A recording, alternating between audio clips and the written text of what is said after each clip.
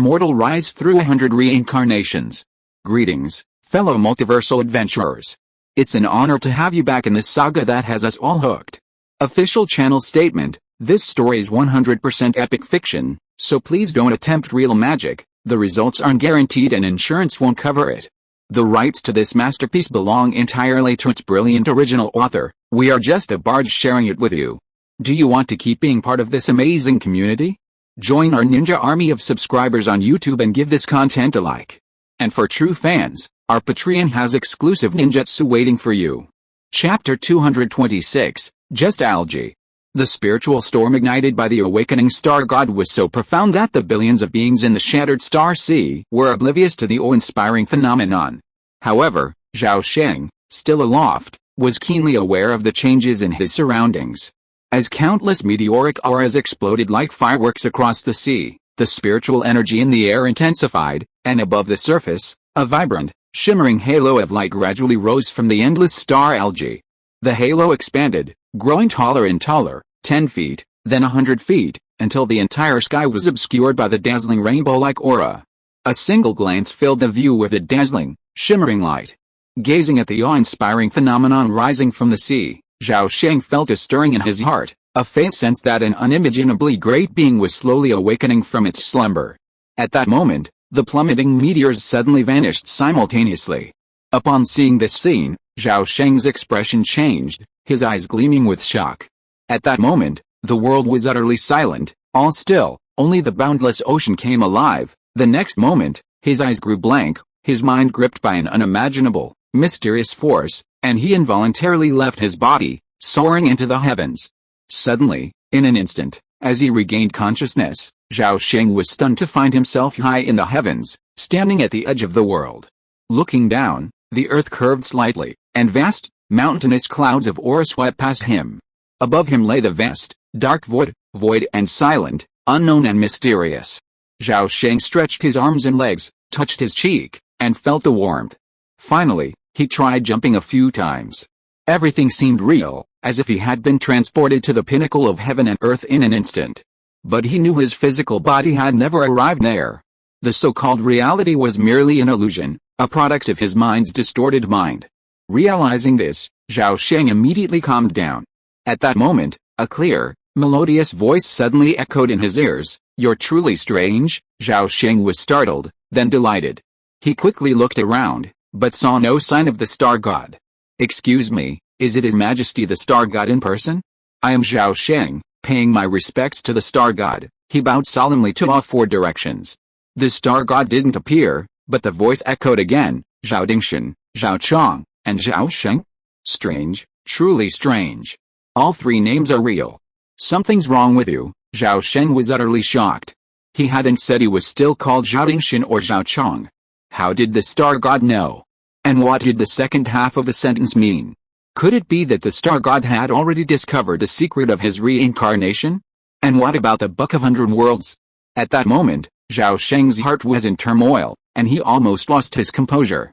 But the next moment, his expression became indifferent, his voice calm and emotionless. "A name is just an embellishment.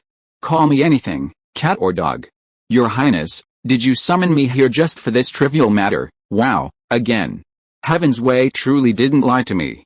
You're not human. Are you one of my kind? Where is your true form? How did you break free? And a barrage of questions rained down like a torrential downpour, overwhelming him. In a state of absolute rationality, Zhao Sheng's mind raced, his logical thinking at its peak. In an instant, he grasped the crucial word from the star god's words, "Heaven's way." Thousands of thoughts flashed through his mind, countless possibilities emerging. But in an instant, the vast majority of the less probable possibilities were eliminated, leaving only the 7 or 8 most likely. But he remained calm, his mind as still as water. "Your Highness has misunderstood. Although I have no emotions or desires at this moment, I am truly a human being. This inhuman state may be somewhat similar to your way of thinking. But it's merely my gift." Really? But why is the heavenly Dao so concerned about you? Even those children of destiny can't compare to you. Yet your destiny is clearly ordinary. Strange, truly strange. Can you tell me why? And are you really not just a child? Zhao Sheng found the star god like a questioning child, constantly asking curious questions and calling himself G. Why is a strange being who has lived for countless years so childish, the child of destiny favored by the heavenly Deo? Who is he? Is this G the star god's name, or a designation for his race? Has the heavenly Deo discovered it? The secret of reincarnation, perhaps even the Book of 100 Worlds. Zhao Sheng's thoughts raced, countless questions swirling within him. Perhaps he himself was unaware of it. At this moment, his mental state and thought patterns truly resembled the star god's. The star god's words were filled with questions and interjections. But its voice was devoid of any emotion. Its logic mimicked that of a human, like a supremely powerful artificial intelligence. Artificial intelligence, as the words crossed Zhao Sheng's mind, a sudden realization struck him, and countless possibilities flashed through his mind. Your Highness, I am truly a human, not a creature. Could you please show yourself? Yes. As soon as the words left his mouth, Zhao Sheng felt a flash of light before his eyes, and that unimaginable power descended upon him once again. He instantly fell into the starry sky. The next moment, Zhao Sheng opened his eyes and found himself upon the boundless ocean. It was now daytime, a full sun at its zenith, the sun shining brightly, the sky cloudless. The sea was calm, teeming with red, green, and yellow algae, among other species. A gentle sea breeze, carrying a fishy and slightly astringent aroma, blew across Zhao Sheng's face. He stepped on the water and said calmly, expressionless, "Star algae sea? This is an illusion, indeed. Welcome to ZHI's world." As soon as he finished speaking, another self slowly rose from the water opposite Zhao Sheng. In appearance, body, demeanor, and temperament, it was identical to Zhao Sheng. Driven by absolute rationality, Zhao Sheng's actions were unusually direct and simple. He immediately asked, "Your Highness, are you imitating me?" ZHI is exactly like you now," the other Zhao Sheng laughed delightedly. Despite ZHI's smile, his words left a chilling impression, as he still lacked a trace of genuine emotion. "Your Highness is not me. Why imitate me?" Zhao Sheng had now grasped a thread of the star god's logic, and his words became even more direct and simple. As he had said, a star god was not human. It was unnecessary to engage in the mundane etiquette of humankind with such a strange being. "But, you really seem to want to go out too. But you just won't grow up," Zhao Sheng immediately asked. "Your Highness, are you the sea god?" "Yes. You seem to call me the sea god. But I don't like that name. Heaven has given me the true name Zhao. You can call me Zhao." Zhao Sheng thought to himself, sure enough. The star god's true form is star algae, and star algae is the sea god. He had suspected this possibility before, but only confirmed it from the star god's own lips. A flash of thought struck Zhao Sheng, and he instantly lost his absolute rationality. "Hey, you've changed again, becoming human. Zhao Sheng, you really are human." The star god's thought patterns were linear, vastly different from those of humans. Zhao Sheng, feeling both amused and helpless, explained earnestly, "I have always been human. Your Highness, there's no need to remind me again. I'm curious about your current state of being. How big is your true form? Could it be the entire star algae sea, not just the star algae sea? Wherever there's algae, there's Qi. However, Qi's consciousness has never grown, and his true form is probably only as big as the star algae sea." The star god's words were somewhat contradictory and obscure. But Zhao Sheng was highly perceptive and immediately grasped the meaning of the star myth. Star gods were likely a type of swarming life form, representing the collective consciousness of the billions of algae in the shattered star sea. The more lush and dense the algae growth, such as in the star algae sea, the stronger the star god's consciousness.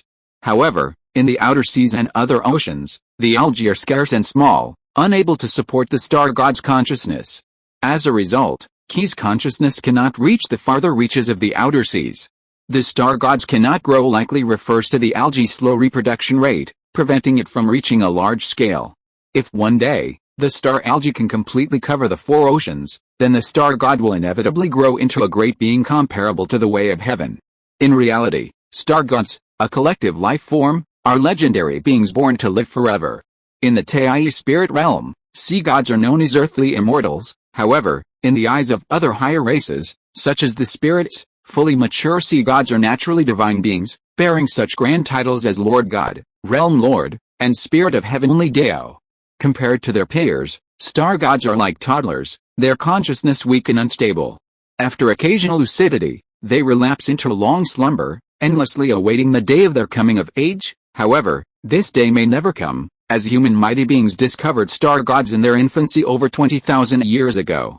To prevent star gods from taking over the spiritual world, human mighty beings devised numerous arrangements, including the sealing heaven and locking sea array, specifically designed to curb the growth of star gods' consciousness. The Star God Palace and the 4 ancient clans are tasked with guarding the star gods and preventing them from losing control. They are also responsible for maintaining the proper functioning of the sealing heaven and locking sea array. The cultivation methods of star gods are completely different from those of humans. Compared to humans, who cultivate a myriad of dharmas and possess immense supernatural powers, the consciousness of a being is the dharma, its supernatural powers, its destiny, and the way. Within the scope of its consciousness, it seizes a portion of the authority of the heavenly way, possessing the might of ruling on behalf of heaven. Otherwise, it wouldn't be called the spirit of the heavenly way. Although a star god is among the weakest of its kind, its innate instincts remain. At least within the star LGC, it knows almost everything. However, it only knows, a classic example of knowing the reason, not the reason. Back to the point. As the star god finished speaking, Zhao Sheng exclaimed in shock, "Wait a minute. The entire star LGC, tens of thousands of miles in radius, is filled with your highness's true form." As he spoke, he looked up at the boundless ocean, awestruck by this miraculous and magnificent being. It's incredible that this world could give birth to such a magnificent being. No creature is more marvelous than a star god, of course. Although I'm small now, I'll grow up one day. It's just that your human star god palace is so annoying. It always keeps a web of law hanging, binding my consciousness. Can you help me destroy it? No. I can't do it, Zhao Sheng said bluntly, shaking his head. Faced with a miraculous being like a star god, one that can reach the heart, no human lies or deception can fool it. Zhao Sheng, perceptive, spoke frankly. Just because you can't do it now doesn't mean you won't be able to in the future. If you can help me break free, I will reward you, the star god said earnestly. Over the past 20,000 years, your highness has seen countless children of destiny. Even those born to be heroes couldn't make it, let alone a mere me. Heaven tells you, you're different. You can do it, for some reason. The star god spoke with extra seriousness this time. Zhao Sheng could hear a hint of excitement in his emotionless words. Your highness, truly. I can't guarantee I can free you from your bonds. I can only say that if one day I can, I'll do it. Zhao Sheng thought for a moment and spoke frankly. Only a few thousand years at most, a few dozen awakenings, and it'll pass. Such a short time, I can afford to wait. The star god's mind is truly unrivaled. Its concept of time is worlds apart from that of humanity. A civilization might take only 5,000 years from its birth to maturity, but in the star god's consciousness, it's only a few dozen awakenings. Gazing at this unprecedented and bizarre creature, Zhao Sheng was filled with intense curiosity, wondering how the immortal race viewed the human race's pursuit of immortality. When he asked the star god what the true method of immortality was, the star god replied, "I don't understand your human cultivation methods. For me, immortality doesn't exist. I am constantly being born and dying." A fascinating person once said, "The me of yesterday was not me, and the me of today is not me. I don't understand your human race's method of longevity. My consciousness is my life, and thinking is cultivation. Heaven is my teacher, and the world is my body. The size of my body is determined by my consciousness, and you say I am very powerful. But what is powerful? Heaven does not know, and I don't understand." At this point, the star god smiled strangely and suddenly uttered a few words. "In the beginning of ancient times, who preached it? When the upper and lower had no form, how could we examine it? In the darkness and obscurity, who could reach the end? Feng Yi was only an image, how could we recognize it?" These words were said by the human who imprisoned me 20,000 years ago. At that time, he also said that when I find the real answer, that would be the day I grow up. Zhao Sheng, I have asked countless people, and countless people have given me countless different answers. But I still haven't grown up. Do you know what the answer is? Why? Zhao Sheng was momentarily stumped by the star god. It was like asking why 1 + 1 = 2. It seemed simple enough, but it was actually a daunting question. Furthermore, all of the aforementioned questions were eternal mysteries. Chapter 227 The World in My Eyes. Even as Zhao Sheng was stumped by the star god's question, He was unaware that 3 days and nights had already passed in the outside world during this brief exchange. That day, the sky above Stargod Island was crystal clear, the sun and moon shimmering in harmony. 80 miles southwest of Stargod Island, a massive sea crab, as massive as an island, extended its two enormous lapis lazuli claws, intertwining them to block the view overhead. A thick, solid, and dazzling lapis lazuli shield loomed in the air, enveloping the crab and forming a barrier. Within the barrier, the spirits of the crab's shell dispersed, roughly dividing into two parts, surrounding the two lucky individuals. One was, of course, Zhao Sheng. He sat cross-legged with his eyes closed, his aura barely audible, yet wisps of lightning lingered around him. These lightning flickered, manifesting from an unparalleled and unknown divine consciousness. The other was Wang Yingling. Her silver hair danced, and strands of lightning swirled 3 feet away from her body, though their numbers far outnumbered Zhao Sheng's. No one could have imagined that two insignificant youngsters could be chosen by the star god. Everyone present, from the 3 kings at the great perfection of the golden core to the unknown and powerful aliens, gazed upon the 2 lucky individuals with envy, wishing they could take their place. At the front of the crowd, the Nebula King remained silent, his eyes fixed coldly on Zhao Sheng's figure, a murderous intent etched deep within his gaze. To the left of the Nebula King stood slightly forward, intentionally or unintentionally blocking the Nebula King's path. Secretly, the Ice King telepathically transmitted, "Nebula, stop. This kid is different now. You can't touch him. Otherwise, the ancestor will blame you. You won't be able to bear the consequences." HMPH, the Nebula King snorted, offering no explanation. As the 3 most powerful kings beneath the ancestor, the Ice King knew something of the Nebula King's secrets. King Zingayan's bloodline is impure, and his current heights are the result of arduous cultivation. However, due to his inferior bloodline, he cannot enter the inheritance sequence, and even further advancement is extremely difficult. Therefore, in order to advance to the nascent soul stage, King Zingayan secretly practiced a forbidden technique of bloodline deprivation within his clan. His original target was some of his dying members. However, Zhao Sheng's appearance overjoyed him, and his greed was piqued. Seeing King Zingayan's stubborn delusion, King Bing finally advised, "Zingayan, take care of yourself. Don't forget that our ancestors are watching from the sky." In the Xianzhu realm, above Xingshan Island, at the edge of the Xiangang atmosphere, where light and darkness meet, a 20-mile diameter, pitted meteorite slowly emerged from the Xiangang atmosphere. Upon reaching the edge of the atmosphere, it hovered. Then, along the boundary between light and darkness, the meteorite flew closer from the horizon, finally settling slowly above Xingshan Island. A mile-wide crater on the meteorite's waist suddenly erupted with dazzling light. Within the radiance, a portal of light, 70 to 80 feet long and 5 feet wide, appeared at the bottom of the crater. Then, streams of light flew back from the depths of the void, landing in the crater one after another. They flashed through the portal and entered a cave paradise measuring 100 miles in radius. This cave paradise was the main entrance to the Horn sect. Without seeing it with one's own eyes, no one would believe that the legendary Tongshan cloud boat, so legendary in the Xianzhu realm, was actually a mere meteorite. Upon entering the Horn cave paradise, a towering tree, soaring into the clouds, first caught one's eye. This towering tree, called the Changshan wood, had 3 layers of shade, the lowest covering 100 miles, practically single-handedly supporting the entire cave paradise. A moment later, in the gathering Immortal hall above the second layer of shade, Ling Yuan and nearly 100 nascent soul ancestors took their seats, each occupying a distinct space, according to their closeness or proximity. Today, all nascent souls gathered for the Xianzhu realm's nascent soul ceremony. This ceremony is one of the most prestigious ceremonies in this realm, held almost every century, coinciding with the awakening of a star god. The ceremony serves many purposes, primarily to exchange cultivation experiences and skills. Of course, it also serves to mediate conflicts between factions, competing interests, and grudges between ancestors. At the nascent soul stage, personal grudges aside, achieving divine transformation is paramount. Factional grudges are of little importance to the nascent soul ancestors, and the distinction between friend and foe begins to blur. Indeed, much like the story of Liu Hangfang and Chu Yang of the Hangshan sect in the Smiling, Proud Wanderer, in the Xianzhu realm, a 1,000-year-old demon and a righteous grand elder could be a lifelong friend. At the Juxin Hall, the nascent soul ceremony had just begun. The two ancestors, Ling Yun and Ling Su, immediately joined forces to approach the Star God Palace's palace masters, Panxing and Ling Yu.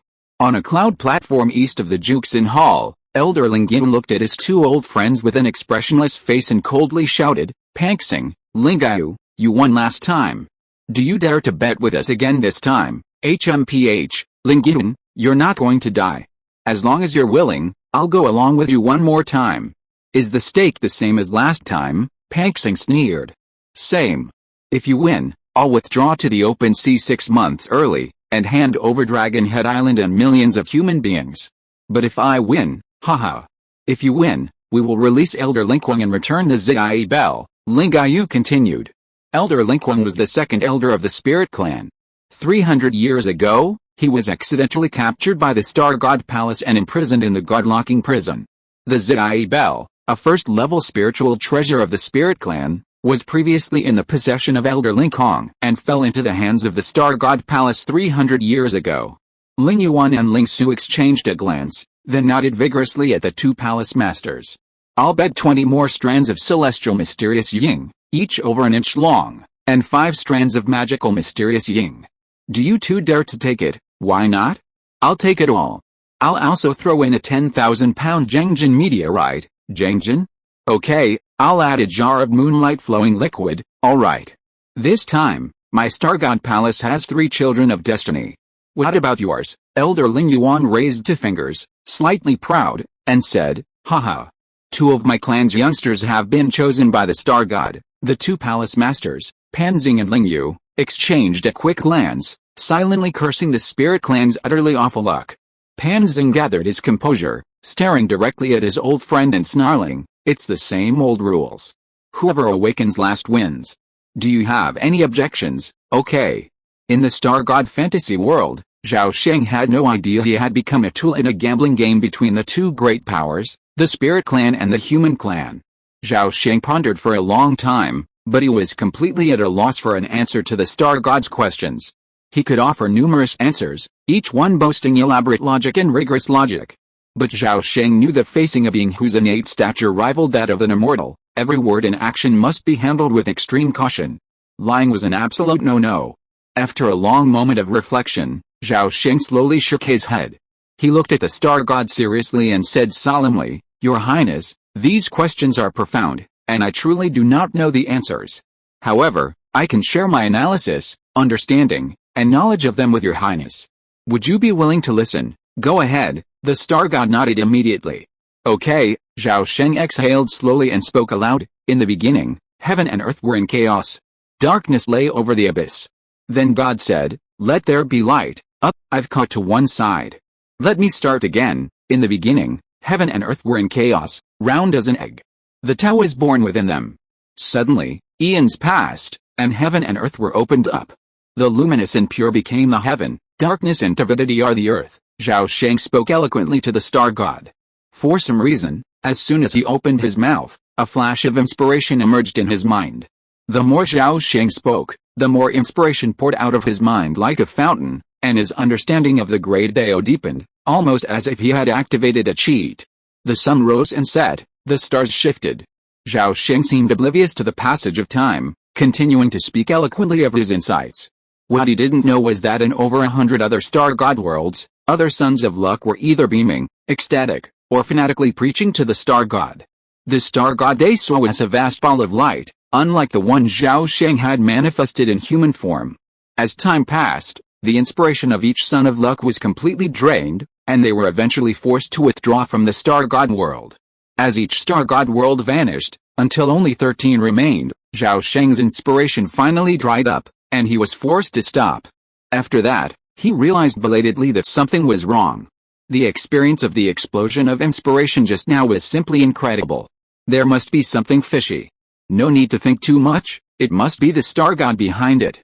It's just that this passage of enlightenment is really rare. Zhao Sheng recalled it and found that his understanding of the Tao had improved by leaps and bounds. At this time, the Star God squatted down, patted the seawater, and shouted seriously, "Zhao Sheng, why don't you continue, Your Highness? I have no room here." Zhao Sheng pointed to his head and said with a wry smile, "Okay. Now that you've finished speaking, It's my turn to repay you." As he spoke, the star god slowly turned into a huge bright white ball of light. The interior of the ball of light was filled with billions of electric lights, crisscrossing in bright and dark. "Zhao Sheng, do you want to see what the world looks like in my eyes?" As these words were slowly spoken, the sun in the sky slowly disappeared, the light dimmed, the world began to curl inward, the edges became blurred, and the seawater evolved into a layer of flowing, shimmering colorful light. Zhao Sheng witnessed the process of the world dissipating, and at the same time found that his hands and body were slowly dimming and blurring, and began to disappear bit by bit. After seeing this scene, he calmed his mind and nodded resolutely. "I am willing, okay, as long as you communicate with the way of heaven. You have to be careful not to become a Taoist." As soon as the words fell, the world suddenly turned into a ball of chaos, and Zhao Sheng's soul was suddenly hooked by an unimaginable force. In an instant, he was pulled into a bizarre and indescribable world. This world is full of light, and behind the brilliance are endless silk threads. The silk threads are extremely colorful, including not only the 9 colors of red, orange, red, green, blue, purple, black and white, but even countless colors beyond human imagination. Zhao Sheng did not recognize or understand what these colors were, as if they existed in the chaos beyond his cognition. And in his eyes, silk threads had no concept of length, width and diameter. Sometimes they are endless, sometimes curled up into a point, and sometimes intertwined and coiled, weaving endless silk knots in 3-dimensional structures. Zhao Sheng was about to take another look, but the next moment, he suddenly fell from the dark again and returned to the broken star sea. The sun is bright and the sky is cloudless. The boundless ocean is dotted with islands, and billions of creatures thrive within it, forming an incredibly complex food web. At the very bottom of this food web, billions of seaweed instinctively reproduce and divide, experiencing endless cycles of life and death. At this moment, it has become a being of unimaginable magnitude. In an instant, it has split into countless consciousnesses, each occupying a patch of ocean, each possessing its own distinct personality and cognition. The largest consciousness, radiating tens of thousands of miles, is considered the most powerful. But all consciousnesses, regardless of size, possess innate equality, with no distinction between primary and secondary, or gender. Yet, Zhao Sheng was not surprised by this, as if the existence of countless consciousnesses was perfectly normal, as if it were natural. Faced with a vast amount of information transmitted simultaneously by countless consciousnesses, he effortlessly absorbed and processed it, providing timely feedback.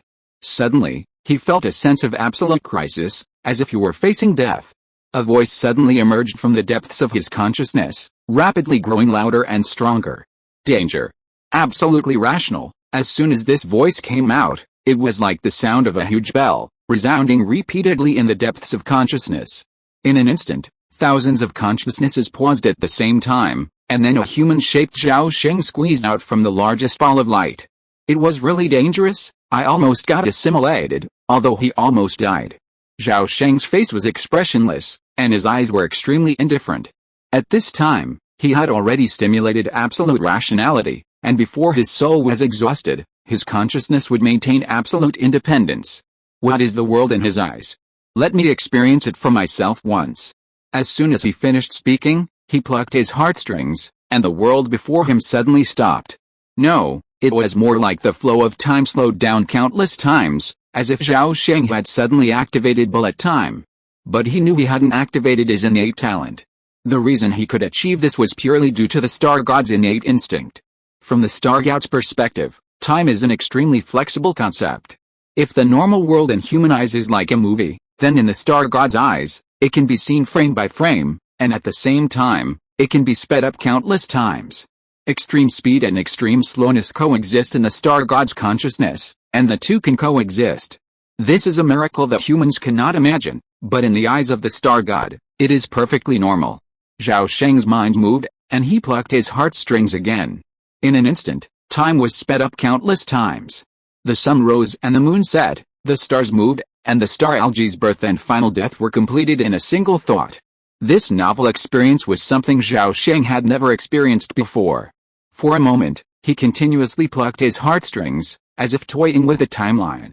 The world slowed down and sped up, blurring the lines of time. Chapter 228 Golden Elixir. Through the star god's perspective, the world's mysteries were finally revealed to Zhao Sheng, revealing countless incredible and indescribable secrets. He personally felt the vastness of the universe. Space and time could bend, the earth curved, and the broken star sea, stirred by the great Tao, produced tides. Wind, thunder, rain, and fog, among other celestial phenomena, emerged and faded, mystical and unpredictable. Across tens of thousands of miles of ocean, he seemed to have replaced the heavenly Tao. With a spiritual consciousness so powerful it defies description, he controlled the celestial phenomena at will. A single thought stirred waves across the vast sea, a single thought brought dark clouds to the 9 heavens, 1,000-mile storm surged, and countless thunder roared. These unprecedented and mystical experiences filled Zhao Sheng with immense joy and fascination. Fortunately, his absolute rationality kept his consciousness independent, preventing it from being assimilated by the star god's unparalleled power. Zhao Sheng's consciousness reprojected to the vicinity of Star God Island, merging with the most powerful star god's consciousness. Deep within the world, beneath the heavenly Tao, a vast consciousness spanning tens of thousands of miles overlooked the vast ocean. Zhao Sheng saw that the once enormous, 1,000-year-old Camel Mountain turtle now seemed as tiny as an ant. A thought flashed through his mind, and the ocean, spanning 100 miles, centered around the Camel Mountain turtle, suddenly caved in. In the blink of an eye, a massive vortex 100 miles in diameter formed. This vortex suddenly unleashed an immense suction force, attempting to pull the Camel Mountain turtle into the abyss. At that moment, the Camel Mountain turtle let out a long, furious roar, resounding for 100 miles. Its massive, alien-like body rapidly erupted with a vast azure light, enveloping it in a sphere of azure light. At the same moment, a 10-foot thick azure beam instantly shot into the vortex beneath it. With a resounding, earth-shattering roar, vast quantities of seawater were blasted skyward. Towering columns of water shot up from the vortex, causing the sea to tremble slightly within 1,000 miles of its radius. With this terrifying blow, the Camel Mountain turtle effortlessly broke free from the 100-mile vortex, and the immense azure ball of light, carrying a vast amount of seawater, soared into the sky. After all, it was a 10th-tier ancient beast. Even a true lord of transformation would retreat in despair. Zhao Sheng had merely teased it, otherwise, with the star god's vast consciousness, it would have easily annihilated it with a single thought. Turning his gaze again, he suddenly realized there were other beings in the consciousness world. 7 sons of luck were still in the star god's world, preaching to the star god. While they were preaching, in reality, the star god was lending a wisp of consciousness to the sons of luck, allowing them to realize the truth on their own, and then imparting it to the star god. Zhao Sheng gazed at them, amazed.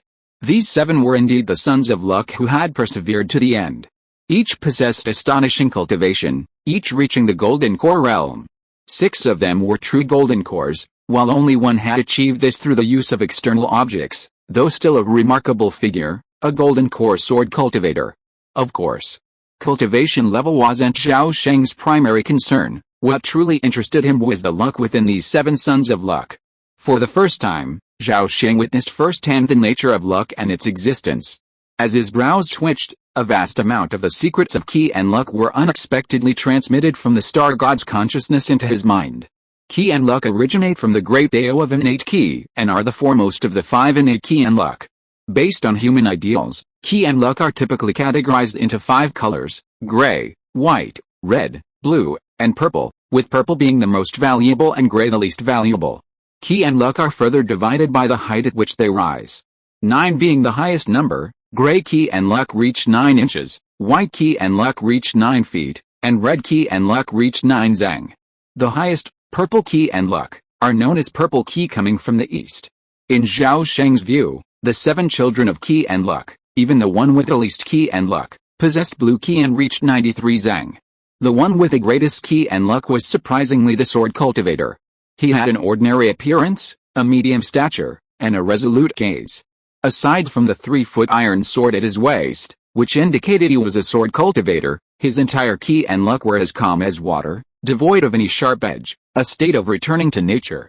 This person's aura shone purple, and the pillar of aura above his head, like a giant pillar supporting the sky, plunged directly into the clouds, suffusing the surrounding air for 100 miles into shimmering purple.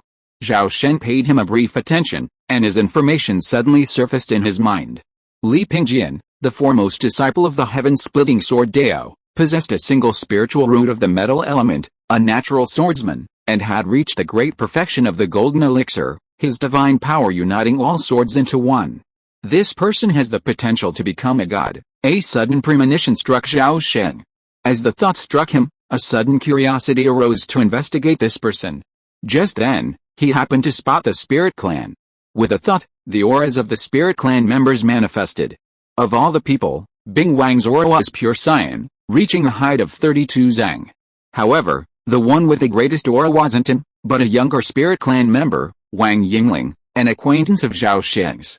Her aura was cyan with a hint of purple, and the pillar stood 99 zang tall.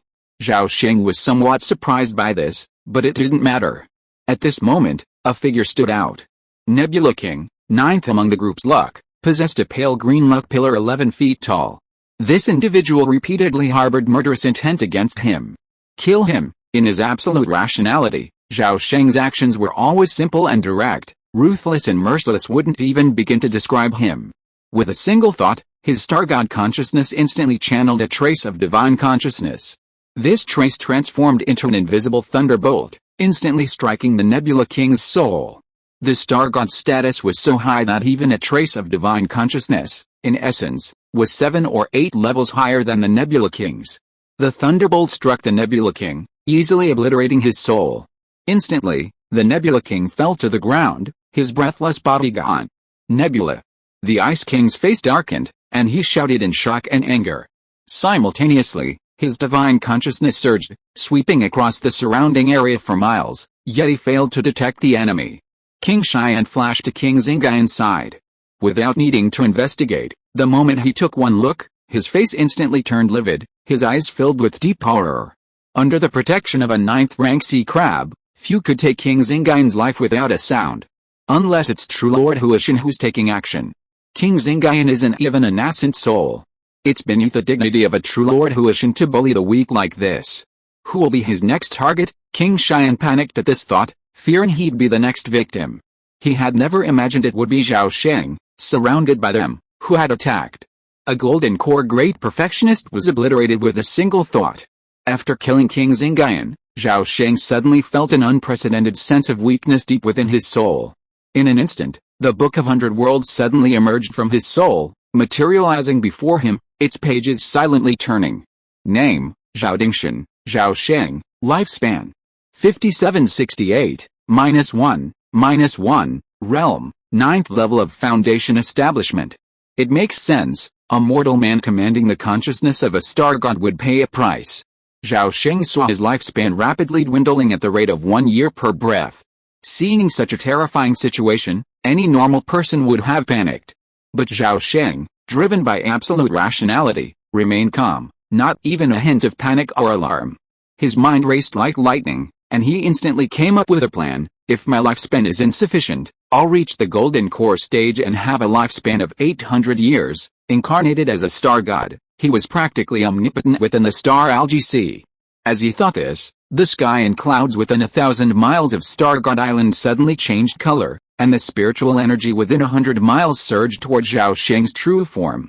In less than a breath, the spirits watched in horror as a massive vortex of spiritual energy suddenly formed and hovered above Zhao Sheng, who sat cross-legged with his eyes closed. The next instant, a vast amount of pure spiritual energy thundered into Zhao Sheng's body.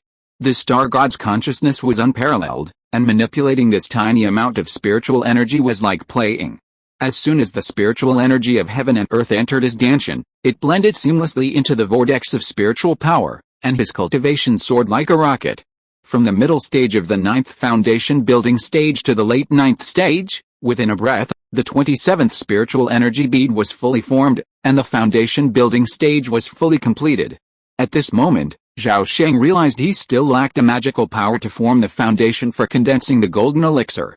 After 2 lifetimes of hard training, his foundation lay largely in the water element, and his primary practice was the Zuinun heavy water art. He should use this water element as a foundation to forge the golden elixir.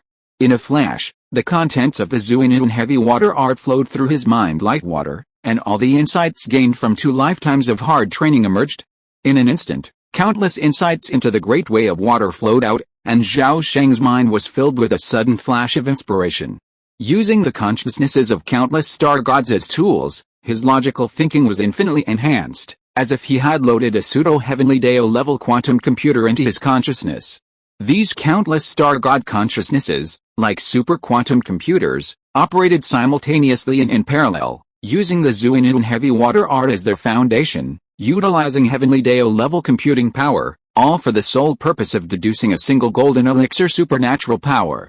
Before Zhao Sheng, no one except the star gods knew if any child of fortune in the Xianzhu realm had ever accomplished such a feat. But were this news to spread, it would undoubtedly cause a sensation throughout the Xianzhu realm, drawing the fervor of countless cultivators and even profoundly moving the true Lord of Transformation. In a single breath, hundreds of supernatural powers were deduced, but the vast majority of three-dimensional configurations were riddled with errors or limited potential, and were simply eliminated. Supernatural powers differ from ordinary spells. Compared to two-dimensional rune spells, supernatural powers, due to their involvement with the laws of the Great Dao, derive new three-dimensional structures. The information density of three-dimensional runes is several orders of magnitude higher than that of two-dimensional ones, making them the most suitable configuration for supernatural powers. Why is the success rate of the true golden elixir so low? The giant thunder tribulation was one factor, and the second was the rarity of the magical power that matched his own. In a split second, Zhao Sheng's mind was reduced to three extremely complex three-dimensional magical power configurations. The first was named Boundless Ocean, inspired by the concept of the ocean embracing all rivers and possessing vastness.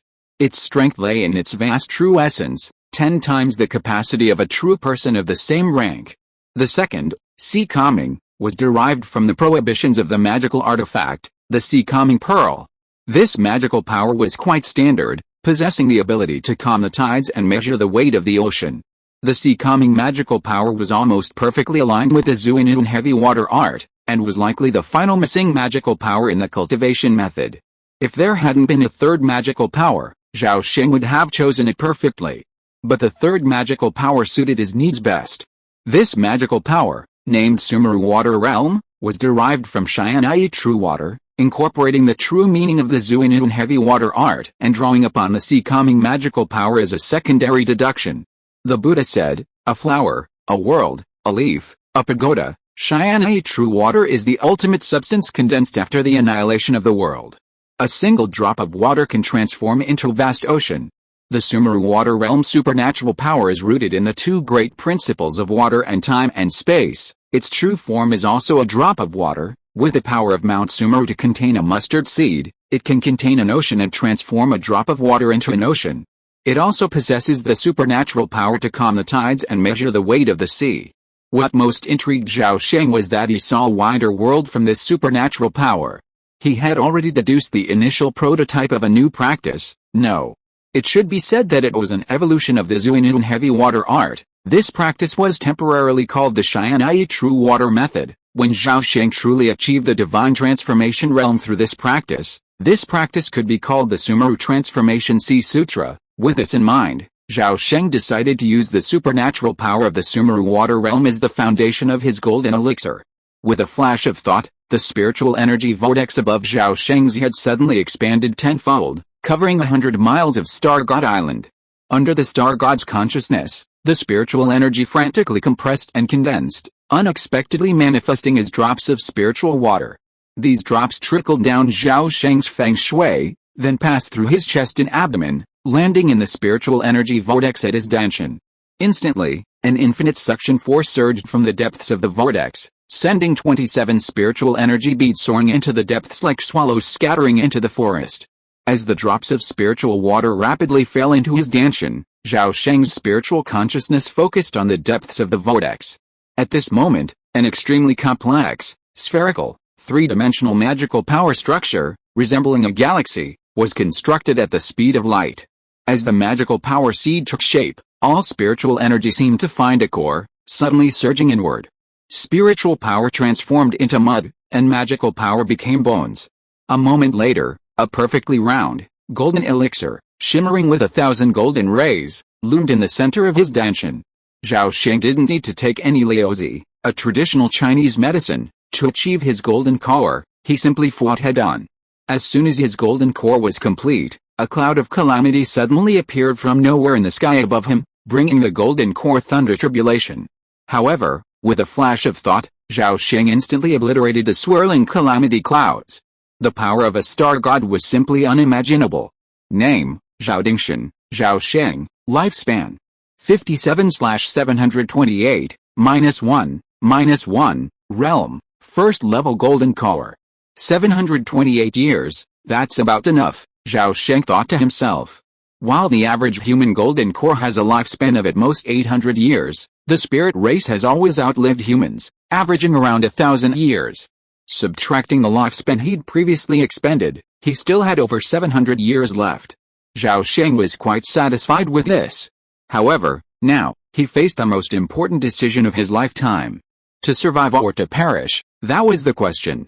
With a star god's consciousness, a single thought brought to light a myriad of possible futures.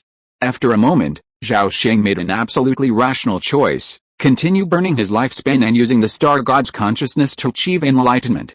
With a book of 100 worlds at his disposal, Zhao Sheng wouldn't be so stubborn as to devote all his conscious power to deducing the heavenly one true water method. After assigning this task to the most powerful star god's consciousness, the remaining consciousnesses, like super quantum computers, each divided the work and simultaneously began to enlighten the Dao. First thought, task, deducing the heavenly one true water method. Second thought, deducing the formula for the enlightenment pill. Third thought, exploring the laws of fire and simulating the practice of the golden crow burning heaven art. Fourth thought, task. Chapter 229 Time and Space Shift.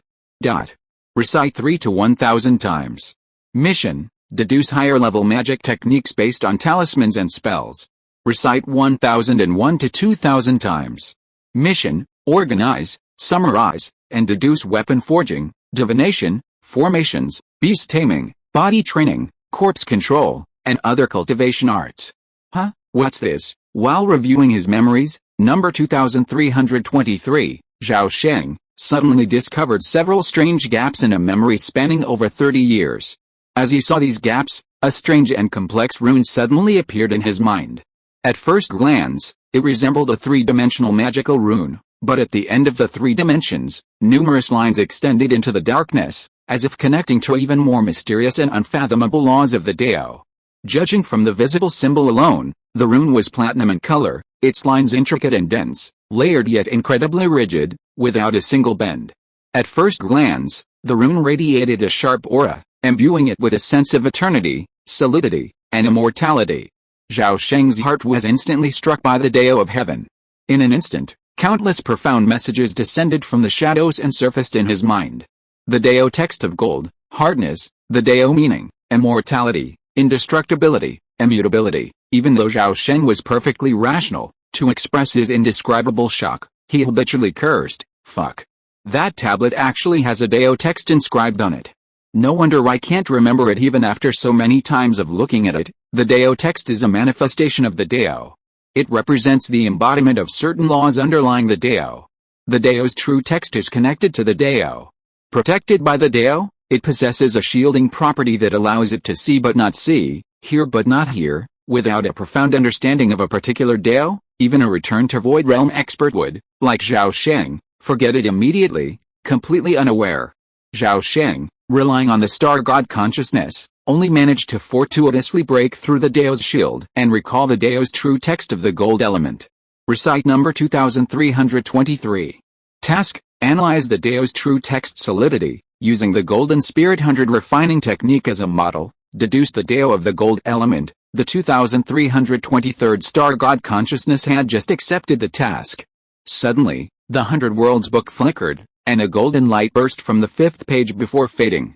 Zhao Sheng felt a sense of relief, a sudden realization forming. The Dao's true text solidity had been inscribed in the 100 Worlds book, never to be forgotten. 10 breaths later, in the 4576th star god world, a palm-sized 5-element spirit fish, radiating a 5-colored halo, swam joyfully past Zhao Sheng. Bang! Zhao Sheng's mind moved, and the 5-element spirit fish suddenly exploded, transforming into a wisp of mysterious energy that flowed into the purple palace between his eyebrows. Record assignment, based on a strand of innate ki, observe the ki of all living beings and deduce the path of ki. Just as Zhao Sheng was busy assigning tasks to the star god consciousness cluster, His body began undergoing earth-shaking changes due to his ascension to the golden core stage. The first qualitative change was a leap in spiritual power. After ascending to the golden core stage, the spiritual power that had undergone a qualitative change rapidly transformed into a higher level of golden core true essence. In the center of his Danshan, the round golden core radiated endless Dan light. Under the illumination, the long rainbows of spiritual energy surrounding the golden core rapidly collapsed and compressed, sublimating into strands of clear and dense true essence. A flood of spiritual energy rapidly flowed back from his limbs and bones, and under the illumination of the golden elixir, it rapidly transformed into golden elixir essence.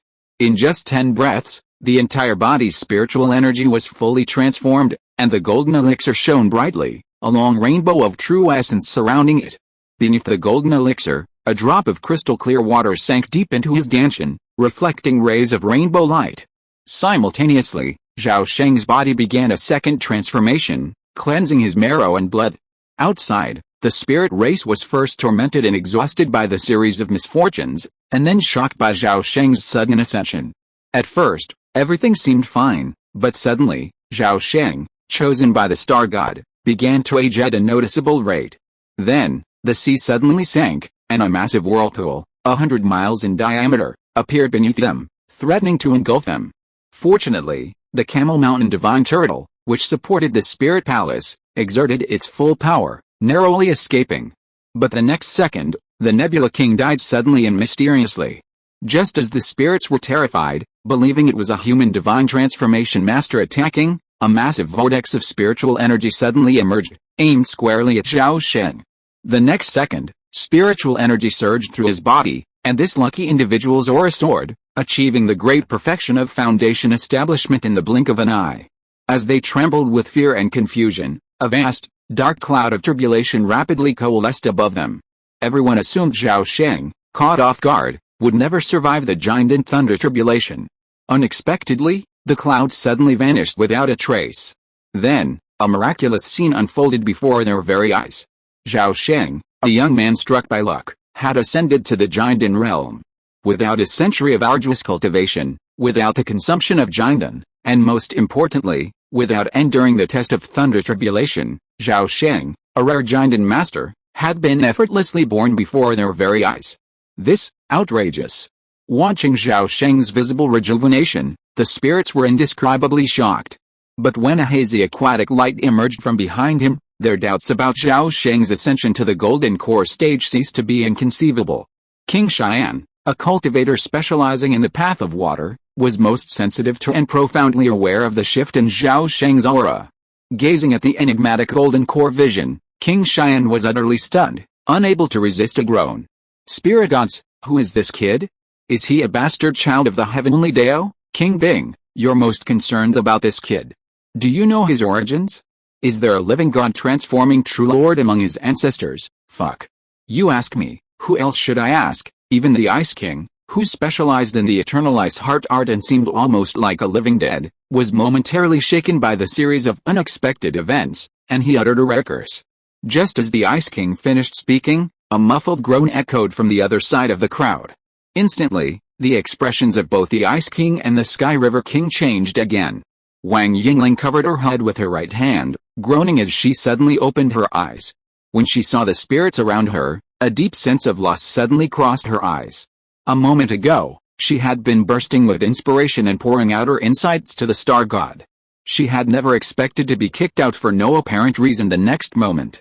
She had never understood how she had angered the star god. Seeing Wang Yingling's distraught expression, a spirit giant asked with concern, "Linger, what's wrong, third uncle?" "I'm fine. I'm just confused." Wang Yingling released her hand, calmed down, and shook her head. "If you can't figure it out, forget it. This opportunity alone will benefit you for the rest of your life. There's still so much time to come. There's plenty of time for you to comprehend." Wang Yingling knew her third uncle had misunderstood her, but she chose not to explain. When Wang Yingling was kicked out of the star god's consciousness, the other sons of fate who had persisted to the end were also forcibly logged off at the same time. Needless to say, the culprit was none other than Zhao Sheng. Of course, the core circle of summoners remained unaware of this. However, some had already noticed something fishy. As the jailer of the star gods, the star god palace inevitably employed methods of surveillance. At that moment, within the gathering immortals hall of Horror and Cave Heaven, before the nascent soul ancestral beings, a round mirror measuring 2 meters in diameter unfolded. The mirror revealed the entirety of the star god island, 100 miles in radius. The scene was so vivid and detailed that even the numerous barriers erected by the various factions could not block the mirror's gaze. The mirror was a treasured star god palace treasure, rarely displayed, and even fewer used to kill enemies in history. But every time the mirror was used, it spelled the fall of a peerless demon, or even a true lord of transformation. During every star god festival, the star god palace deliberately displays the circular light mirror. This serves as a means of monitoring the star gods and other forces, preventing them from losing control, and also as a deterrent. Before the circular light mirror, Panxing and Lingayu could barely conceal their astonishment, while Lingxu and Lingyun were both shocked and suspicious. Behind them, the nascent soul ancestors from the leading sects and factions also wore grim expressions, seemingly sensing something amiss. Over the past 20,000 years, during star god festivals, individuals like Zhao Sheng had leapt to the golden core stage in a single leap, and even peerless geniuses had ascended to the nascent soul stage overnight. History also witnessed numerous instances of chosen ones suddenly dying, often traced to assassinations by their enemies. However, in the past 20,000 years, there had never been a case of a thunder tribulation being abruptly wiped out, nor had the star god expelled the last few remaining. The simultaneous occurrence of these two unprecedented and bizarre events made the nascent soul ancestors suddenly realize that something drastic had occurred. Palace Master Panxing, something is amiss. I suggest immediately reactivating the sea ceiling formation.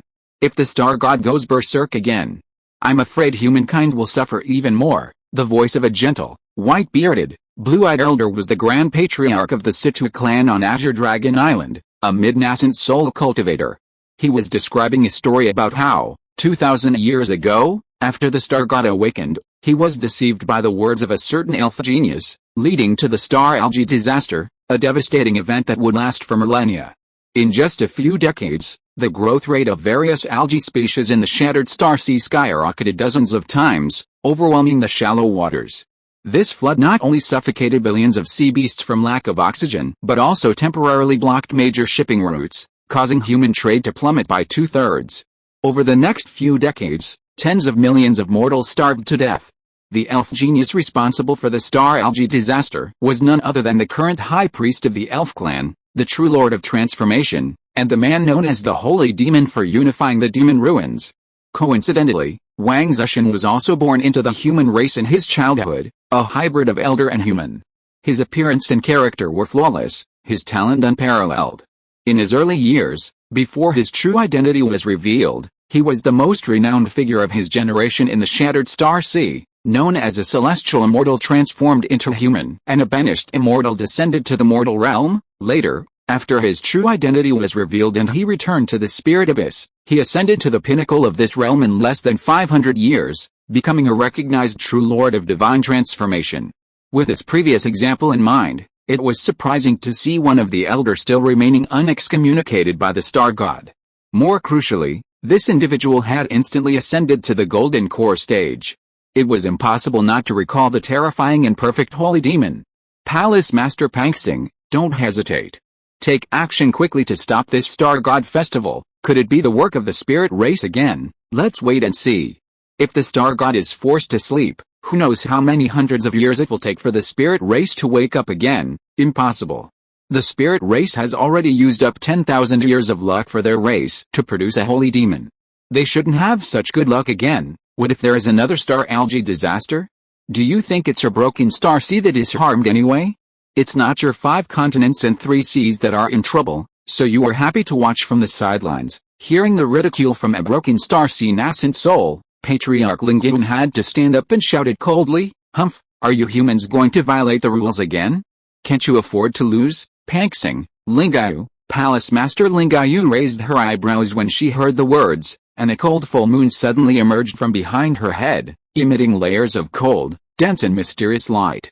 Old Lingyun, is this your doing?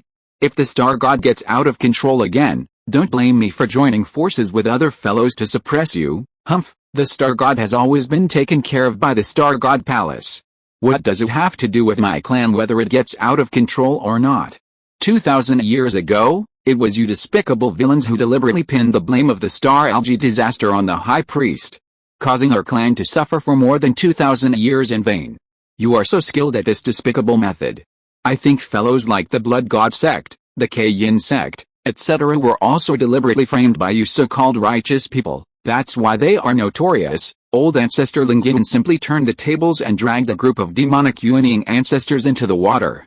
Haha, justice reigns supreme in the hearts of men. Furthermore, those who are not of our race must harbor ulterior motives. Who among you here is unaware of the treacherous schemes of the Sea Demon clan? The reputation of the holy demons for their hypocrisy and viciousness has spread throughout the Shiansu realm for millennia. What I say is no lie, Ling Yu refuted with a cold smile. Ancestor Ling Su, whose greatest admiration in his life was the High Priest, was about to erupt in anger at the slander against him. However, a sudden change not only interrupted his words but also shocked the nascent soul ancestrals. A sudden cry of surprise rang out, that spirit clan brat has vanished. The nascent soul ancestrals' pupils shrank at the shocking scene in the round light treasure mirror. They watched Zhao Sheng, before their very eyes, suddenly vanish into thin air. Gu Feng, the Grand Elder of Horn Sect, the fastest escaper in the Shiansu realm and known as the Sun-Chasing God, changed his expression drastically and shouted in shock, "Time and space shift. That's time and space shift. Could it be that a return to Voidmaster has taken action? No, it's the Star God." If you are listening to this novel on a channel other than Fanfic World, it means it was downloaded and re-uploaded without effort. We warmly invite you to visit our channel, Fanfic World. There you will find the original version of this story and many other novels of various genres. We look forward to seeing you dive into a world of incredible novels. Chapter 230, Heavenly Deo Sea of Light. Time flashback a few minutes. Reciting number 5128, task. Using the Melt Gold Dividing Mind art as a blueprint, simulate the Star God's ideology and deduce a new technique, tentatively named the Star God Thousand Heart art. Reciting number 5129, task. Using the Fire Sacrifice art and the Fire Control art as a blueprint, and combining alchemy experience, deduce a new fire control method. After assigning the task to Star God number 5309, Zhao Sheng suddenly paused. By this point, every aspect he could think of had been assigned to a Star God task. However, within the Star God's consciousness, there were still over 5,000 separate consciousnesses that remained independent and lucid. That should be enough, he muttered to himself, and the Zhao Shengs in over 5,000 consciousness worlds suddenly reverted to their original spheres of light one by one. Star God, let me see the true face of this world's heavenly Deo, as you wish. With a wave of consciousness, over 5,000 shattered star seas collapsed simultaneously, dissolving into chaos. As soon as he saw it, the world lost its natural form, utter darkness and depth, like a boundless outer void, or perhaps the primordial state of ignorance before the formation of heaven and earth. The next second, from the depths of the darkness, waves of light of various shapes and forms suddenly emerged. These lights intertwined, overlapped, and entangled, forming a sea of radiant light. Most of this light was a mystical entity, beyond the imagination of ordinary people, and difficult to describe in words. They constantly transformed and annihilated each other, mutually reinforcing and counteracting each other. These lights varied in intensity, ranging from powerful blue rays that shone 1,000 times, to faint gray rays that were mere specks of light. But most of this light was dark and invisible, tucked away in the darkness. Zhao Sheng had a sudden realization. This sea of light was the form of the heavenly Deo that best embodied his ideals. If the heavenly Deo is seen as a vast ocean of light, then the depth of that ocean represents the depth of a Star God's understanding of the laws of the heavenly Deo. The higher up the sea of light, the brighter the light, representing the Star God's deeper understanding of these laws. Conversely, the further down one went in the sea of light, the dimmer the radiance, and the shallower the Star God's understanding of its laws. This ocean of the heavenly Deo was specifically created by the Star God to allow him to directly see the heavenly Deo. As for what form the true heavenly Deo in the Star God's consciousness took, Zhao Sheng suddenly recalled his first fleeting glimpse of that world composed of threads, or strings. At the top and most dazzling layer of this ocean of the heavenly Deo was the blue light representing the law of water. This also meant that the Star God had the deepest understanding of the law of water. Below the water was the law of wood, a green spiral of stars, the law of fire, warm as the sun, and the law of life and death, a tangle of black and white, resembling the Tai Chi. Next were wind, thunder, metal, and earth. Even deeper were the profound laws of light, darkness, time, and space, exceedingly difficult to comprehend and imagine. Zhao Sheng had a limited grasp of these profound laws, the foundations of the universe. However, he had no grasp of the most obscure and difficult to perceive primordial laws, such as the 5 elements, the 5 primordials, and the 5 virtues, the innate great way.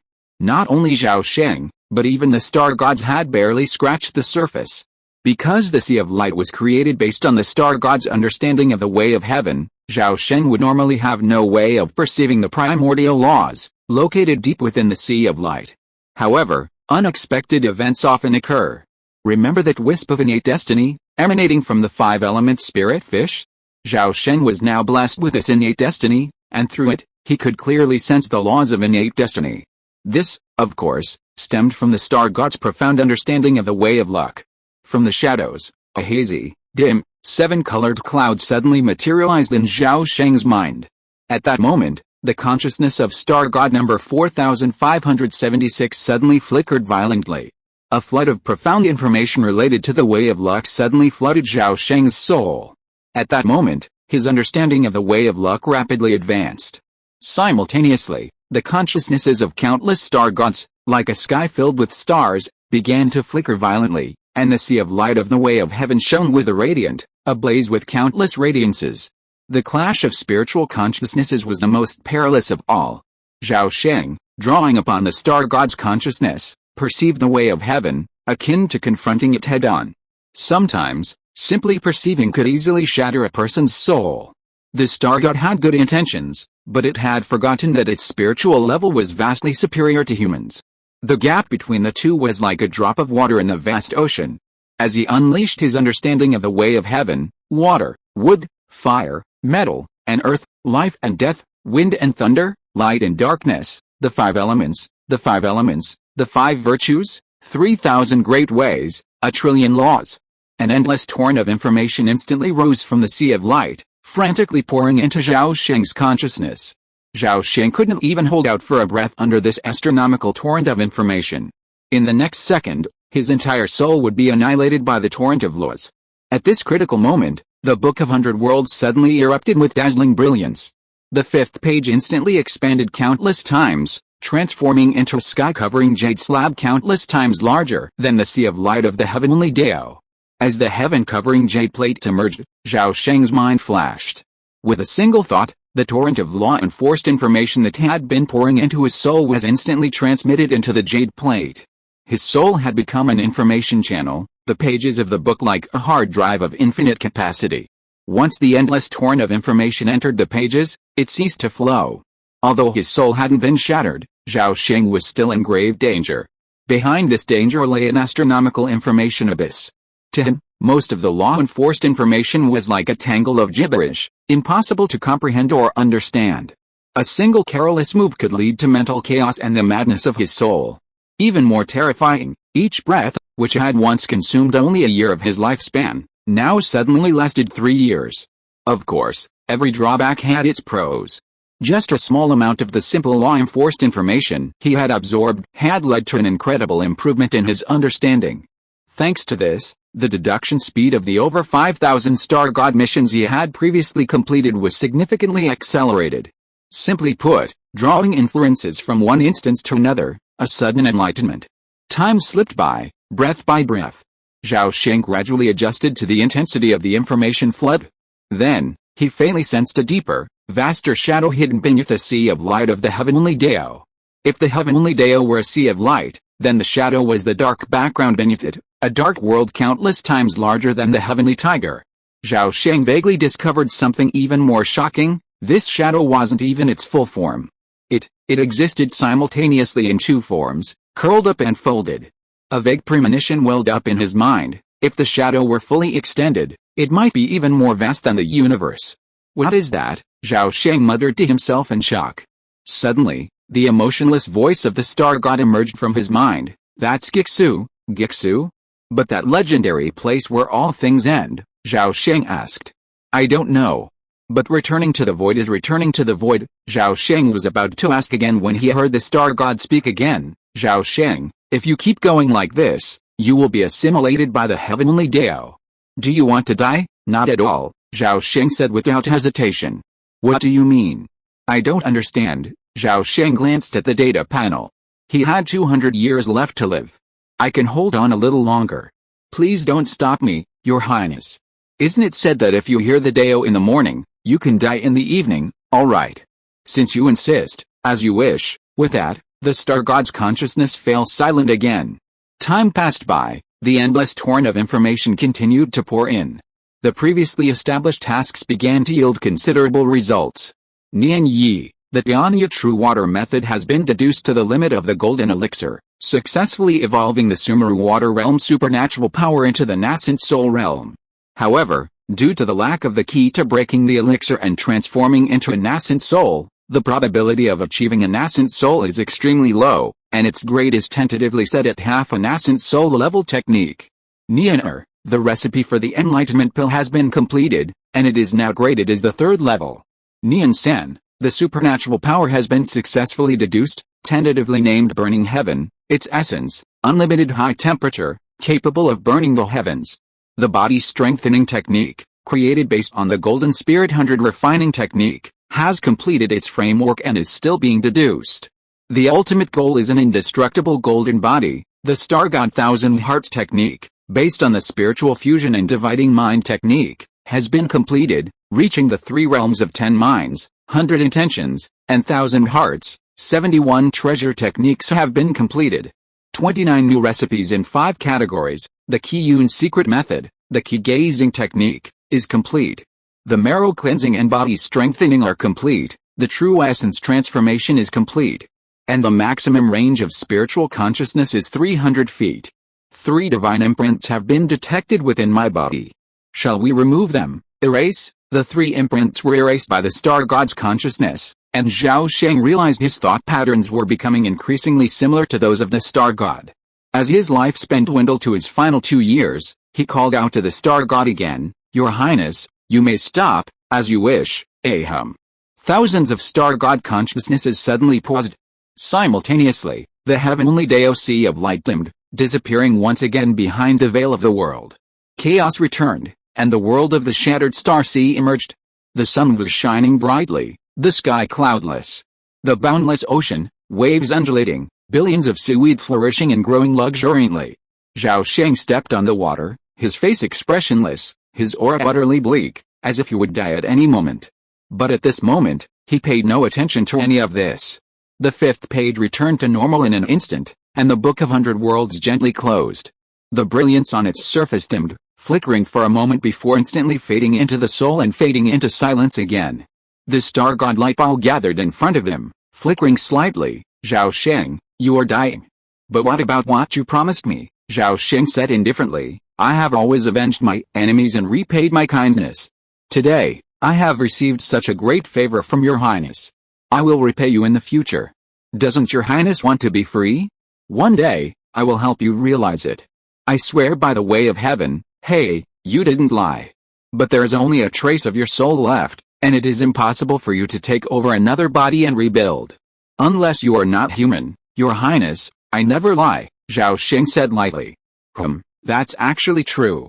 Zhao Sheng, are you a banished immortal, a hollow spirit, a celestial god, or an extraterritorial demon? Your highness, this is a secret. Secret? I only know. The star god stopped questioning, but Zhao Sheng asked, Your highness, before I leave, I have one last request. What is it? Zhao Sheng, I'm trapped by the spirits. Your highness, can you rescue me from them? That's easy. I can send you to any corner of the star algae sea. Zhao Sheng, where do you want to go? Zhao Sheng was stunned by the words, somewhat confused by the meaning of the star god's legend. But after a moment's thought, he said, Your highness, if you have the ability, could you send me to the farthest place from here, as you wish? Farewell, Zhao Sheng. I'll be waiting for you. As soon as he finished speaking, Zhao Sheng felt his feet go empty, and his spirit instantly returned to his body. The next moment, before he could react, he felt an extremely powerful pressure coming from all directions, and a flash of colorful light flashed before his eyes. Plop. Zhao Sheng appeared out of nowhere in a remote sea 30,000 miles from Star God Island, plummeting into the water with a thud. As he hit the water, an indescribable, intense pain erupted from the depths of his soul.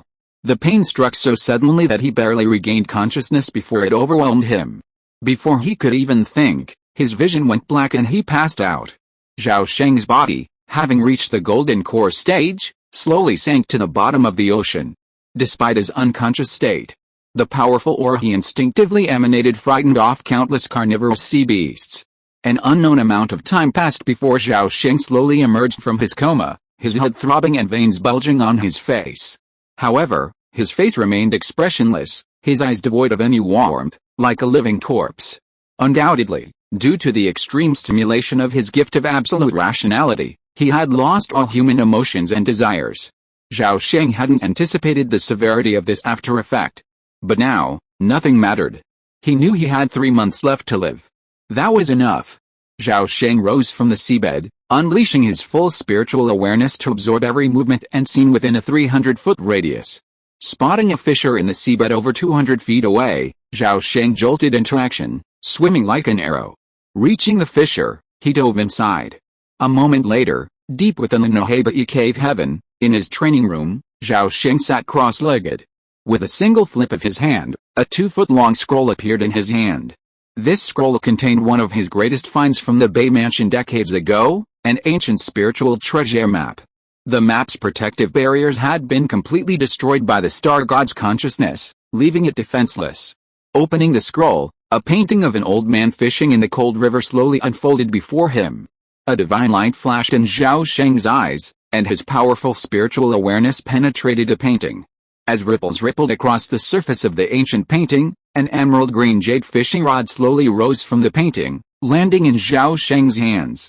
The end of the emerald green fishing rod seemed empty, but within his consciousness, a thread 1,000 times thinner than a hair appeared.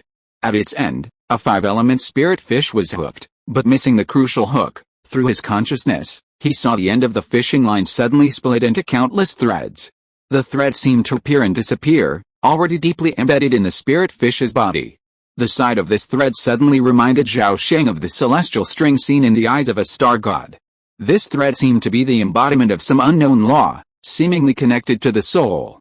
Chapter 231 Planting the Legacy. In the Bifu cave heaven, Zhao Sheng, clutching a jade fishing rod, encountered immense resistance as his spiritual consciousness entered the magical artifact's interior, as if he had fallen into a quagmire. Every step forward was incredibly difficult. Having ascended to the Jinden stage, Zhao Sheng's spiritual consciousness had surged more than tenfold, but facing an ancient magical artifact of unknown rank, his limited mental power inevitably paled in comparison. It took him a full quarter of an hour to finally break through the invisible barrier and truly enter the magical artifact.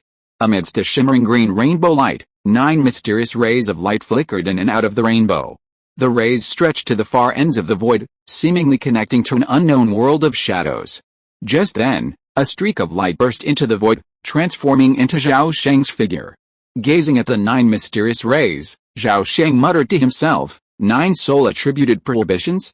Truly a top-grade magical artifact. As he spoke, he suddenly disintegrated into a ball of light and shadow, instantly landing on the nearest ray and attempting to merge with it.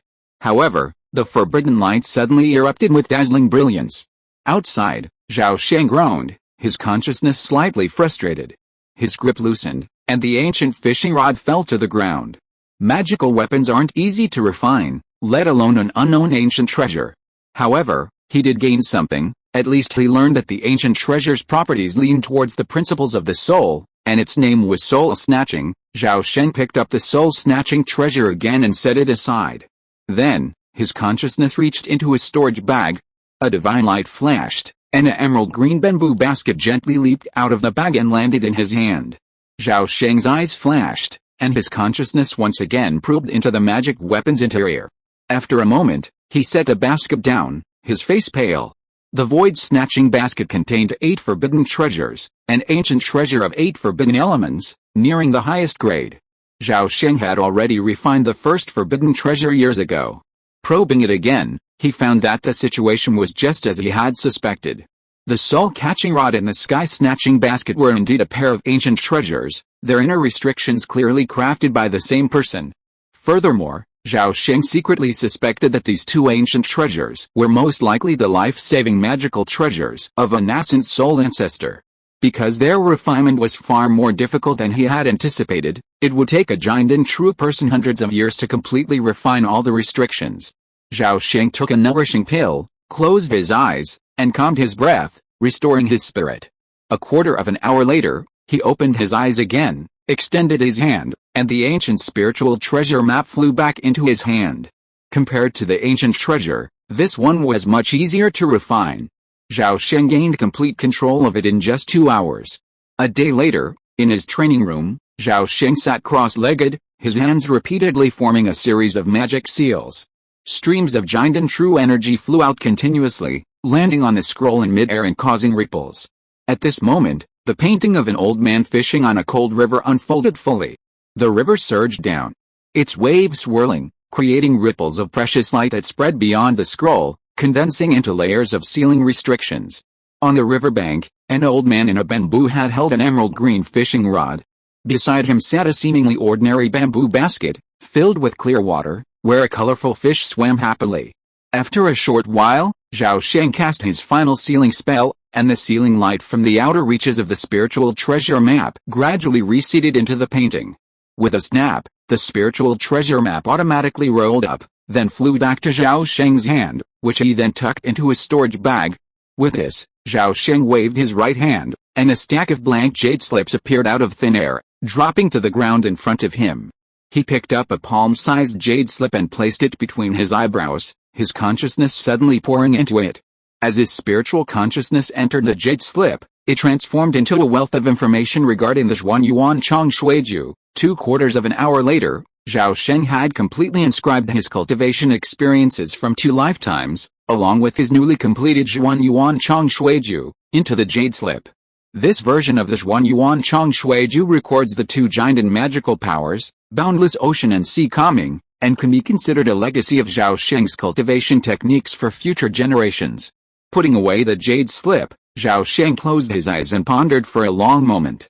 Then, he picked up another cold white jade slip and placed it directly between his eyebrows, pouring his spiritual consciousness into it. Soon, a jade slip containing his initial understanding of the Dao of Talismans was completed. Zhao Sheng then repeated this process, using 4 jade slips solely for talismans. One of these slips contained over 300 first-level talismans and their drawing methods. The final 2 slips contained 121 second-level true talismans and 81 treasure talismans, respectively. Treasure talismans are generally derived from giant and level spells, and rarely are they advanced from second-level true talismans. However, the vast majority of the 81 treasure talismans Zhao Sheng inscribed were advanced from second-level true talismans through the power of the star gods. Only 2 were accidentally acquired from the outside world. Furthermore, some special treasure talismans share the same origin as the treasure talismans, personally forged by the Golden Core True Ones. However, while the treasure talismans seal the attack of the innate magical weapon, the treasure talismans seal the innate supernatural power. After inscribing the inheritance jade slip for the talisman, Zhao Sheng took the nourishing spirit pill and the concentrating spirit pill, practicing Qigong and regulating his breathing to restore his depleted mental energy. Half a day later, he picked up the blank jade slip and began inscribing the inheritance of alchemy. The creation of the inheritance jade slips was, in part, to leave a legacy for future generations. Even the greatest individual ability has its limits, and the power of a group is far greater than that of a single individual. The legacy Zhao Sheng left behind is like a seed. Perhaps, through the research and accumulated experience of generations of the Zhao clan, it will be renewed and bear even greater fruit. Alone in this world, leaving behind a legacy is secondary. The main problem was the sheer volume and complexity of the findings. His mind was overwhelmed with countless chaotic information, giving him a splitting headache. While he had already deciphered and understood some of it, much more had been forcefully instilled into him by the star god, barely absorbing it. The information he held in his head represented less than 1% of his gains. Fortunately, the 100 Worlds book sealed the remaining unknown information, otherwise his head would have exploded like a watermelon. Creating the inheritance jade slips was also a way to organize this information and summarize his gains. It took Zhao Sheng a whole day to create the alchemy jade slips. However, Zhao Sheng did not inscribe the recipe for the enlightenment pill onto the slips. The enlightenment pill is one of the most unique, rarest, and most valuable of the third-tier elixirs. In Zhao Sheng's view, even the golden elixir was far less valuable than the enlightenment pill. The enlightenment pill could aid cultivators in their enlightenment, even those at the nascent soul stage, while the golden elixir could only be used by those at the foundation establishment stage. Leaving the enlightenment pill recipe to future generations would simply bring disaster upon the Zhao family. Zhao Sheng wouldn't release the enlightenment pill until a nascent soul ancestor emerged to take charge of the family. He then practiced for 2 days, stabilizing his shaky golden core. Normally, the 3 most important things for a newly minted golden core true person are stabilizing their realm, nourishing their physical body, and refining their spiritual consciousness. But for Zhao Sheng, with only a few months to live, these 3 priorities were unimportant. Simply preserving the golden core was all that mattered. After stabilizing the golden core, he busied himself with crafting the inheritance jade slips. It took Zhao Sheng nearly a month to reorganize the information in his mind, resulting in nearly 80 jade slips encompassing not only talismans, elixirs, formations, artifacts, divinations, beast spells, and other aspects of the immortal cultivation arts, but also various cultivation techniques. Furthermore, 8 of the slips contained extremely obscure information, recording Zhao Sheng's understanding of the laws of the Great Dao, with the water element occupying the majority of the space. Late at night, thick dark clouds obscured the starry sky and the bright moon, leaving the night shrouded in pitch black. In a remote area of the Xingzhou Sea, a small, silvery white boat suddenly and silently broke through the surface of the water, soaring into the sky. In an instant, it vanished into the thick clouds. The boat passed through the clouds and soared into the second layer of the Xiangang atmosphere. With a nimble turn, it shifted from upright to horizontal. Inside, Zhao Sheng slapped the boat's side, pouring a powerful primordial energy into it. A white shield of light rose, enveloping the boat. Quickly determining the direction, Zhao Sheng's mind moved, and a sonic boom cloud instantly erupted from the stern of the boat. It suddenly accelerated and flew out, transforming into a streak of light, hurtling towards the open sea at lightning speed. Half a month later, after crossing 100,000 miles of sea, the boat finally arrived at Kaiyungan Island. Near dusk, the sun had already set halfway, and smoke rose from the Zhao clan's land in the center of the island, exuding a peaceful and tranquil atmosphere. At this moment, on the white sand beach east of Kaiyungan Island, massive black-backed ironclad turtles were gradually retreating back into the sea. Members of the Zhao clan, led by Zhao Yongxin, formed turtle hunting teams in groups of 3 or 4, carefully hunting down the elderly and frail ironclad turtles. While the ironclad turtles are docile by nature, when they're desperate, they're even more ferocious than sea sharks of their own rank. Every year during the ironclad turtle laying season, the Zhao clan often fails to capture them, only to be killed by the turtles themselves. The Zhao clan has 3 foundation establishment cultivators, 2 of whom were currently on the white sand beach. A sharp scream rang out. Zhao Sheng, a member of the clan in the late key refining stage, was accidentally knocked back by a 300-year-old turtle. Blood flowed from his mouth and nose, clearly suffering severe internal injuries. Zhao Yongxin frowned, feeling deeply depressed as he watched his clumsy and ineffective clansman. Ever since Senhizi's guest position was dismissed, the Zhao family seemed to be plagued by bad luck, with misfortunes one after another. First, the treasure ship sent to Bilao Island was besieged by a swarm of ghost birds, resulting in heavy casualties among the clan. Even the foundation establishment elder, Zhao Hanguang, suffered damage to his purple palace and was forced into seclusion to recuperate. Then, Zhao Hongli, who had reached the great perfection of key refining, failed to advance to the foundation establishment stage. His marrow-burning technique had triggered a severe loss of lifespan, and he would not live for more than a few years. Worst of all, the family was left with no successor. Only one great perfection of key refining remained. While there were a few promising youngsters among the younger generation, if they couldn't make it past a foundation establishment stage, even the most gifted would be nothing more than a pile of dust in a century. Just as Zhao Yongxin was worrying about the family's future, a cold voice suddenly echoed in his ears. "Is this the Zhao family of Kaiyungan Island?" Zhao Yongxin was startled, and his spiritual awareness suddenly burst forth, taking in everything within a 30-foot radius. However, aside from his own family members, he couldn't locate the person who spoke. "Who are you, sir? Please show yourself, Zhao Yongxin said, his face stern, his brow furrowed, a faint golden glint gleaming from his sleeves. However, the sea breeze howled around him, but the visitor didn't show up. Just as his anxiety grew, the cold voice echoed again, at midnight, at the chaotic reefs 100 miles southwest of Kyongga Island. With these words, a pill bottle suddenly dropped from the sky, landing precisely in Zhao Yongxin's hand. What do you mean, sir? If you are a friend, not an enemy, please show yourself. However, no matter how many times Zhao Yongxin repeated his calls, he received no response. Seeing that the visitor had quietly fled, he reluctantly stopped shouting, reached out to remove the pill seal, turned the bottle upside down, and poured out a pill as big as a longan, shimmering with spiritual light. Upon seeing the elixir, Zhao Yongxin's face changed drastically. He immediately poured the elixir back into the bottle and resealed it. It's actually a foundation establishment pill, a mid-grade one at that. What's the man's ulterior motive for offering such a generous gift? It's midnight, and the southwest reefs are ablaze. Should I go or not? Zhao Yongxin clutched the pill bottle tightly in his right hand, his brow furrowed, his mind in turmoil. At midnight, the moon was at its zenith. Strangely shaped, chaotically arranged reefs jutted from the sea, forming a reef complex nearly a mile in area, while the submerged reef spread out over an area 100 times larger. Bang!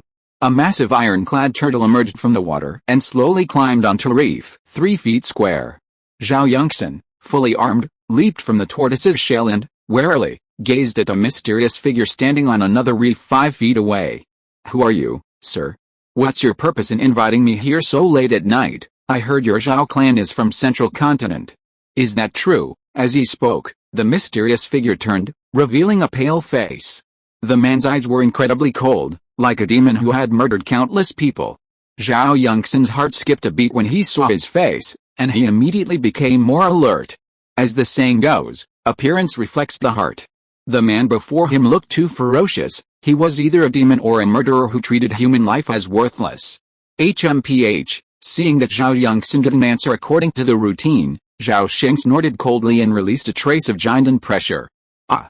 Senior, please forgive me. I didn't know your identity, so I neglected you. Please be magnanimous and forgive my rudeness. Zhao Yongxin was shocked and quickly bowed to apologize. Ignorance is not a crime. I'm asking you, your Zhao family is from Central Continent. Do you have an ancestor named Zhao Chong? Zhao Yongxin was stunned when he heard this. He recalled secretly in his mind and quickly found the culprit who caused their branch to drift to the shattered Star Sea. It should be Zhao Chong. Senior, our clan has indeed had a patriarch named Zhao Chong for over 300 years, and our ancestral home is at Longley Lake. Haha. That's right. I found the right place. May I ask your name, Senior? What important matter has brought you here? Zhao Sheng said hoarsely. Over 300 years ago, I received great kindness from your ancestors. Now that I'm about to achieve my infant birth, I'm about to settle the karmic consequences of my past. Zhao Chong is dead, so this karmic consequences will fall on your clan. Such good news. Zhao Yongxin was overjoyed upon hearing this, but he remained extremely cautious. After all, Zhao Sheng didn't look like a good guy at all. But then, he was stunned by the unexpected gift package. Dozens of jade slips aside, there were 3 foundation establishment pills, and even more impressive, 2 of the coveted golden core pills. In addition, a large number of talismans and elixirs filled 2 storage bags. For a moment, Zhao Yongxin's eyes became extremely fiery. Looking at the dead face in front of him, he felt closer than looking at his father. The talismans and elixirs had been ravaged by hundreds of years and were basically useless. Zhao Sheng gave them to the Zhao family, so it was not a waste. Thank you for the generous gift, Senior. Zhao Yongxin bowed repeatedly to express his gratitude. However, when he stood up straight, he was shocked to find that the visitor had disappeared. A month later, thousands of miles away from Kyongga Island, in a 1,000-foot-deep trench, the Noheba was hidden in the deepest part of a narrow and winding cave, emitting a faint white light. In a secret room in the Bifu cave heaven, Zhao Sheng slowly closed his eyes, his body turned cold and pale, and the last bit of life gradually dissipated into the air. He sat in meditation for 5 generations, and died without any illness. Chapter 232 The 6th Generation, Zhao Clan's Dragon. Name, Zhao Dingshan, Zhao Sheng, Lifespan 58/58 Realm, First Golden Core Stage Occupation, 3rd Rank Talisman Master, Quasi 3rd Rank Alchemist, Constitution, Water, Gold, and Earth Spiritual Roots, Zhuan Level, Half Spirit, Zhuan, Talents, Bullet Time, Zhuan Level, Danger Sense, Yellow, Absolute Rationality, Zhuan Level, Skills, Cultivation Techniques, Xianhe True Water Method, Mastery, Blood Soul Sutra, Mastery, Star God Thousand Hearts Technique, Proficiency, Immortal Golden Body, Undergraduate. Supernatural Powers, Zumi Water Realm 100 Arts, Talisman, Master, Alchemy, Expert, Formation, Entry, Beast Taming, Entry, Weapon Refining, Entry. The fifth world ends, calculating, with a resounding, cold voice echoing from the indescribable void, the Book of 100 Worlds solidified, emerging from an unknown land, emanating a million rainbow lights. The void, upon receiving them, transformed into chaos. The Jade Book automatically opened, and a ball of light rose from the fifth Jade page. Suddenly, the ball of light shattered into billions of starlight, and Zhao Sheng emerged from it. He let out a long breath, then suddenly opened his eyes, a look of immense joy. Haha, finally free from the living dead. That was truly worse than death, Zhao Sheng laughed heartily, his mind lightening to an incomparable ease. After reviewing the data panel, Zhao Sheng marveled in amazement. The Book of 100 Worlds had indeed evolved again. Huh, what is this? He exclaimed in surprise, his gaze shifting to a corner of the page. There, a vibrant, small world hovered, somewhere between reality and illusion, roughly spherical in shape. Surrounded by the outer sun and moon, a celestial sphere of stars loomed in the sky. It appeared no larger than a fist, but within it, the sea, islands, sky, sun, seaweed, and the countless creatures, it looked more and more like the shattered star sea, scaled down a billion times. No, Zhao Sheng immediately changed his mind, realizing that Star God Island lay precisely at the world center. Then, observing the distribution of islands within 1,000 miles, he observed the surrounding islands. He finally confirmed one thing. This is the fucking Star Algae Sea. Star God, you're so awesome, Zhao Sheng couldn't contain his surprise and cursed. As his mind shifted, the Book of 100 Worlds flickered, and information about this illusory world suddenly flooded into his mind. After browsing through the information, Zhao Sheng suddenly realized what was happening. When he looked at it again, greed and fear flashed in his eyes. It turned out that this world was just a facade. Behind it lay an information abyss beyond human imagination. From the sun, moon, and sky to the smallest drop of water and ray of light, from the laws of the universe to every tiny detail, it contained astronomical amounts of undeciphered information. This undeciphered information was all copied by Zhao Sheng from the Star God's consciousness, representing the Star God's understanding and perception of this world over tens of thousands of years. At this moment, Zhao Sheng also discovered that this information world was actually only a tiny part of the Star God's consciousness. It looked lifelike, but it wasn't even remotely comparable to the real world. Its essence was too hollow, its laws extremely crude and sparse. It was merely a beautiful showcase. Despite this, if outsiders were to witness this world, even a return to void mighty being would be tempted to seize it. Imagine how precious an Earth immortal's understanding of the world is. Though still a larva, its innate status is evident. Miraculous beings like Star Gods can face the laws of heaven directly. By this point, he realized that this world alone clearly orchestrated his future lives. This thought filled Zhao Sheng with both joy and sorrow. At this moment, that familiar and kind voice suddenly came from the bottom of his heart. The settlement is completed, and the final evaluation of the fifth life is, a bottom, evaluation reward, an earth-level inheritance right, divisible. You can choose to inherit from physique, skills, talents, and occupations. Please choose. After a little thought, Zhao Sheng said, split the inheritance rights. It has been split into 3 mysterious level inheritance rights. Please choose to inherit from physique, skills, talents, and occupations. Please choose to inherit the 3 spiritual roots physique and bullet time talent. Can the remaining inheritance rights be retained to the next life? Yes, Zhao Sheng's eyes sparkled after hearing this, and he secretly said, the Book of 100 Worlds is really not that simple. If it dies unexpectedly in the future, there is no need to start all over again, inheriting, physique, talent, inherited, ling. After a clear chime like a bell, the voice rang out from the depths of his heart, congratulations on achieving 3 life achievements. Just then, the voice suddenly trembled, then returned to normal. The world's trajectory has deviated by more than 10%, and you'll be rewarded with an additional Earth-level achievement. The achievements are as follows. 1. Collect the remnants of a banished immortal, Earth. 2. Ascend to the Golden Core, Mysterious. 3. Face the heavenly Deo and remain immortal, Mysterious. 4. Distort the world's trajectory, Earth. Achievement rewards, 2 Earth level and 2 Mysterious levels, a total of 4 random rewards. Hint: high-level rewards can be split into 3 lower-level rewards. You can randomly draw from your constitution, skills, talents, and profession, or you can replace them with an ability level increase. Please choose. Zhao Sheng was shocked. This was the first time he had heard of the concept of the world's trajectory. Could it be that the world, like us, has its own destiny? That makes sense. The universe is vast, with countless worlds. Every moment, worlds are born and destroyed. A world is always subject to the 4 stages of formation, existence, destruction, and emptiness. Fate belongs to one of the 3,000 great ways. Any life is affected by it, and naturally the world will be too. Thinking of this, Zhao Sheng had an epiphany. The future trajectory of the world was really changed by him. If he had chosen to give up earning his lifespan at that time, and was finally taken back to the spirit race. Imagine boldly, with his ability and qualifications and the resources of the spirit race. After a few hundred years, he is very likely to be promoted to the nascent soul, and may even eventually reach the late nascent soul, comparable to the ancestor Lingian.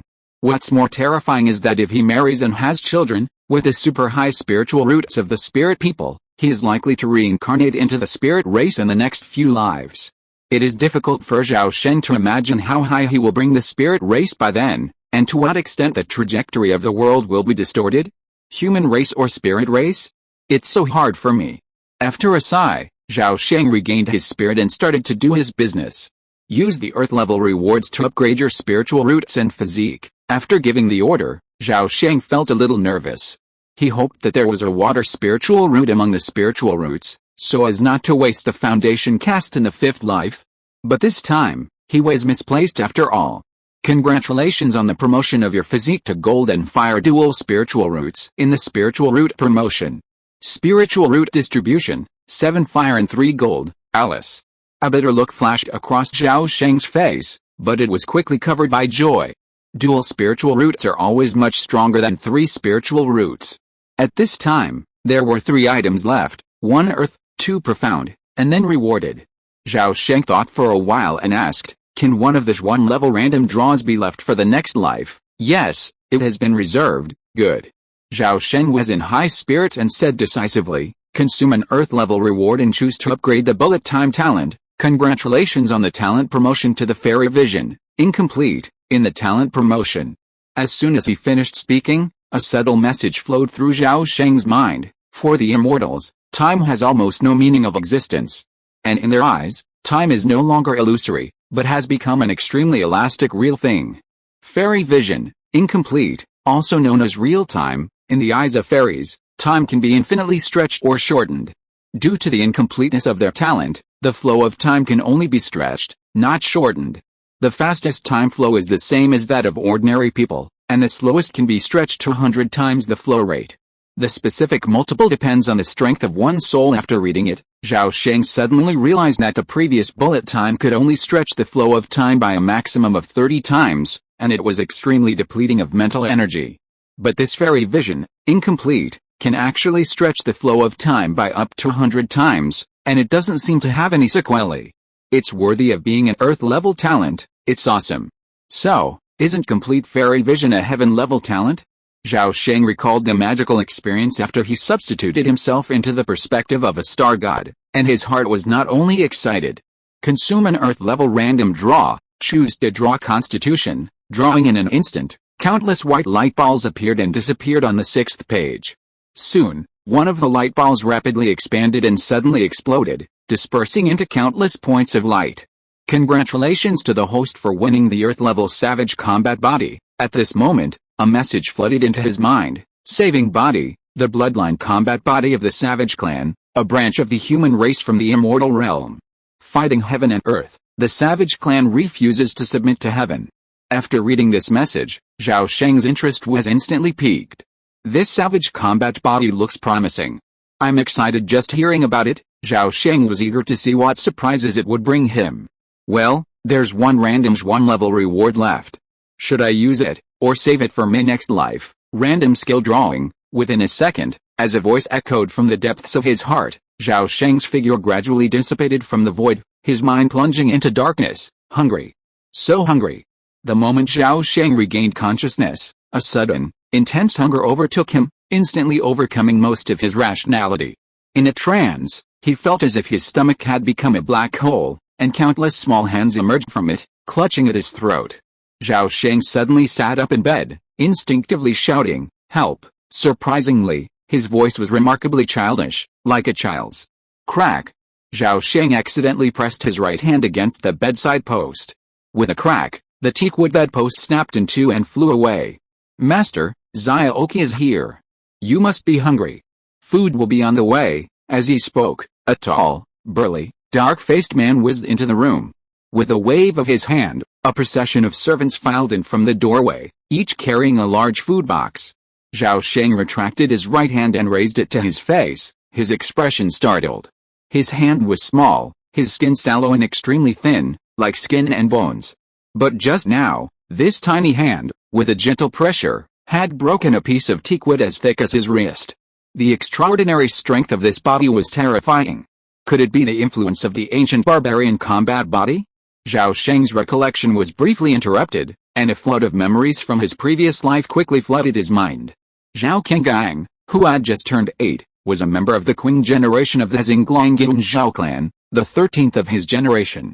He possessed dual spiritual roots of gold and fire, and had reached the first level of ki refining. Born with extraordinary strength and a body of steel, he ate a voracious appetite, eating at least 5 meals a day, each one 100 times more than his peers. However, his development was noticeably slower than his peers, his skin naturally dull and sallow, and his frame was smaller. At 8, he was the size of a 4 or 5-year-old child, looking frail and sickly. Since birth, he had consumed countless elixirs to replenish ki and blood, but none of them seemed to work. Therefore, he was considered a monster by his peers from a young age.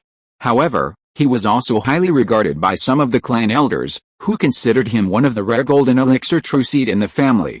Hey, the parents are still alive. Why the change of routine?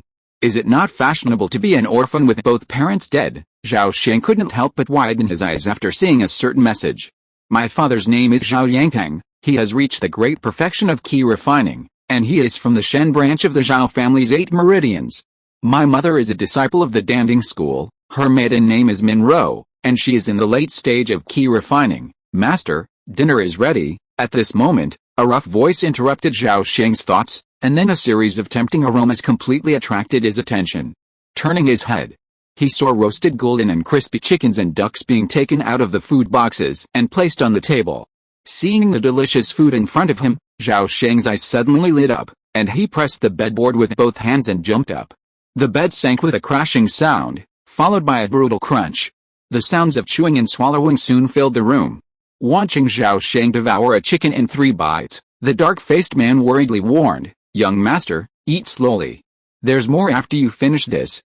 Got it, young master. The master felt you were short of attendance, so he sent you a maid." With that, the dark-faced man clapped his hands and called out to the door, "Su Nu, come in." Just as he finished his words, a tall, slender, and beautiful woman entered. "Maid Su Nu, greetings to the 13th young master." Zhao Sheng turned to look as he ate. The woman was about 15 or 16 years old, with delicate and elegant features. Her ki and blood were incredibly vigorous, and her martial arts skills were quite impressive, approaching that of a Xiantian grandmaster. Furthermore, she exuded a pure and ethereal aura, suggesting she was actually a cultivator, somewhere between the first and second levels. Father's quite generous, Zhao Sheng thought to himself. Zhao Sheng muttered, reflecting his previous incarnation's temperament. The dark-faced man didn't find it odd. He knew his young master had been quiet since childhood, ultimately due to lack of playmates. "Young master, wait until dinner is over. You should go to the Xianwu Hall." Zhao Sheng paused, swallowed the meat in his mouth, narrowed his eyes slightly, and said slowly, "Let's not go to the Xianwu Hall for now. Let's go to the family academy instead." The dark-faced man was puzzled and was about to ask why. "Young master, you, Hearing the young master's drawn-out voice, the dark-faced man felt a sudden jolt, as if he could sense an inexplicable pressure emanating from the young master, which frightened him so much that he dared not ask any further questions. That afternoon, at the Zhao family academy, Zhao Qingyang's ability to memorize and apply knowledge to other situations astonished his peers and earned the praise of the academy teacher, Zhao Dazhao. The next day, in the Talisman Hall, Zhao Qingyang consecutively created 2 first-level talismans, the Water Condensation Talisman and the Water Ball Talisman, stunning the second-level talisman master, Zhao Daguang, who declared that Qingyang had finally awakened. On the 3rd day, at the Immortal Martial Hall, Zhao Qingyang defeated 8 half-step innate cultivators in a row, bringing a beaming smile to the face of Foundation Establishment cultivator Zhao Daoqian. That evening, Zhao Sheng's father in this life, Zhao Yangpeng, and 4 of the family's Foundation Establishment elders arrived. After a thorough examination, everyone left the room expressionlessly. From then on, all information about Zhao Qingyang was secretly suppressed by the Zhao family. Later, an ambiguous voice was faintly heard from the Zhao family's Twinxin Hall. "The Zhao family has produced a dragon, the Zhao family's generation names, serving the virtuous and benevolent emperor, Quanzhan is devoted to Te. Sincerity is the key to proclaiming the Jade Classic, and the normalization of the Golden Code. Chongsuan Tonghanayan, Gao Hungling Dalo, morality plays Kinghua, cultivating immortality is precious." Chapter 233 The Ancestor and the Monkey Boy. In Xinglong City, at the Zhao clan's martial arts arena, the annual 8 Meridians competition was in its most intense semi-final stage, with the top 16 advancing to the final 8. Next match, Zhao Yankee of the Shen Meridian will face Zhao Dihan of the Xin Meridian. "Both practitioners, please appear." As soon as the words were spoken, 2 figures flew out of the crowd, piercing through a barrier of white light and landing on a vast, earthen arena 200 feet long and 180 feet wide. The arena was now riddled with potholes, stained with smoke, fire, swamp ice, and other traces of the battle. 8 light barriers rose around the arena, enveloping it.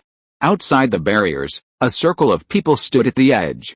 Looking around, they were all cultivators from the Zhao clan's 8 meridians, from elders of the Foundation Establishment stage to rookies at the first level of key refining. Of the Zhao clan's over 300 cultivators, over 200 were present today. Zhao Yankee of the Shen Meridian was a middle-aged man in his 50s, holding the 9th level of key refining. A flying dragon knife hovered before him, and he glared at Zhao Dihan across from him with a gleam in his eyes. Both at the 9th level of key refining, Zhao Dihan, though a generation older than his opponent, possessed a knives of youthful beauty. Though over 70, he looked as if he were in his 40s. Clutching a 7-feathered eagle feather fan, he exuded a truly elegant demeanor. "Uncle 18, I'm sorry, Yankee." Zhao Yankee, being of a lower generation, bowed before speaking. Zhao Dihan tapped the fan with his right hand and sneered, "Haha. When we fight, don't be as careless as you were last year, nephew." Last year, the two had also faced off in the round of 16, and Zhao Yankee had been defeated by a single move. "Haha. Thanks for the heads up, Uncle 18. I'm about to strike, be careful." As soon as he finished speaking, Zhao Yankee's face hardened. He pointed his right hand forward, and the flying dragon knife suddenly transformed into a streak of sword light over a meter long, shooting out. Wherever the sword rainbow passed, a sound like a dragon's roar emanated, sending dust swirling. With a murderous intent, it slashed towards Zhao Dihan's chest. "Come on." Zhao Dihan narrowed his eyes, roaring, and with a fierce wave of his eagle feather 7-feather fan, sand and rocks suddenly flew before him. A tornado over 10 feet thick instantly coalesced, perfectly blocking the oncoming sword rainbow. With a roar of wind and the gleam of swords, the 2 9th-level key refining cultivators gave their all from the outset, engaging in an intense clash. Outside the Dao Performance Arena, the key refining members of the Zhao clan's 8 branches watched in awe, dazzled and captivated. The members of the Shen and Xin branches were even more rapt, their expressions filled with intense excitement. While this competition might appear to be merely a contest to determine who would advance to the quarterfinals, its outcome actually determined the allocation of clan resources for the following year. Each year, the branch clans representing the top 8 finalists in the Dao performance received a resource reward, the most significant of which was the allocation of Foundation Establishment pills. The Zhao family produces a fixed number of foundation establishment pills each year. After deducting the amount that must be exchanged for family merit, the remaining foundation establishment pills distributed as prizes are few and far between, never exceeding 3 per year. The importance of foundation establishment pills is self-evident. While the first-place winner of each year's competition receives a guaranteed foundation establishment pill, any remaining foundation establishment pills are distributed not based on the number of places, but rather based on the total points earned in the 8 meridians Dao. For example, 8th place would receive 1 point, 2nd place 10 points, and 1st place 0 points. This number is added up annually, with points accumulated over the years. Over the years, at the end of each year's competition, when the foundation establishment pills are distributed, the person with the highest total points among the 8 meridians receives 1 pill, and 20 points are deducted from their points. Any remaining foundation establishment pills are distributed based on their points ranking. The Zhao family's foundation establishment pills could clearly be distributed based on ranking, so why was this complicated? This is thanks to the foresight of Patriarch Zhao Zunjing. The entire points redemption system was his idea. As the battle between the two men reached a fever pitch, none of the Zhao clan members present noticed two figures, one tall and one short, hovering above the performance arena. Within the concealing barrier, the Zhao ancestor gazed at the thin, sallow-skinned, and sickly-looking child before him and asked kindly, "King Gang, what do you think of the next two?" Zhao Sheng glanced up at Zhao Zunjing, then lowered his head and said weakly, "Not so much. I can beat 10 with one hand." Zhao Zunjing smiled faintly, but refrained from reprimanding him. He knew this child was a man of action. Though only 18 years old, he had already reached the great perfection of ki refining. Despite his seemingly frail appearance, his slender frame brimmed with ki and blood, as thriving as a dragon or elephant. His strength, like steel, was immense, capable of tearing a crocodile or dragon apart. More importantly, Zhao Qingyang was a genius, a truly almighty genius, whether in combat or in the myriad other arts of cultivation, such as alchemy and talisman making. As soon as he finished speaking, Zhao Sheng, puzzled, asked, "Ancestor Jing, the world of cultivation has always been one where the strong prevail. Why did you come up with such exchange rules?" Zhao Zunjing said meaningfully, "For fairness and unity. Do you understand?" "I understand." Zhao Sheng's face was thoughtful, and he instantly recalled the painful lesson of the Longli Lake split. It seemed Zhao Zunjing had also devised these complex rules with this in mind. From the death of Zhao Sheng's 4th generation to his 5th generation's passing, time had flown by, and over 700 years had passed. Though Zhao Zunjing was nearly 1,000 years old, his energy and blood were 10 times more powerful than Zhao Sheng's, as blazing and powerful as the sun. Approaching within 3 feet, one could feel a scorching wave of fire billowing towards them, threatening to injure them. After 800 years, Zhao Zunjing had reached the great perfection of the golden core cultivation stage. His Zuanhuang battle body had grown to a stature of 23 or 24 feet. He was enormous yet not bloated, his muscles bulging. His skin a jade yellow like bronze. At first glance, he resembled the reincarnation of a giant spirit. However, an outsider would be shocked to discover that this ancestor of the Xinglong Zhao clan had lost the fierce, ruthless spirit of 300 years ago. Now, his face was serene and peaceful, his eyes as deep as the abyss, gleaming with wisdom. Zhao Zunjing smiled and asked, "King Gang, have you learned about the origins and history of the Xinglong Zhao clan?" The Xinglong Zhao clan originated from Longli Lake in the heart of Zhongzhou 1,000 years ago. It had been exactly 10 years since his reincarnation, yet 18-year-old Zhao Sheng stood barely 6 feet tall, barely skin and bones. Over those 10 years, he had consumed enough ki and blood tonifying elixirs to pile 2 people high, consuming enough resources annually to support the cultivation of over 30 clan members. Zhao Sheng's nourishment from childhood to adulthood consumed a vast amount of resources, a burden that even the wealthy Zhao family found difficult to sustain. Proposals to reduce his expenses were repeatedly raised at the annual Twixin Hall elders meetings, but were always rejected by Patriarch Zhao Lingguang. The Zhao family now boasted 3 golden core patriarchs. Zhao Zunjing was a natural, and one of the other 2 was an acquaintance of Zhao Sheng. He had never imagined that the youngster, Zhao Tongxin, would ascend to the golden core realm and become a master alchemist. While browsing family records, he had come across a story about how the Zhao family had accidentally acquired a true samadhi fire 700 years ago, ultimately using it on Zhao Tongxin, thus ushering in a new generation of Golden Core patriarchs. Upon seeing this, Zhao Sheng suddenly realized something and was filled with admiration for Zhao Keru's noble character. Unbeknownst to others, he knew full well that the true samadhi fire was no accidental acquisition, but rather the product of 2 generations of the Zhao family's painstaking efforts to gather the fire of the sky, fire of the wood, and fire of the stone. The 3 fires merge into one to create the samadhi true fire. Based on merit and seniority, Zhao Keru, a foundation establishment elder and second-level alchemist, was the most suitable candidate to acquire the samadhi true fire. However, he gave up and personally gave the samadhi true fire to Zhao Tongxin. With a 30% chance of achieving elixir formation, Zhao Tongxin lived up to expectations and successfully ascended to the Golden Core True Master stage. The past fades with a wind, and time stretches to the present day.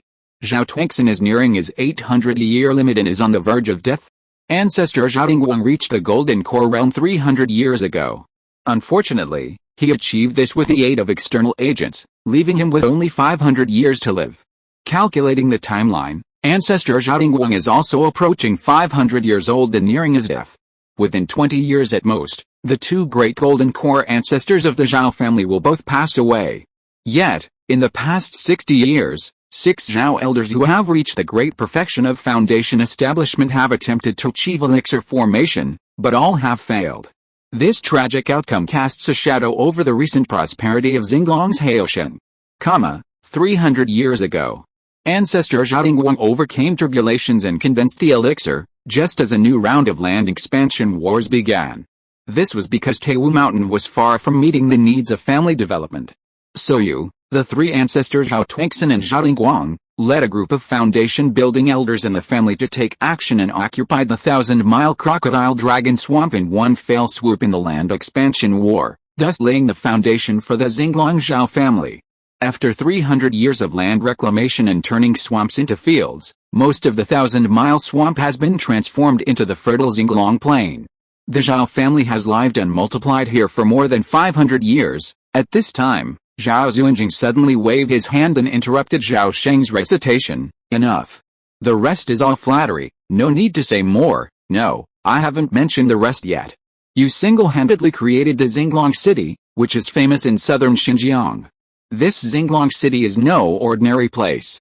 Also known as the Yin-Yang Bagua city, it covers an area of 80 li, approximately 180 kilometers.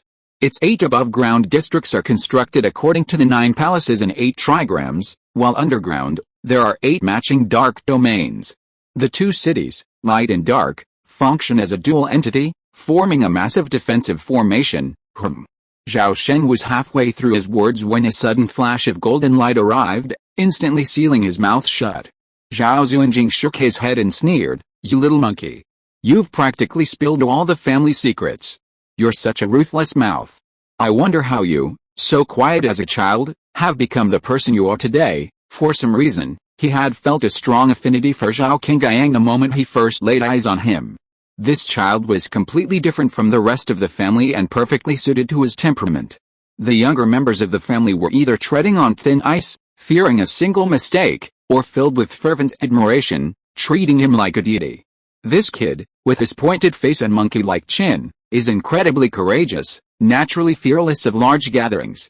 Meeting the ancestor, he not only displayed unrestrained awe, but also a carefree, lazy expression. Yet, with just a few words, he managed to hit the nail on the head. Even more remarkable, despite his exceptional talent and intelligence, this child remains neither arrogant nor impetuous, his resolve firmly steadfast. At such a young age, he's already achieved the great perfection of key refining. Even the first stage of foundation establishment would likely be no problem for him. Looking ahead, as long as this kid doesn't perish midway, achieving golden core is within his grasp. Hearing the ancestors teasing, Zhao Sheng nonchalantly replied, "When I was young, I didn't understand. Now I'm truly showing my true colors. How dare you call yourself I in front of me?" With a laugh and a curse, a massive bronze hand suddenly pressed down on Zhao Sheng's head. The palm closed, effortlessly covering his entire head. Ugh! Zhao Sheng suddenly grasped 2 thick fingers with both hands. With a thrust of his arms, veins on his face bulged, and immense strength surged from his hands. Zhao Xuanjing's palm slowly rose, and Zhao Sheng lifted it inch by inch from his head, removing it. feeling the little creature's terrifying strength. Zhao Xuanjing's face flickered with surprise, then a flicker of joy crossed his eyes. Grandfather, don't you know? A man's head and a woman's waist are not to be touched casually. I repeat, I'm not the child I was 10 years ago. Zhao Sheng released his hands, smoothing down his slightly unruly hair while complaining. This reminder made Zhao Xuanjing recall the first time he saw the child 10 years ago, and he couldn't help but smile. Back then, I remember you were no bigger than my hand. Skinny as a chick. Now you're better, about the same height as the white apes of Taiwu Mountain. Zhao Sheng resisted the urge to roll his eyes and ignored the conversation. At the same time, he couldn't help but think back to Zhao Xuanjing 800 years ago. How honest and simple he had been then, nothing like the sinister and foul-mouthed Zhao Xuanjing he is now. Seeing the boy seemed to be angry and didn't take the teasing, Zhao Xuanjing rubbed his hands together and stopped provoking him. Turning his gaze downward, he carefully observed the Zhao family's younger generations competing. Time flew by, and in the blink of an eye, it was already dusk. After a day of fierce competition, the top 8 of this year's Taoist performances had been announced. All of them had reached the 9th level of key refining, and 6 had reached the great perfection of key refining. Looking down at the 8 strong clan members below, each of them smug and content, Zhao Xuanjing shook his head and thought to himself, our family is really getting worse with each generation. There are so few who can make it in this generation, and yet they all think too highly of themselves. No wonder we haven't produced a single golden core in all these years.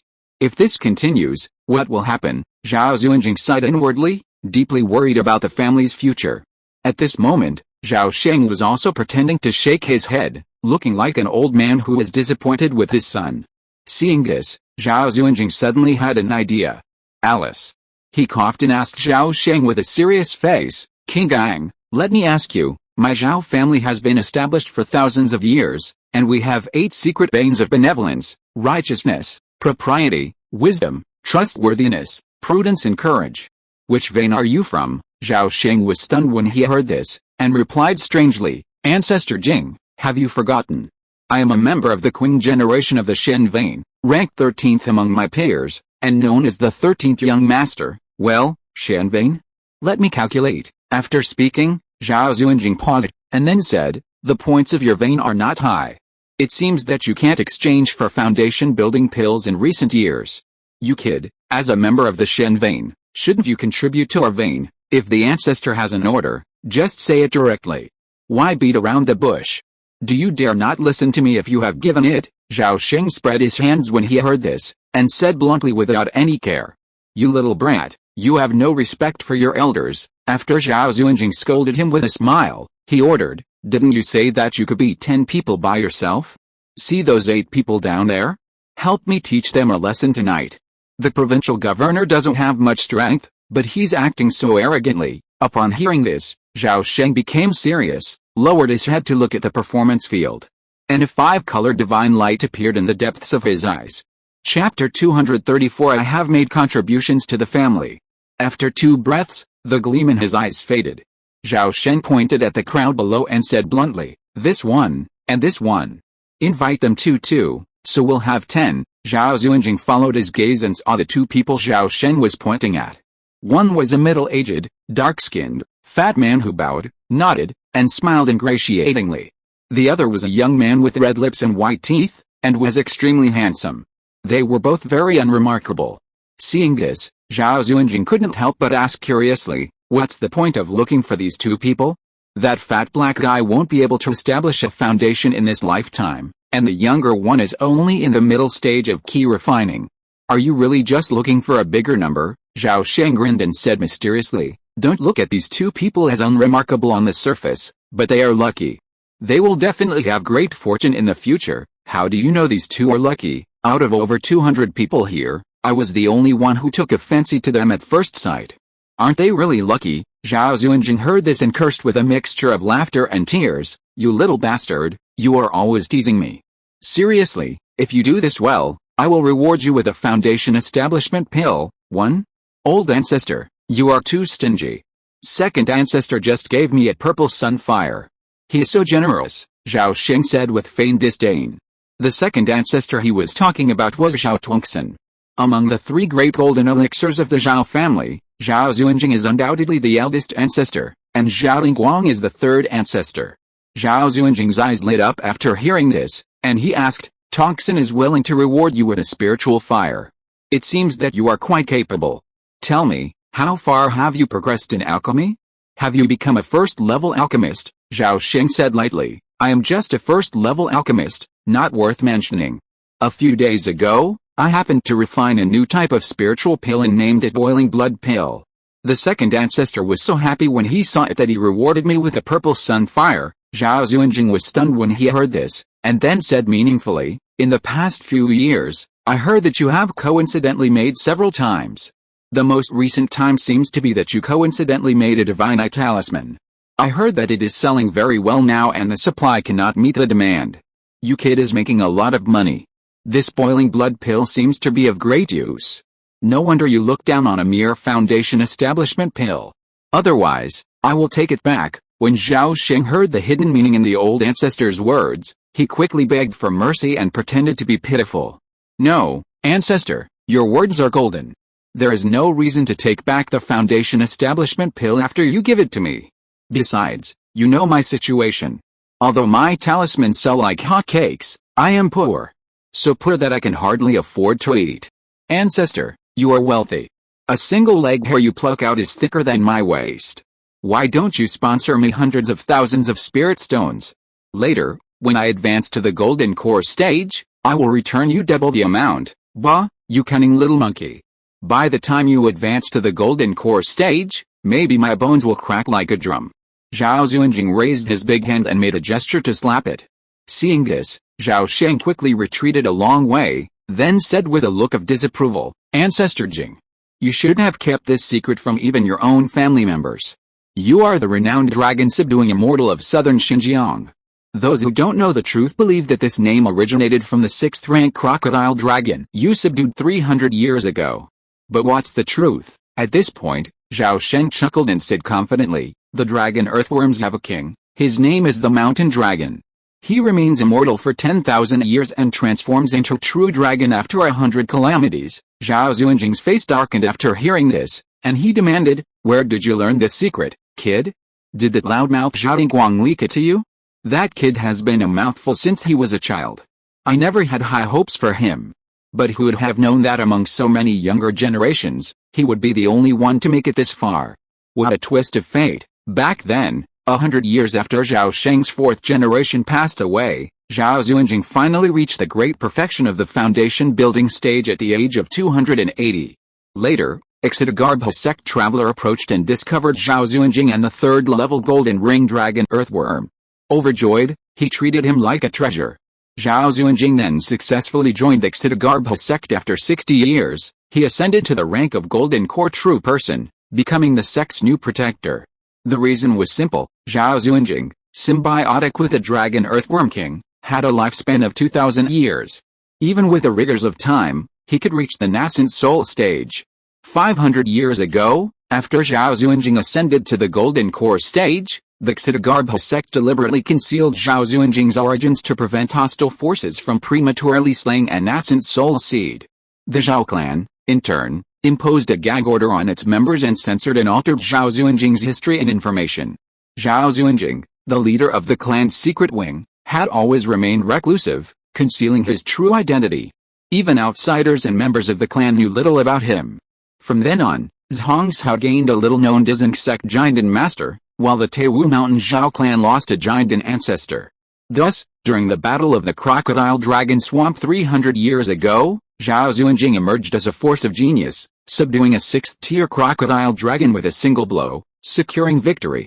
This astonishing feat not only secured the Taiwu Zhao clan's control of the 1,000-mile crocodile dragon swamp but also deterred all competitors, including several giant clans. The crocodile dragon swamp boasts a top-grade 2nd-tier spiritual vein, with 7 1st-tier branches extending within a 1,000-mile radius.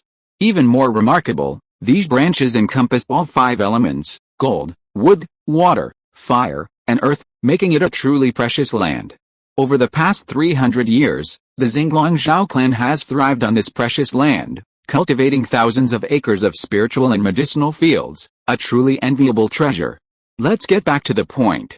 Facing Zhao Xuanjing's challenge, Zhao Sheng remained undeterred. He flipped his hand, revealing a thin, slightly worn volume. Grandfather. Please don't wrongly accuse third ancestor. How do I know this secret? The truth is in this booklet. You'll know it at a glance. Zhao Sheng handed the booklet over. Half believing, half doubting, Zhao Zunjing took it and opened it. Suddenly, his body trembled, his eyes widening like bells. Is this Uncle Seven's handwriting? Looking at the lines of familiar handwriting, Zhao Zunjing's steady hands trembled slightly, and a look of deep nostalgia crossed his face. Seeing this, Zhao Sheng smiled, secretly proud of his own handwriting. This booklet, needless to say, was a forgery. But in a sense, it was also Zhao Chang's own handwriting. Zhao Qingyang is Zhao Chang, and Zhao Chang is Zhao Qingyang. You can't write two Zhao Shengs with one stroke of the pen. Haha. No one in the world knows they're all me. Zhao Zunjing quickly scanned the booklet, his expression a bit incredulous, and a hint of confusion.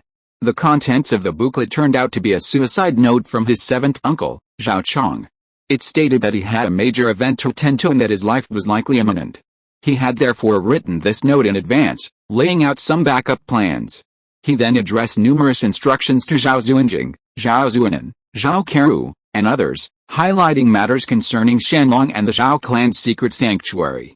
At the end of the note, he solemnly wrote a strange prophecy: every 500 years, a sage will emerge from the Zhao clan. Zhao Chang rambled on for several pages about the word sage, finally delivering the most crucial point. The Zhao clan's sages possessed the ability to penetrate the mysteries of heaven, possessing innate knowledge. However, these secrets could not be revealed. If a sage were to reveal them, they would be punished by heaven.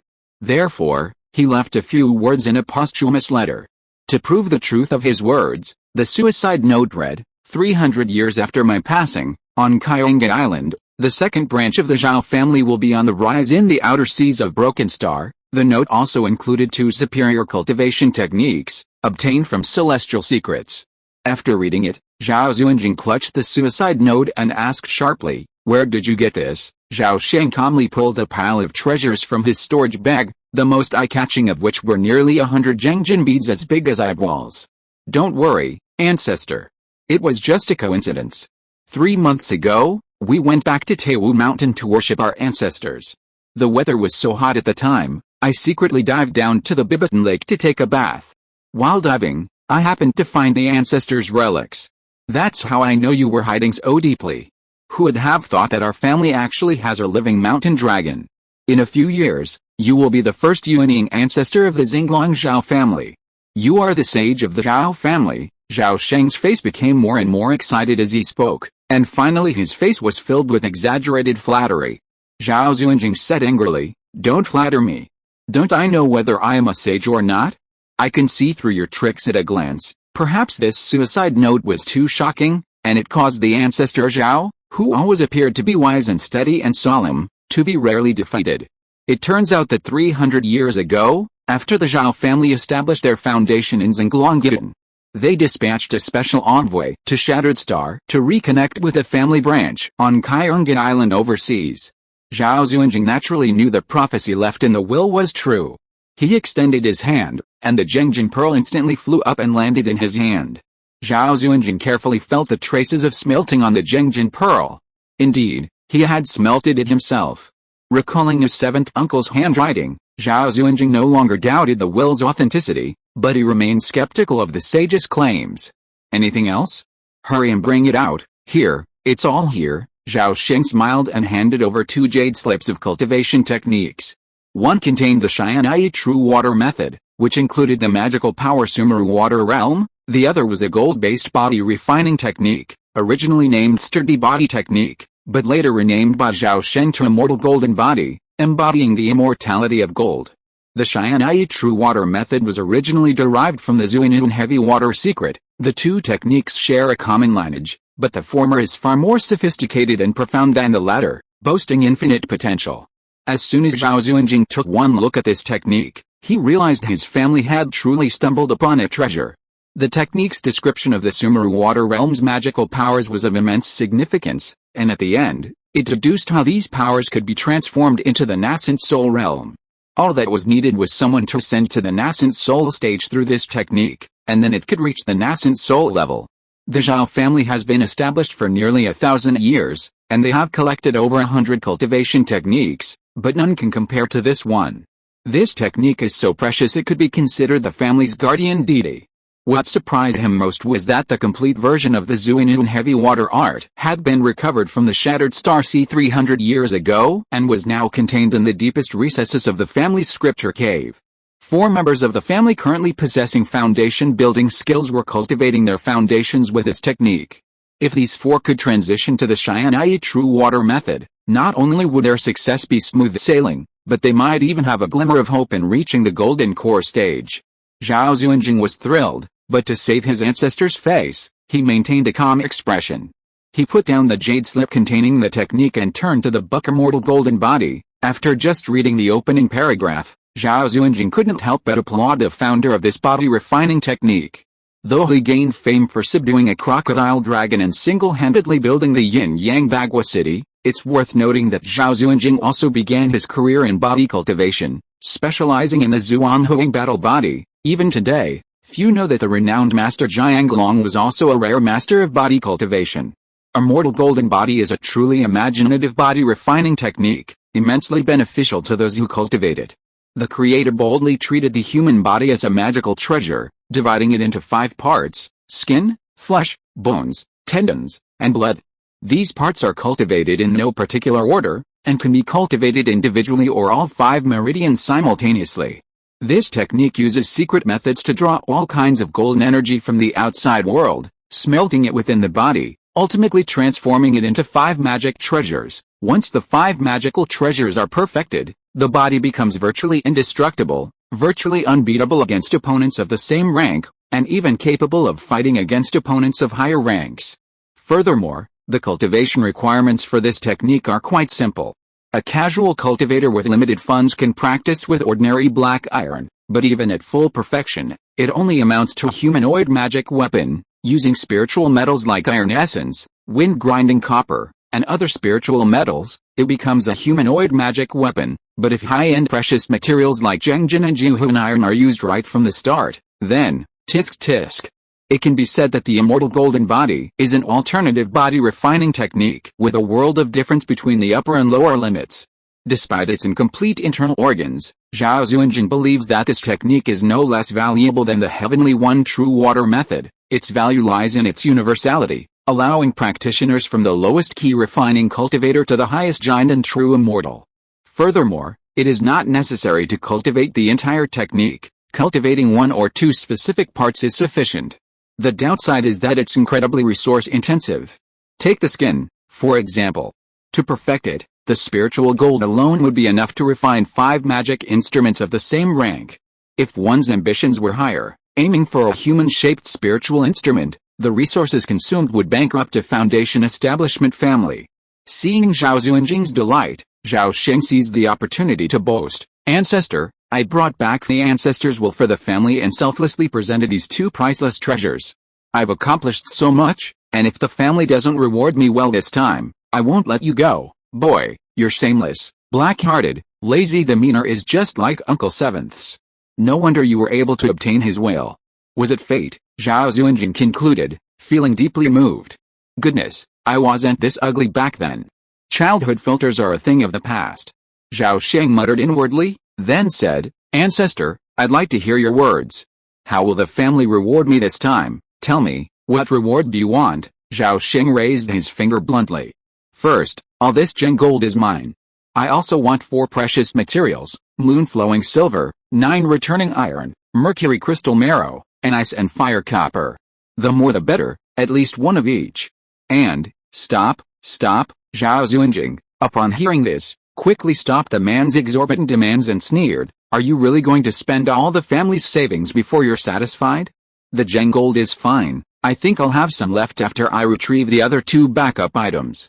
But these 4 items are getting more valuable each time." At this point, Zhao Sheng immediately retorted righteously, "I've served the family well, I've shed blood for it. I'm selfless." Chapter 235 Everyone, I'm inflated. Zhao Xuanjing burst out laughing upon hearing this. "I know you're full of ambition, but you can't become a fat man all at once. You haven't even achieved foundation establishment yet, Yet you're thinking of smelting such high-end precious materials. What a pipe dream. How about a different offer? I can give you at most 2 more foundation establishment pills. Foundation establishment pills, what's so special about them? I don't want them. 1 is enough. Just wait. In 2 months at most, I'll definitely advance to foundation establishment. Then, won't Zhengjin and other things come in handy? Hey, you're full of confidence. Foundation establishment isn't even a problem for you. What's so difficult about foundation establishment? Even golden elixir is no problem, Zhao Sheng said disapprovingly. Good, you're ambitious. I'm optimistic about you. I'm optimistic about myself too, Zhao Sheng replied confidently. Zhao Xuanjing was amused, then suddenly warned, confidence is a good thing, but you're so forgetful. Have you forgotten how many elixirs and monster meat you've consumed over the years? Add it all up, and you've consumed far more than 2 foundation establishment cultivators. Just based on that, you dare ask for such a high price? Zhao Sheng's momentum faltered, and he said aggrievedly, Ancestor, please understand. The spirit stones I earned from refining elixirs and drawing talismans are now more than enough for my own cultivation. I don't need to ask the family for money. You must be more discerning. He was right. A year ago, Zhao Sheng had been able to support himself, free from the draining of his family. The reason for offering these 2 additional techniques was, first, to deepen the family's heritage, and second, to encourage more members to practice them. As the saying goes, many hands make light work. Every additional member practicing the Xian'ai True Water method and the Immortal Golden Body means more experience. This will greatly benefit the further development of these 2 techniques. Only a fool would try to hide something. Zhao Sheng had a very broad vision. He wasn't afraid of others learning from him, especially not from his own family. Besides, he wasn't one to share everything he knew. He had a multitude of new elixir formulas, new talismans, and enlightenment elixir recipes, as well as the second half of the Star God Thousand Heart Sutra and the Immortal Golden Body. The second half of the Immortal Golden Body dealt with how to refine the internal organs and govern the core key to the Golden Body, touching on the Dao mantra of firmness. He didn't intend to share this second half of the internal organs with anyone else, at least until Zhao Sheng passed away. Alright. I won't bargain with you. All the Zheng gold is yours. I also have a piece of ice and fire copper, which I'll give to you. Note the rest for now, and I'll have my subordinates collect them. Also, I and my family won't negate your contribution, so just give this as a credit. Thank you, Ancestor, for your generous reward, Zhao Sheng said with a joyful smile. Well, don't forget what happened today. I know. It's just a lesson for the top 8, no big deal, Zhao Sheng said nonchalantly. You cocky brat, watch out for a slap in the face, Zhao Xuanjing teased. The person who can slap me in the face hasn't been born yet. What about me? You don't count. I'm talking about the people after me. You've been playing around in the world for 800 years before I was born. Of course not. As the banter faded, the 2 figures faded, disappearing into the dim sunset. Xinglong City consists of 8 major districts: Jin, Kun, Kan, Li, Zhen, Dui, Sun, and Zhenruo. The Lihao district, located in the east of the city, is the headquarters of the Shen branch of the Zhao clan's 8 branches. As night fell, the moonlight shone slightly cooler. In a Qinggang stone passage beneath the Lihao district, Zhao Yankee walked forward with a solemn expression. An hour ago, he suddenly received a warrant from his clan, ordering him to arrive at the overweight room in the underground city's Li District 3 before midnight. The warrant was illegible, and he had no idea why he was going there. But he knew something was amiss. While those from other branches might not fully grasp the underlying mysteries, Zhao Yankee, a member of the Shen lineage, was well aware that the area was home to a minor monster within his own lineage. Could it be? At this thought, Zhao Yankee's heart trembled, a sudden sense of foreboding gripping him. A moment later, he passed through the passage and turned onto a red stone avenue, 8 feet wide. This avenue served as the main thoroughfare leading away from the underground fire zone. It was straight and wide, with countless runes flickering on the walls, shimmering with a hazy glow of fire. Not far away, Zhao Yankee suddenly spotted a 9-foot-tall, bearded man, his face beaming with energy, emerging from a passage. Upon seeing Zhao Yankee, the man burst into laughter and approached. Haha, old Nate. So you've received the warrant too. Do you know what's going on? The bearded man's name was Zhao Yanaiong, a member of the Ren lineage. He had placed third in the competition. Zhao Yankee came in eighth, earning him the nickname Old Eight. There's an unspoken rule within the Zhao family regarding the Yandao competition. The top 8 competitors of the same year aren't ranked by generation, but by ranking. Old 3, I don't know either. We'll find out when we get there. Zhao Yankee had a guess, but kept it to himself, deliberately keeping it vague. Okay, let's go see what's going on there. Speaking of which, you're incredibly unlucky in this competition, running into that pervert, boss. Zhao Yankee couldn't help but recall the overwhelming barrage of water arrows, sighing, who said it wasn't true? How many below the foundation establishment stage could withstand boss's stormy baptism? Even as he spoke, a thin figure loomed in Zhao Yankee's mind. As they drew closer to the supergravity chamber, the figure grew clearer. Boss is a magical genius, possessing an extremely rare dual spiritual root. We can't compare to such a gifted individual. We're blessed by our ancestors for even reaching foundation establishment. Zhao Yanniong's tone was slightly dejected. He was right, though. The Zhao clan produced a top 8 martial arts performer every year, yet the clan still boasted fewer than 30 foundation establishment cultivators. Sometimes, on average, there wasn't even a single one. Furthermore, those who advanced to the foundation establishment stage weren't necessarily from the top 8, other clan members with luck could also achieve it. Who says not? As they spoke, a well-fed, broad-eared, and sturdy old man approached the two and echoed with deep emotion. Fourth brother, you're different from us. The Yi clan has accumulated enough points this year to redeem that foundation establishment pill, and it's yours. Perhaps after some time, we'll respectfully address you as clan elder. Zhao Yanniong looked at the fourth brother, Zhao Diqian, with envy. Then, I'll take your kind words, the well-fed old man continued, undeterred. Nearby, Zhao Yankee curled his lips in disdain, beginning to calculate whether the good deeds he had accumulated over the years could be redeemed for a foundation establishment pill. The Zhao family's Hall of Good Merit stipulates that the exchange price for foundation establishment pills varies annually, depending on market conditions, but requires a minimum of 20,000 good merits. He had only accumulated 14,000 good merits, still 6,000 short. At this rate, it would take at least 10 years to successfully exchange for one. By then, he would be in his 70s, and his chances of achieving foundation establishment would be extremely slim. I can't waste time like this. I must find another way. But 6,000 good merits is a lot. How can I make up for it? Can I borrow some from one of our clan elders? As Zhao Yankee secretly planned his foundation building project, the three of them arrived at a large, antique bronze door. 2 people were already waiting outside. One had a stern, arrogant expression, resembling a pale-faced scholar in his 30s. The other, a middle-aged, dark-skinned, portly man, was trying to ingratiate himself with a pale-faced scholar. He was ignored, but the dark-skinned man remained undeterred, his smile blooming like a flower. Boss, Zhao Yankee and the other 2 immediately stepped forward to greet the pale-faced scholar upon seeing him. This man was Zhao Qingming, the first-place winner of this competition, a prominent figure of the Qing generation of the Zhao family. At only 38, he had already reached the great perfection of key refining and was on the verge of establishing his foundation. Zhao Qingming was a proud man, and a simple nod to the 3 of them was considered a greeting. The 3 knew that he had always been like this, and they didn't take it as an offense. They were actually very interested in this middle-aged, dark-skinned man. Degan, why are you here too? The plump old man Zhao Diqian asked immediately. Brother Jin, I don't know if you ask me. I received a warrant from the clan elders, so I came here without knowing what was going on. The middle-aged, dark-skinned man touched his head and smiled shrewdly. The 2 were of the same generation and came from the same Yi lineage, so they knew each other very well and had a deep friendship.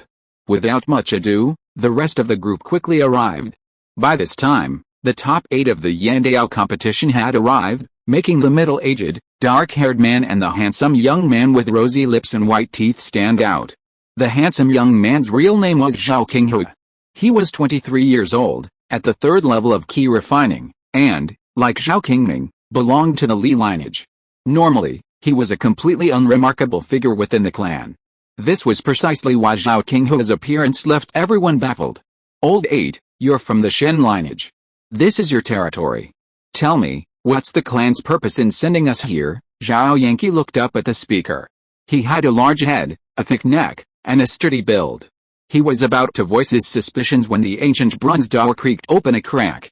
Instantly, billowing white steam erupted from the crack, causing everyone's expressions to change.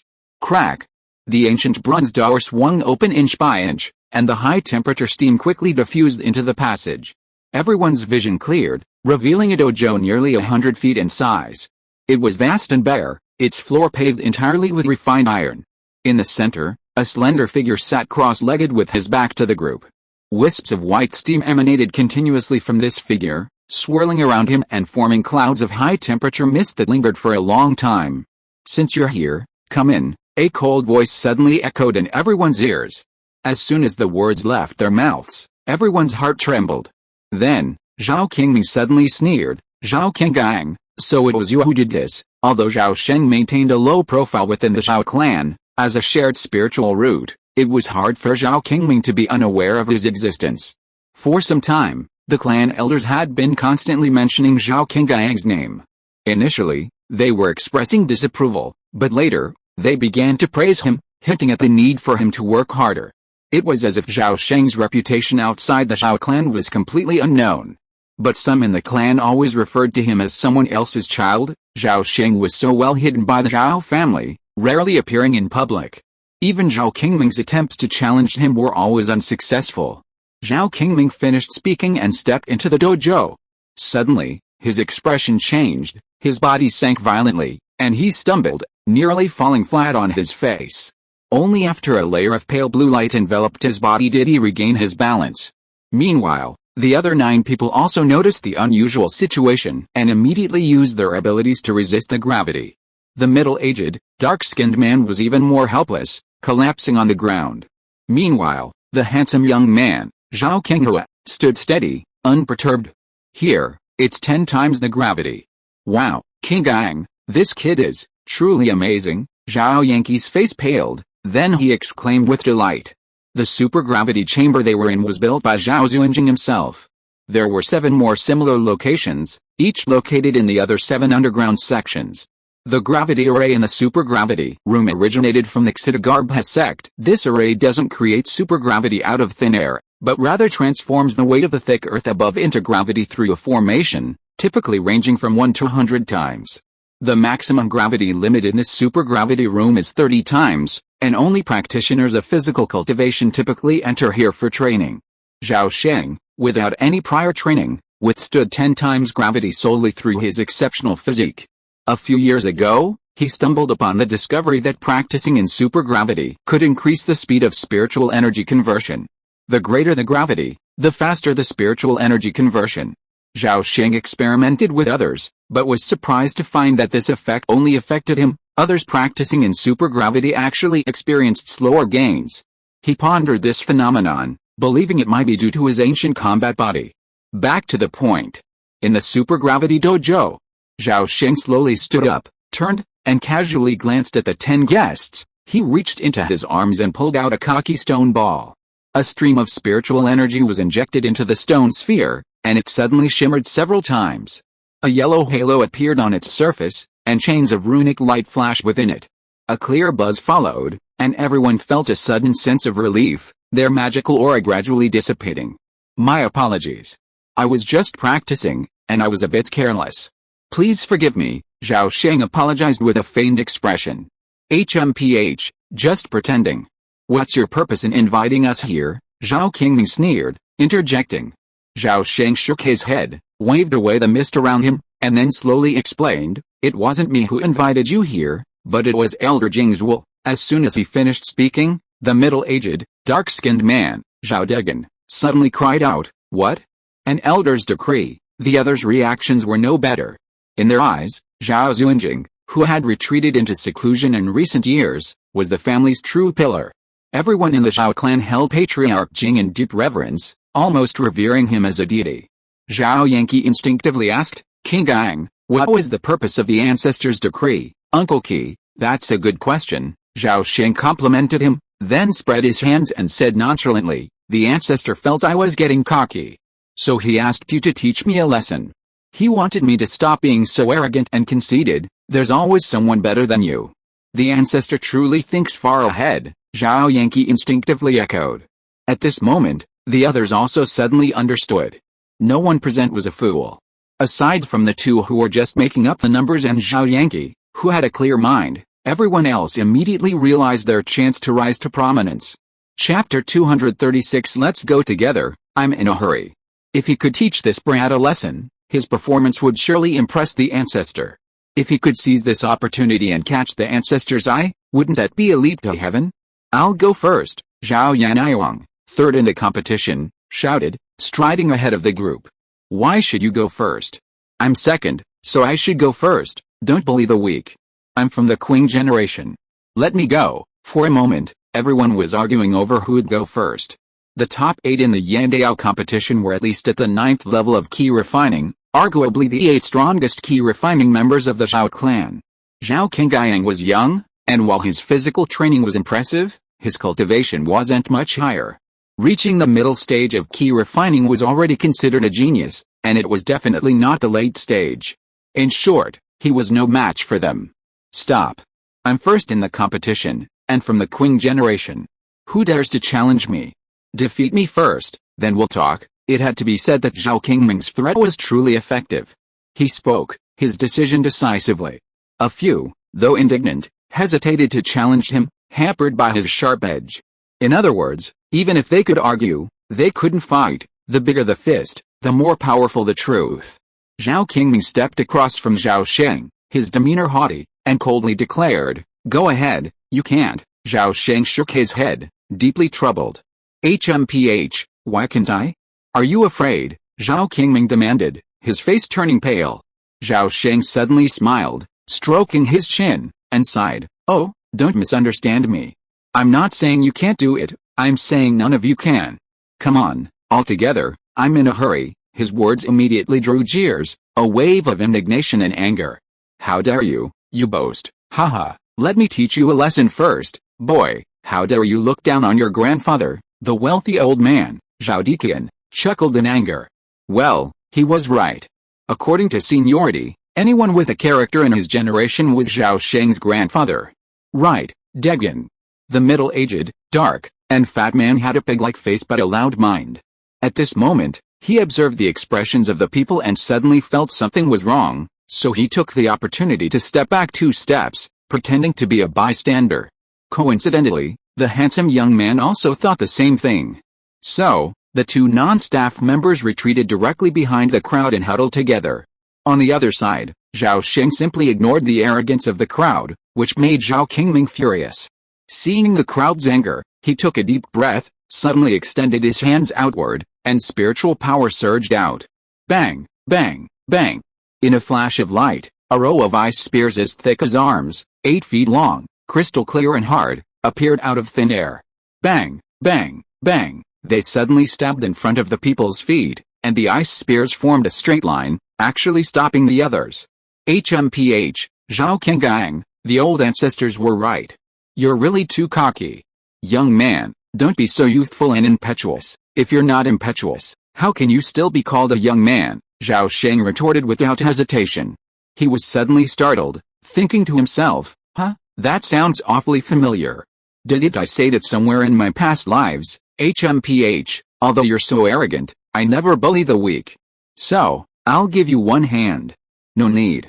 I can beat 10 of your kind with 1 hand. Zhao Sheng's words were like adding fuel to the fire.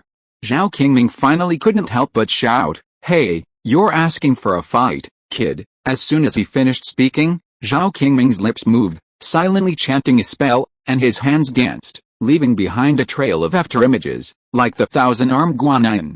10,000 arrows pierce my heart, Zhao Qingming shouted, and suddenly hundreds of transparent water arrows appeared in the sky above the dojo. Each one was over 2 feet long and as thick as an arm, its tip gleaming with a cold light, exuding a sharp aura. Kill. Before he finished speaking, a cloud of water arrows descended from the sky, directly covering Zhao Sheng and the area around him within 10 feet.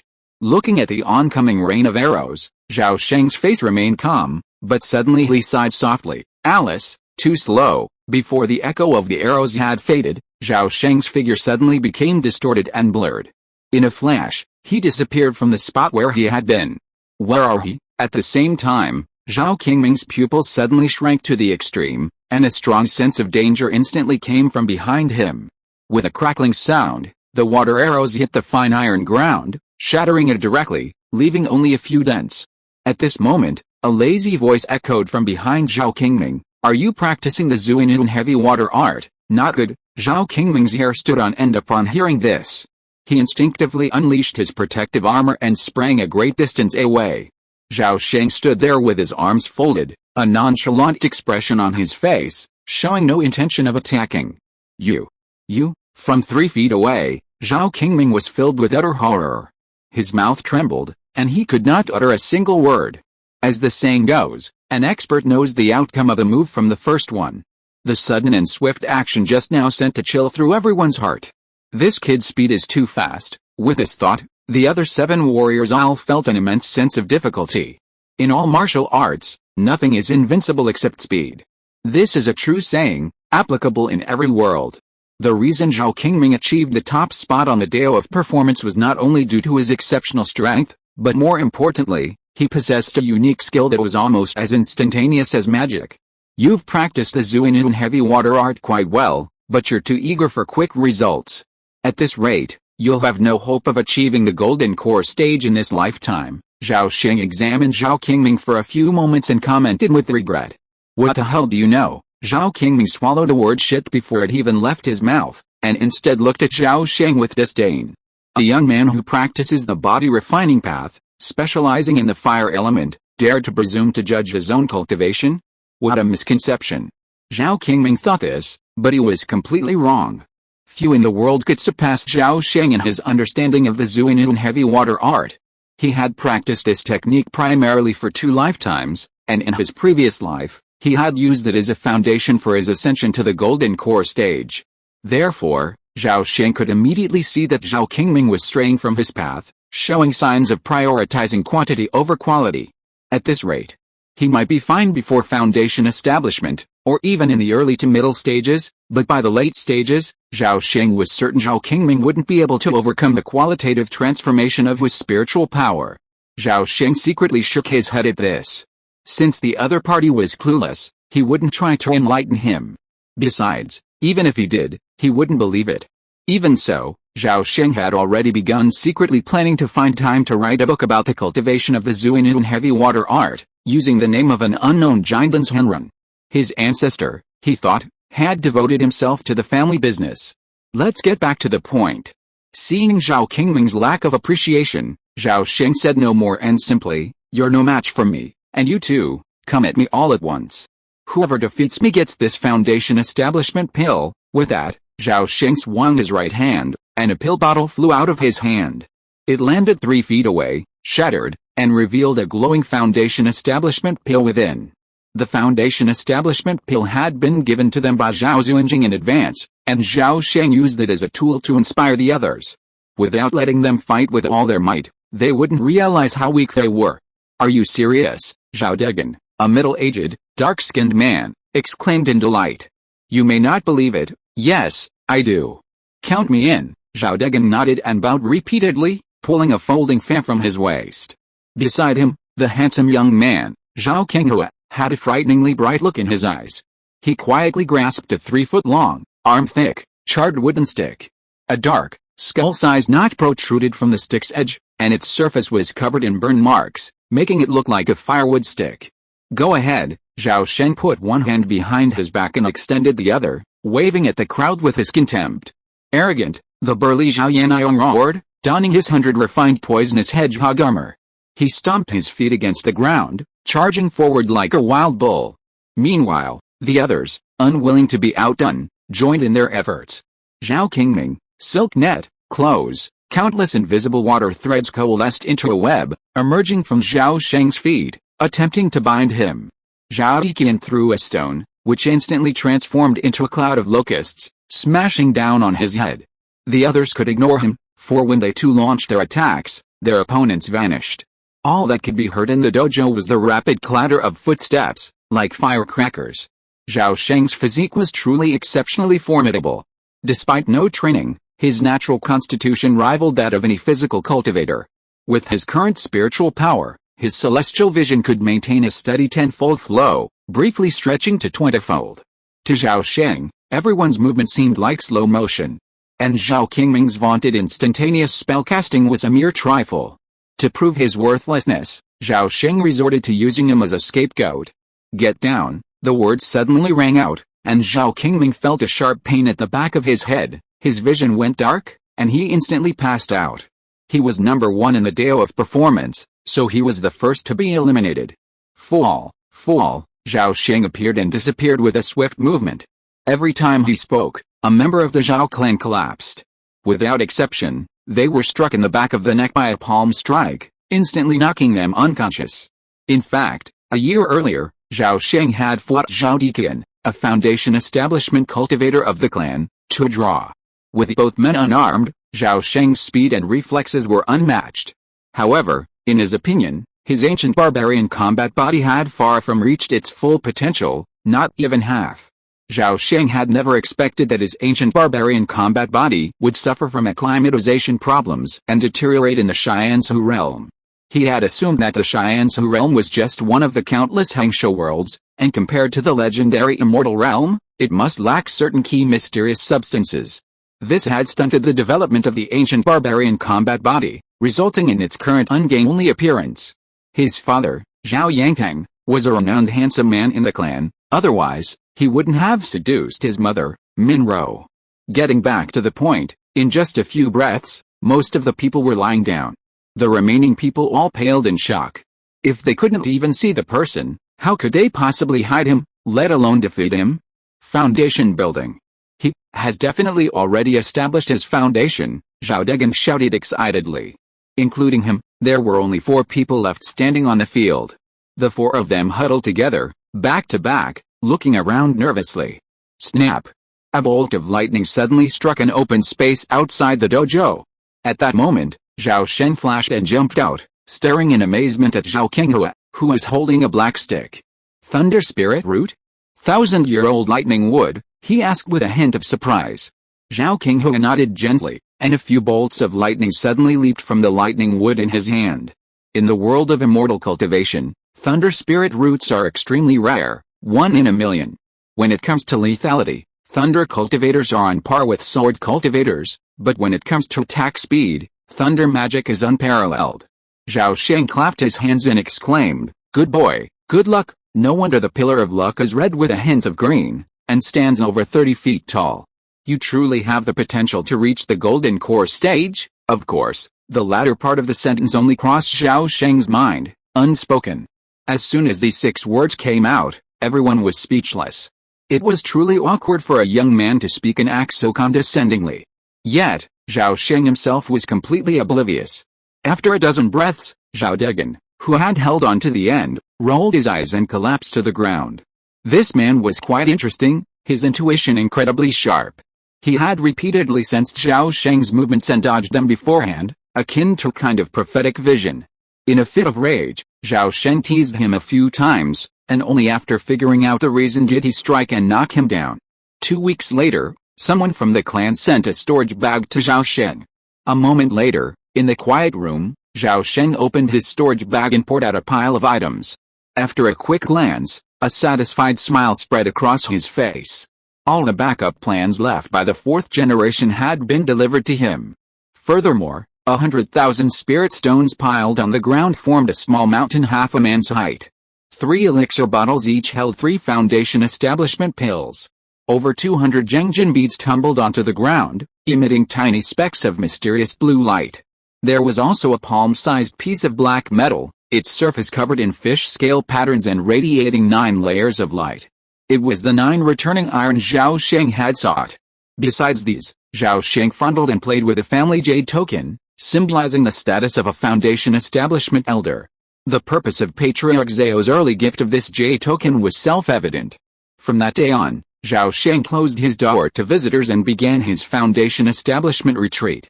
2 months passed in a flash, and when Zhao Sheng reappeared, he was already a foundation establishment cultivator. Of course, aside from Zhao Zunjing, Zhao Yankang, and a few others, the Zhao family finally had a young foundation establisher.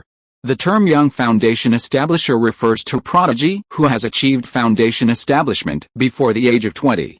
Compared to a lifespan of over 200 years, a foundation establisher before 20 is truly a youngster. In the Xianzhu realm, a century-old golden core is extremely rare, and they are traditionally known as daozi. Therefore, young foundation establishers are also known as little daozi. Time flew by, and 10 years passed in a flash. In that time, the Xinglong Zhao clan gained 3 more foundation establishment elders. Of the 8 finalists of the Taoist competition, only Zhao Qingming succeeded in reaching the foundation establishment stage. The others, either dead or injured, have been lost to the world. 10 years later, the Zhao clan Taoist competition once again determined the new 8 finalists. If you are listening to this novel on a channel other than Fanfic World, it means it was downloaded and re-uploaded without effort. We warmly invite you to visit our channel, Fanfic World. There you will find the original version of this story and many other novels of various genres. We look forward to seeing you dive into a world of incredible novels. Chapter 237 Data Panel Refresh. This year's Taoist performance competition took first place, to everyone's surprise, Zhao Degan, renowned for his sharp tongue and thick-skinned heart. Looking at the portly black man, who was bowing repeatedly on the stage, Zhao Sheng turned to look at Zhao Qinghua, whose eyes were determined. If you had chosen to participate in the competition, you would have been the undisputed winner, and even the foundation establishment pill would have been yours. Seeing others enjoying such glory while you have to remain anonymous from now on, do you regret it? Zhao Qinghua's face remained calm, his tone firm and composed. I never regret it. Well, I was right about you. Having you join the Zhao clan's secret service is a real boost. At this point, Zhao Sheng confidently declared, as long as you don't die unexpectedly midway, I'll offer you a future as a golden core cultivator. 10 years later, Zhao Qinghua had reached the 8th level of ki refining, his ki steadily increasing, with 1/3 of his red ki transforming into green. Zhao Sheng's boldness stemmed from the other party's exceptionally high ki.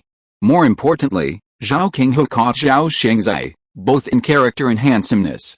He was eager to cultivate a second Zhao Zunjing for the Zhao family.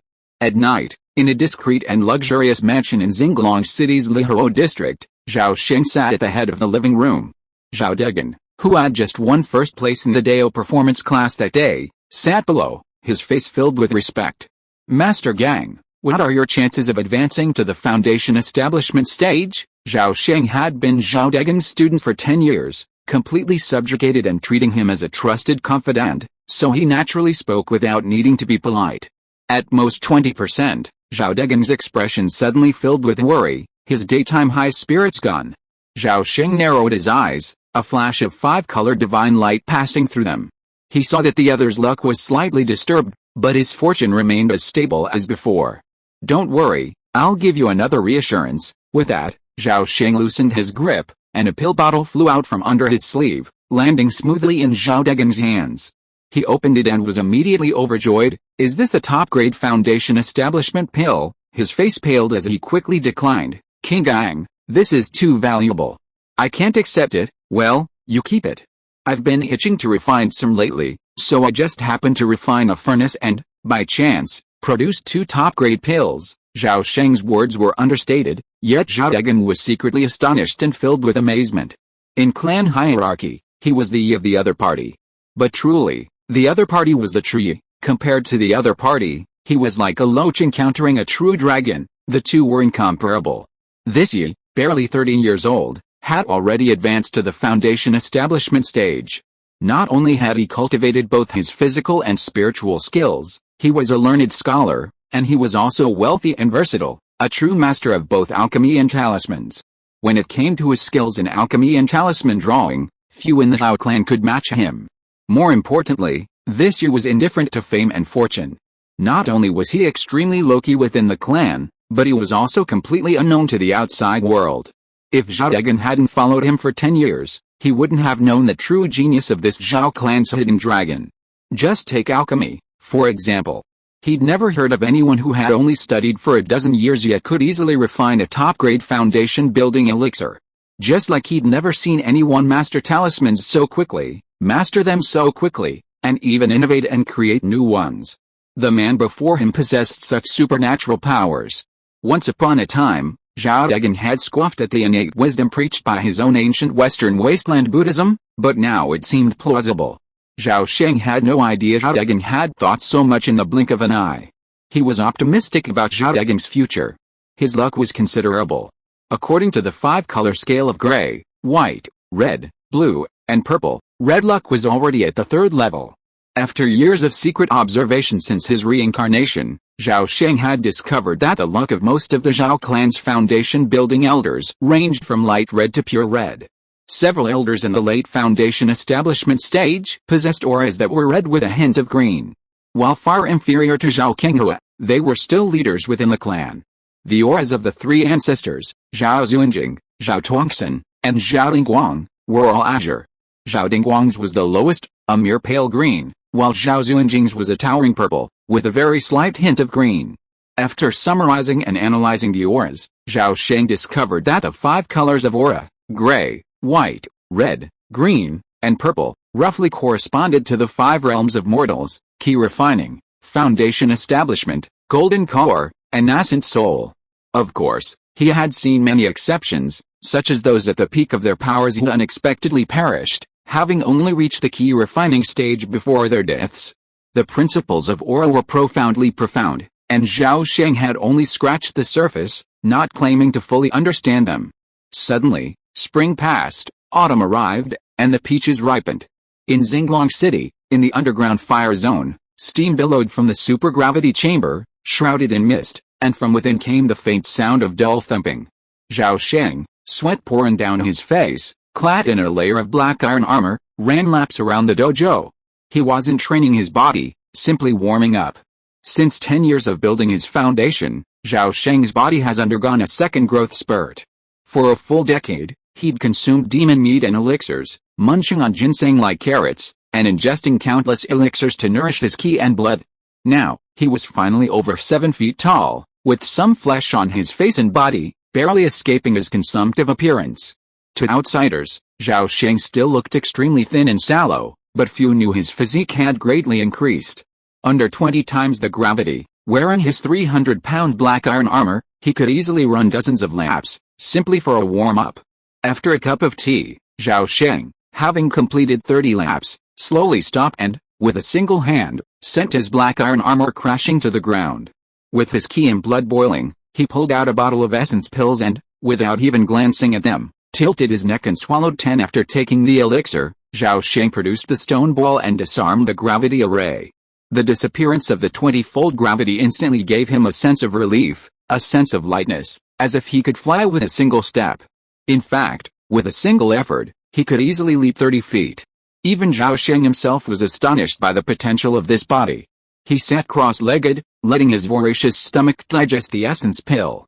He summoned the Book of 100 Worlds from his soul, flipped to the 6th page, and the data panel emerged in his mind. Name, Zhao Kengang, Zhao Sheng, lifespan, 29/236 realm, foundation establishment level 4, half-step to divination occupation, 2nd level talisman master, 2nd level alchemist, 2nd level equipment refiner, constitution, dual spiritual roots of gold and fire, earth, ancient battle body, earth, talent, immortal vision, residual, skills, techniques, golden crow burning heaven art, proficient, star god thousand heart art, proficient, key gazing technique, entry, Xiaoyan realm spirit puppet technique, mastery, body refining, immortal golden body, entry, vacuum shattering mountains art, great mastery, the world within reach, minor mastery, 4 aspects of heaven and man, spiritual smell, divine vision, gluttony, 100 arts, Taoism,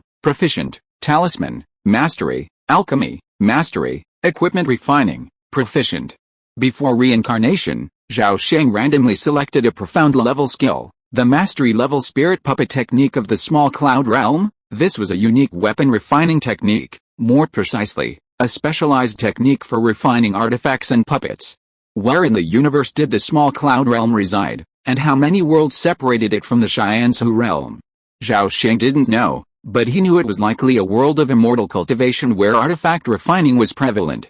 Judging by the exquisite soul refining and artifact refining techniques described in the spirit puppet technique of the small cloud realm, The level of artifact refining there was clearly far superior to that of the Xianzhu realm. Zhao Sheng had profited from this profound level selection. Not only did he learn a foreign language, he also easily advanced to the rank of second-level artifact master. Although his expertise as an artifact master was severely limited, once a spirit puppet spirit was displayed, no one could deny his status as a second-level artifact master. Of course, his dual role in artifact cultivation was currently unknown to him. A 30-year-old who had already mastered the physical foundation and was also a second-level alchemist and talisman master was already astounding enough. If his title as a second-level weapon refiner were revealed again, a nascent soul cultivator would likely come knocking the next day, either seeking a disciple or perhaps even performing a vivisection. Zhao Sheng didn't want to bet that the other party was simply seeking a disciple out of kindness. In the Xianzhu realm, Foundation establishment cultivators are also known as divine realm cultivators. Above the innate level of martial arts is divine realm. Blessed by spiritual roots, Foundation establishment cultivators are over 10 times more powerful than divine realm warriors.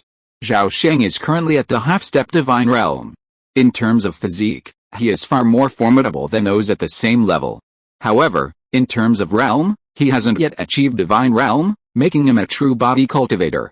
The Zhao clan's immortal martial hall was founded by Zhao Xuanjing 600 years ago. At that time, he had just reached the golden core stage and had been a member of the descendants sect for exactly half a century.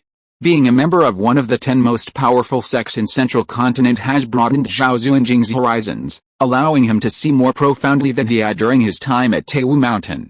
Back then, he specifically exchanged over a dozen body-cultivating techniques from the Ksiddhagarbha sect's Sutra Cave and founded the Xianwu Hall. This move was primarily to develop a body-cultivating branch for the family, and secondly to mobilize and stimulate the potential of the Zhao clan's mortal members. It's important to note that the strength of a divine transmitted martial artist is comparable to that of a typical key-refining great perfection cultivator. Some exceptionally powerful divine transmitted grandmasters can even rival Foundation establishment cultivators. The results suggest Zhao Xuanjing's actions were successful. The Xianwu Hall is now teeming with Xiantian cultivators, with over 100 half-step divine transmitted martial artists. And there are over 5 divine transmitted grandmasters capable of engaging Foundation establishment cultivators for hundreds of rounds. Don't think this is an exaggeration. Consider that the Zhao clan, with over 5 million members, has only produced 5 or 6 divine transmitted grandmasters comparable to Foundation establishment cultivators. This 1 in a million ratio is truly exaggerated, and it illustrates the immense difficulty of the martial arts. The 4 phases of heaven and man is Zhao Sheng's primary divine transmitted martial art, a technique derived from ancient Buddhism and later acquired by Ksiddhagarbha sect patriarch. This unknown master personally deleted the superstitious religious aspects of the technique and, incorporating them into the sect's body cultivation techniques, ultimately created the 4 aspects of heaven and man. This technique is divided into 4 realms: body aspect, mind aspect, spiritual aspect, and dharma aspect, corresponding to the 4 stages of Foundation establishment: golden elixir, nascent soul, and transformation. The Immortal Martial Hall only covers the body aspect of the 4 aspects of heaven and man, further subdividing it into the 5 senses of eyes, ears, mouth, nose, and body. As a body cultivation technique adapted from Buddhist techniques, the 4 aspects of heaven and man possesses distinct abilities that vary greatly from person to person. For example, Zhao Sheng has already cultivated spiritual smell, divine vision, and gluttony, but still lacks 2 abilities, ears and body. Other warriors with divine powers might also possess abilities like sight in the dark and clairaudience. After reviewing his personal data, Zhao Sheng retracted the Book of 100 Worlds and probed his consciousness into his storage bag. A grape-sized Zhengjin bead flew out, spinning before finally hovering 3 feet in the air in front of him. Then, he silently practiced his cultivation technique, and the spiritual energy in his Danshan suddenly boiled, transforming into pale purple sea of fire. Purple yang fire, release. With a low shout, a purple lotus suddenly rose from the pale purple sea of fire. Upon its emergence, the fire lotus abruptly flew from his Danshan, piercing through layers of skin and flesh, emerging from Zhao Sheng's body just below his navel. With a gentle turn, it flew beneath the Zhengjin pearl, enveloping it. Zhao Sheng formed a golden crow seal with his hands, and the purple yang spiritual energy within him surged, connecting with the spiritual power line and the purple yang fire. With a flick of his mind, he channeled this spiritual energy, and the purple yang fire erupted with a roar, instantly transforming into a massive fire lotus several feet in diameter. Its petals danced as the lotus slowly rotated, radiating a blazing flame with terrifying heat. At the center of the fire lotus, the Zhengjin pearl heaved slightly, its surface gradually gleaming with a star-like, brilliant blue light as the purple yang fire scorched its surface. An hour later, sweat broke out on Zhao Sheng's forehead, and his spiritual energy had been nearly depleted by half. At this moment, the Zhengjin bead within the purple yang fire lotus had shrunk considerably. Wisps of Zhengjin energy, like smoke and mist, were trapped by the fire lotus and forced to linger around it. At this moment, Zhao Sheng's eyes shone brightly, and he dispelled the golden crow curse seal. His hands suddenly transformed into the lotus curse seal. In an instant, the purple yang fire lotus shrank to the size of a fist. Then, like a weary bird returning to the forest, the purple yang fire lotus, enshrouded in Zhengjin energy, swiftly sank into Zhao Sheng's abdomen, returning to the depths of his danshan, finally merging with the purple yang spiritual energy. As soon as the Zhengjin energy was freed from its restraints, Zhao Sheng's spiritual power captured it, slowly channeling it from his danshan to his right thigh bone, where he began to refine it using secret techniques. Half an hour later, the last wisp of Zhengjin energy was refined, and at that moment, the surface of Zhao Sheng's right thigh bone glowed with tiny specks of cold light, imbued with a faint sword aura. 10 years later, Zhao Sheng had gradually transformed nearly 70 bones, including his limbs, hands, feet, ribs, and sternum, into Zhengjin sword bones. Fewer than 20 Zhengjin beads remained, and only 1/3 of the Zhengjin sword bones had been refined. Zhengjin, such a precious material, was rare and hard to come by, and it was unknown how long it would take to fully refine Zhengjin sword bones. Zhao Sheng couldn't help but sigh. With a wave of his hand, a beam of Zhengjin sword light instantly shot out from his palm. In an instant, the sword light landed on the fine iron ground, leaving only a deep, dark hole with an impeccably smooth edge. He sent his spiritual sense into the hole and discovered that the deepest part was over half a foot deep, and the fine iron alone was over 3 inches thick. Seeing this, Zhao Sheng finally smiled. The Zhengjin sword bones are truly powerful. I've spent so much money on them. A moment later, Zhao Sheng put away the Zhengjin beads, flipped out the stone ball of magic circle with one hand, and reactivated the gravity circle, adjusting it to 23 times gravity. Then, he pulled 2 mid-grade fire spirit stones from his storage bag, held them in his hands, and silently practiced profound cultivation, absorbing the spiritual energy within the spirit stones, refining and integrating it with the purple sun's spiritual power. A year later, the Zhengjin pearl was completely consumed. And after refining 83 Zhengjin sword bones, he successfully broke through to the 5th level of the foundation establishment stage. That day, Zhao Sheng emerged from the overweight room, sweating profusely. At that moment, the jade token of the clan elders he wore at his waist suddenly flashed rapidly. Zhao Sheng was startled by this, and immediately probed into it with his spiritual sense, revealing a message. Tonight at midnight, the elders of Twixin Hall will hold a meeting. Be sure to attend. Zhao Dexun has left a message. Zhao Dexun is the current patriarch of the Xinglong Zhao clan, a cultivator who has reached the great perfection of the foundation establishment stage.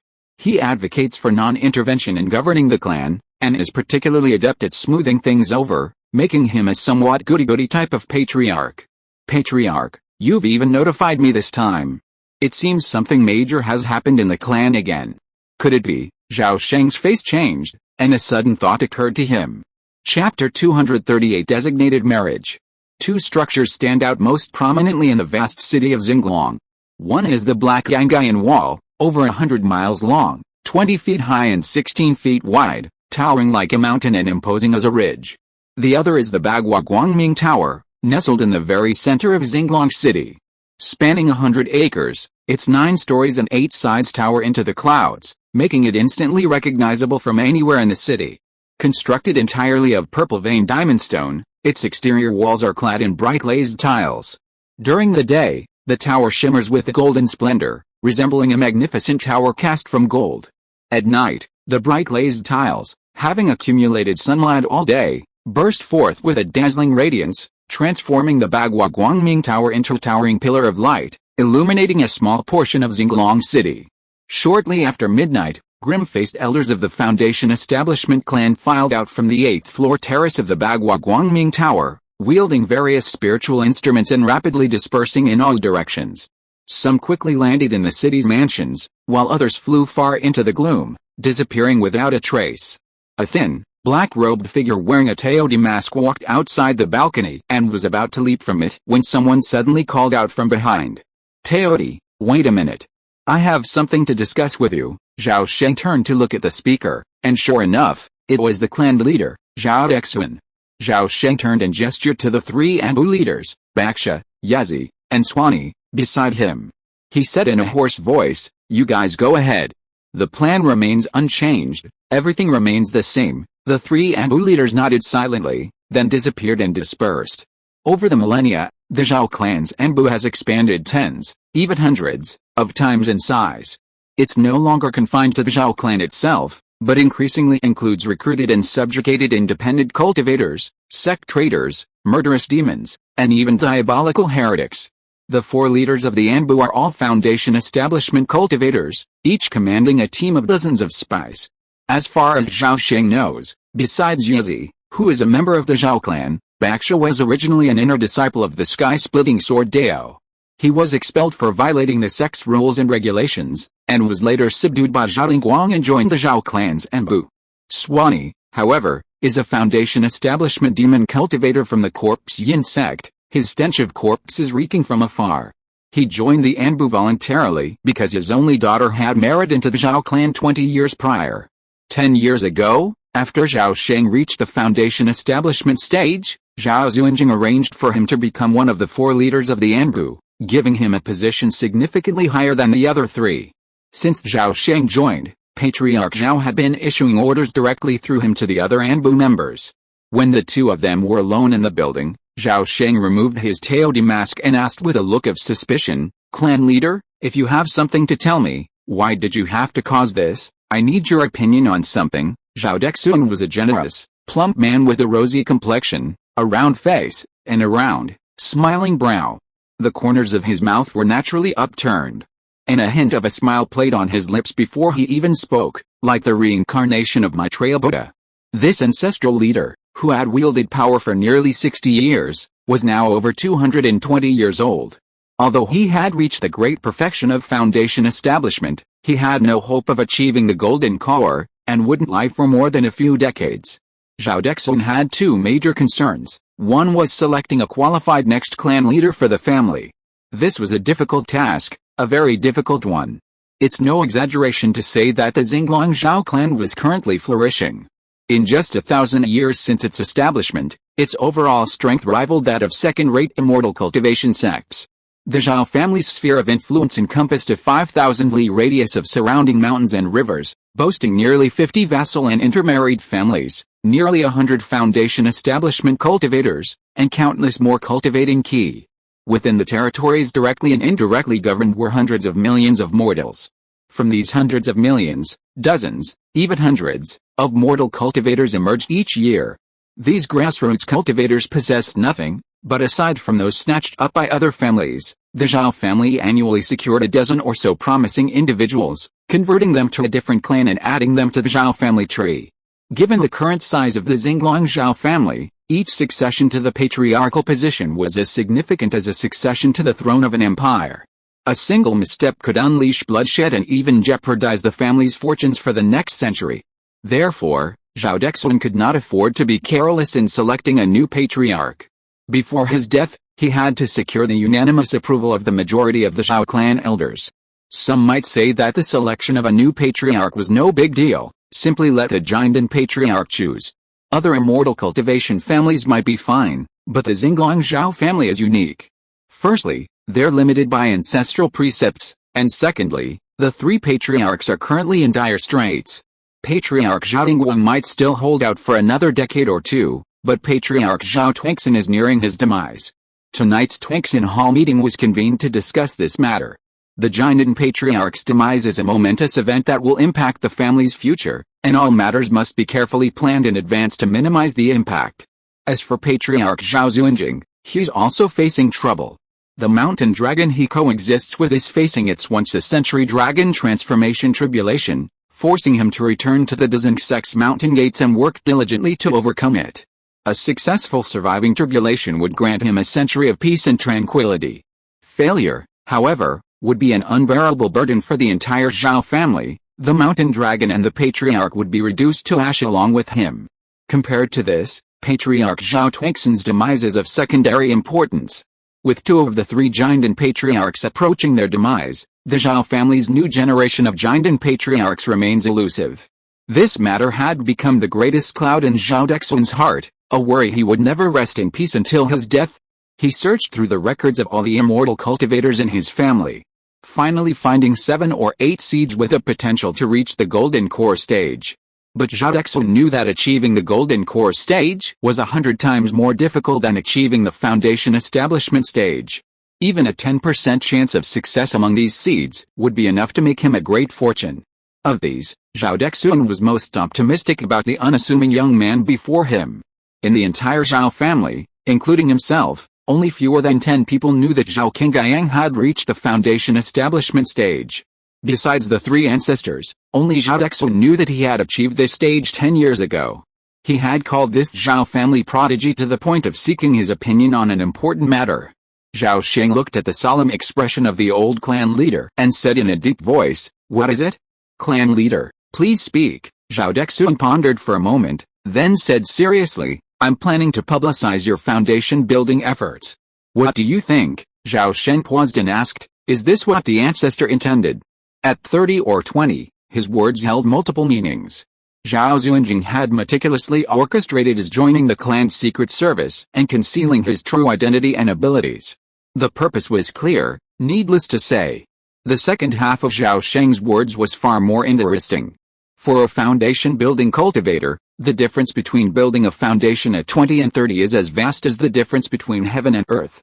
Under 20, one could be considered a young Taoist, with a golden core attainment in sight. By 30, however, one could only be considered a remarkable individual, a rare exception, though not uncommon in the Xianzhu realm. The ancestor meant for you to make your own decision. If we were to make it public, what age would you choose, clan leader? Zhao Dexuan paused, then said firmly, 20, okay. Zhao Sheng nodded, his voice crisp and clear. Zhao Dexuan was surprised. He hadn't expected such a straightforward answer. The title of Little Taoist isn't easy to come by. As the ancients said, a tree that stands out in the forest will be crushed by the wind, a cliff that rises high above the bank will be swept away by the current. If the Zhao family spread the word that they had produced a little Taoist, it would undoubtedly attract the attention of numerous factions. Not to mention the young foundation establishment cultivators who will challenge them for fame and fortune. The clans and families hostile to the Zhao family would certainly not stand by and watch a Jiandan's Henren emerge from their foes. They would surely strike back in secret. Zhao Dexuan could even foresee that Zhao Qingyang would face countless attacks in the coming decades. But it's easier to dodge an open attack than to defend against a hidden one. Qingyang, I'm suffering too, clan leader, there's no need to explain. I know our family's current momentum must not be interrupted. Otherwise, at best, our power will decline, making it difficult to move forward, and at worst, will attract attacks from wolves and tigers. Zhao Sheng's words were true. Anyone with a discerning eye could see that the Zhao family was on the rise. However, the successive deaths of family patriarchs would undoubtedly severely dampen morale and shake the hearts of both the clan itself and its vassal states. The consequences would be incalculable. Although Patriarch Zhao Zunjing was still around, the Xinglong Zhao family remained strong, but the difference between one person and 3, a steadily rising power and a rapidly declining one, was so stark that even a fool could see it. Therefore, at this critical juncture between the Xinglong Zhao family's rise and fall, the family needed a hope to boost the confidence of the entire clan. In Zhao Dexuan's view, Zhao Sheng was the best candidate for this hope. Of course, if Zhao Zunjing could ascend to the nascent soul stage, everything would be fine, and Zhao Sheng wouldn't need to be in the spotlight.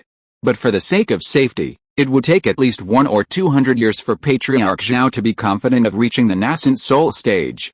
The key to surviving the nascent soul tribulation lies in the mountain dragon. Secondly, the Zhao family must quickly produce a new golden core true person. But Zhao Sheng, in his view, saw little hope, a far-fetched prospect. Clan leader Zhao Dexuan presumably shared this view, otherwise he wouldn't have made such a suggestion. Seeing the clan leader's relief, Zhao Sheng teased. I wonder what kind of grand entrance you've planned for me. Zhao Dexuan chuckled. I promise you'll be satisfied. But I have one question. What's your current strength? What level are you at in the foundation establishment stage? Clan leader, do you want the truth or a lie? What if it's a lie? What if it's the truth? If it's a lie, it means I've just reached the 4th level of the foundation establishment stage. I can fight against those at the 5th or 6th level, with a 50-50 chance of winning. Zhao Dexuan was shocked. It's only been 10 years, and King Guiyang has already reached the 4th level. His advancement is like a rocket, skyrocketing. What about the truth? He demanded. The truth is, I'm at the 5th level of foundation establishment. Even if 4 or 5 mid-stage foundation establishment warriors attack me together, they wouldn't be able to do anything to me. Beating a few at the 7th or 8th level wouldn't be a problem. If I use all my strength, even you, the clan leader, would have to be careful to avoid being overturned. Really? Zhao Dexuan's heart was pounding, and his voice rose 3 times unconsciously. How about we try it out now? Zhao Sheng rolled up his sleeves and suggested eagerly. No need. I know you never lie, so I believe what you say. Zhao Dexuan looked excited, his signature smile plastered on his face, as if the Maitreya Buddha had come to life. If that's the case, then forget it. Zhao Sheng loosened his sleeves. By the way, you haven't told me what a grand entrance you've planned for me. A mysterious smile crossed Zhao Dexuan's face, and in a kind and friendly tone, he said, originally, I was planning on having you challenge Liu Xinwu, the young master of the Danding sect, the eldest son of the Denver Liu family. But now, I've changed my mind. Clan leader, stop keeping us in suspense and tell us what you're thinking, Zhao Sheng urged. Zhao Dexuan's smile deepened, and he deliberately lowered his voice. I'm planning to arrange a marriage for you. What? Zhao Sheng was surprised. 2 months later, in the secret chamber of the ancestral mausoleum on the 3rd floor below the Bagua Guangming Tower, Zhao Xuanjing, Zhao Dingguang, Zhao Dexuan, Zhao Sheng, and other core members of the Zhao clan stood before an eternal ice coffin. With heavy expressions, they watched as ancestor Zhao Twingxin lay within the coffin, instantly frozen by the eternal ice, entering a state of suspended animation. The eternal ice coffin promises to prolong Zhao Twingxin's life for 1,000 years. If the Zhao family faces extinction within the next 1,000 years, Zhao Twingxin will awaken and fight a final battle for the family's survival. This secret technique of frozen death is common among large-scale immortal cultivation forces and is considered one of their most practical assets. The increasing stratification and increasing strength of the Xianzhu realm is largely due to this technique of feigning death and prolonging life. A moment later, the eternal ice coffin was slowly sealed into a secret chamber. Once the door closed, a layer of ochre-colored barrier suddenly rose around it. The barrier's foundation was connected to the Bagua Tower's main formation. Without permission, anyone who disturbed the barrier would be detected by the Zhao family. A moment later, the core Zhao family members, each shouldering a heavy responsibility, gradually departed from the Bagua Guangming Tower. At that moment, in a large hall on the 3rd floor, Zhao Xuanjing sat at the head, Zhao Dingguang at the 2nd, and Zhao Dexuan, Zhao Sheng, and Zhao Yankang also sat. Although his end was near, Patriarch Zhao Dingguang remained vigorous, his long eyebrows fraying at his ears, and he exuded a fierce aura of fire. 300 years ago, Zhao Dingguang successfully formed a dam using a 5th-rank fire dragon inner elixir. He was most skilled in weapon refining, having already attained the rank of 3rd-rank weapon refiner. His greatest achievement was creating no fewer than 10 magical weapons, including a 4th-rank lightning ring currently dangling from the neck of a mountain dragon. Zhao Dingguang, feeling downcast from having just witnessed a passing of his elder, leaned back in a jade chair, his eyes closed. Your Highness, the chosen marriage family is the Duong family of the Weaver girls. I've received intelligence that the Duong family intends to release 4 candidate Weaver girls, all of whom will soon be choosing their destined partners. Therefore, I'd like King Guiyang to propose marriage. King Guiyang, what do you think? Zhao Xuanjing turned to look at Zhao Sheng. Before Zhao Sheng could speak, Zhao Yankang, beaming with joy, spoke first. Grandfather, King Guiyang has agreed. Who wouldn't want to marry a daughter of the Dong family? Zhao Sheng observed his father vying for approval. He rubbed his nose and hummed helplessly. Zhao Yankang was right. The daughters of the Dong family were the dream marriages of countless immortal cultivator families. The Dong family's in-laws extended throughout the Xianzhu realm, with 99% of the nascent soul cultivators being related. This was because the Dong family's in-laws were not only naturally blessed with good fortune for their husbands, but also exceptionally fertile, with a 50% chance of their children possessing spiritual roots. The higher a cultivator's realm, the more difficult it is to have children. Even a Jinden's Henren could hardly produce children, let alone a nascent soul cultivator. However, the Dong family's daughters defied this ironclad rule. Another crucial point was that the Dong family, through their in-laws, had successfully woven one of the most complex and sophisticated immortal cultivation circles in the Xianzhou realm. If the Zhao family of Xinglong can marry a candidate weaver girl, they will undoubtedly win a ticket to join the high-end circle, which is extremely important to the Zhao family. Chapter 239, First Level Origin. Half a month later, outside Xinglong City, on the banks of the Kanglong River, which skirts the city walls, Zhao Sheng, Zhao Yangpeng, Zhao Dexun, and others stood on the shore, gazing out across the water in silent anticipation. Boom! Moments later, the river, a dozen feet away, suddenly erupted in a turmoil, its waves surging violently. With a resounding explosion, the water within a radius of a dozen feet was blasted up, cascading like a waterfall and crashing onto the surface. Suddenly, a massive shadow emerged from the riverbed, followed by a terrifying, ferocious crocodile head, the size of a palace, slowly rising from the surface. Following this, a massive crocodile body, over 30 feet long, emerged, resembling a prehistoric behemoth, its scales gleaming, its claws sharp as knives, and an aura of brutality and cold-bloodedness. The sixth-level crocodile dragon's appearance, with its awe-inspiring aura, instantly overwhelmed everything. The Zhao family members along the river held their breath, instinctively mobilizing their profound skills to resist the demon's pressure. At that moment, a thunderous roar suddenly erupted from the crocodile dragon's head. "Evil beast, be quiet!" As the words left his mouth, everyone heard two loud thuds. The crocodile dragon's massive head, held high, suddenly plummeted like a meteorite, slamming directly into the river's surface. As a long, mournful dragon roar echoed from underwater, Zhao Xuanjing, as majestic as a giant spirit, burst through the splashing water and landed in front of everyone. This beast is naturally unruly. If it's not disciplined one day, it will get cocky. Zhao Xuanjing flexed his wrist and pointed at the sixth-level crocodile dragon, writhing and howling on the river's surface, his face filled with anger. Zhao Sheng glanced at the behemoth, swallowed his saliva, and cautiously suggested, "How about not bothering this crocodile dragon? It's not a good idea to mobilize so many people." No. As soon as he finished speaking, everyone objected. No kidding. The Zhao family's marriage proposal to the Dong family was partly intended to build their reputation and showcase their power. How could the Xinglong Zhao family truly demonstrate their arrogance without mobilizing a large force, including a sixth-level crocodile dragon? To boost Zhao Sheng's prestige, Zhao Dexun arranged a convoy of nearly 100, including 6 foundation establishment cultivators serving as guards, including 2 Enbu leaders, Baksha and Yezi, and a 9th-level foundation establishment crocodile servant. This crocodile servant was a former assassin recruited by Zhao Xuanjing, and now guarded the 6th-level crocodile dragon for his old master. "Zhao Jiayu, come and see 13.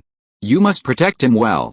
If anything goes wrong, I'll hold you responsible." As he spoke, a fierce-looking old man with a half-bald beard and a shriveled mouth trotted forward from behind the crowd. "Master, rest assured. Even if Zhao Jiu sacrifices his life, he won't let young Master 13 come to any harm." The half-bald old man was about to bow respectfully when Zhao Sheng quickly stopped him. "Uncle Jiu, no need for formalities. 13 trusts you. I'll need your support for the next few months, King Gang. Whether you can marry a beautiful woman to the Dong family this time depends entirely on you. But don't forget the main purpose of your trip," Zhao Dexun warned seriously. "I understand. Marrying a wife is important, but bringing honor to the family is equally important." Just as Zhao Sheng finished speaking, Zhao Xuanjing, standing beside him, handed him a bright red box carved with a dragon. "Here, this is the family gift. Take it." Zhao Sheng took the carved box, opened it, and his eyes widened in amazement. "What a generous gesture. You're willing to give away even this treasure. Ancestor Jing, aren't you afraid that the family will become a target of public criticism?" Zhao Sheng finished speaking, unable to resist taking another look at the box's contents. Inside the wooden box lay a gigantic peach, the size of a human head, with a red crown and jade skin, plump and round, and a unique fragrance. These peaches were harvested from the ancient immortal peach tree in the Zhao family's secret abode on Xiansu Mountain. 800 years had passed, and this ancient immortal peach tree was over 3,000 years old. It bloomed once every 30 years and bore fruit every 30 years, yielding only 36 peaches, which possessed the miraculous power of prolonging life. One peach could extend one's life by half a century. Unfortunately, only one of these peaches can be eaten in a lifetime. Eating more than that will have no effect. Hearing Zhao Sheng's question, Zhao Zunjing closed the carved box and said solemnly, "Give and take. Furthermore, our clan trusts the Weaver Girl Dong family. They will never jeopardize their reputation, built over millennia, for a single treasure." Zhao Sheng immediately understood. The initiation gift is genuine, but also part of the purpose is to advertise the longevity peach. Once the gift is delivered, the Zhao family can wait for the Dong family to take the bait. In the Xiansu realm, the Weaver Girl Dong family has always been adept at maneuvering. While cultivating a network of relationships based on marriage alliances, they have also established a high-end trading platform. As intermediaries, confidentiality and integrity are undoubtedly paramount.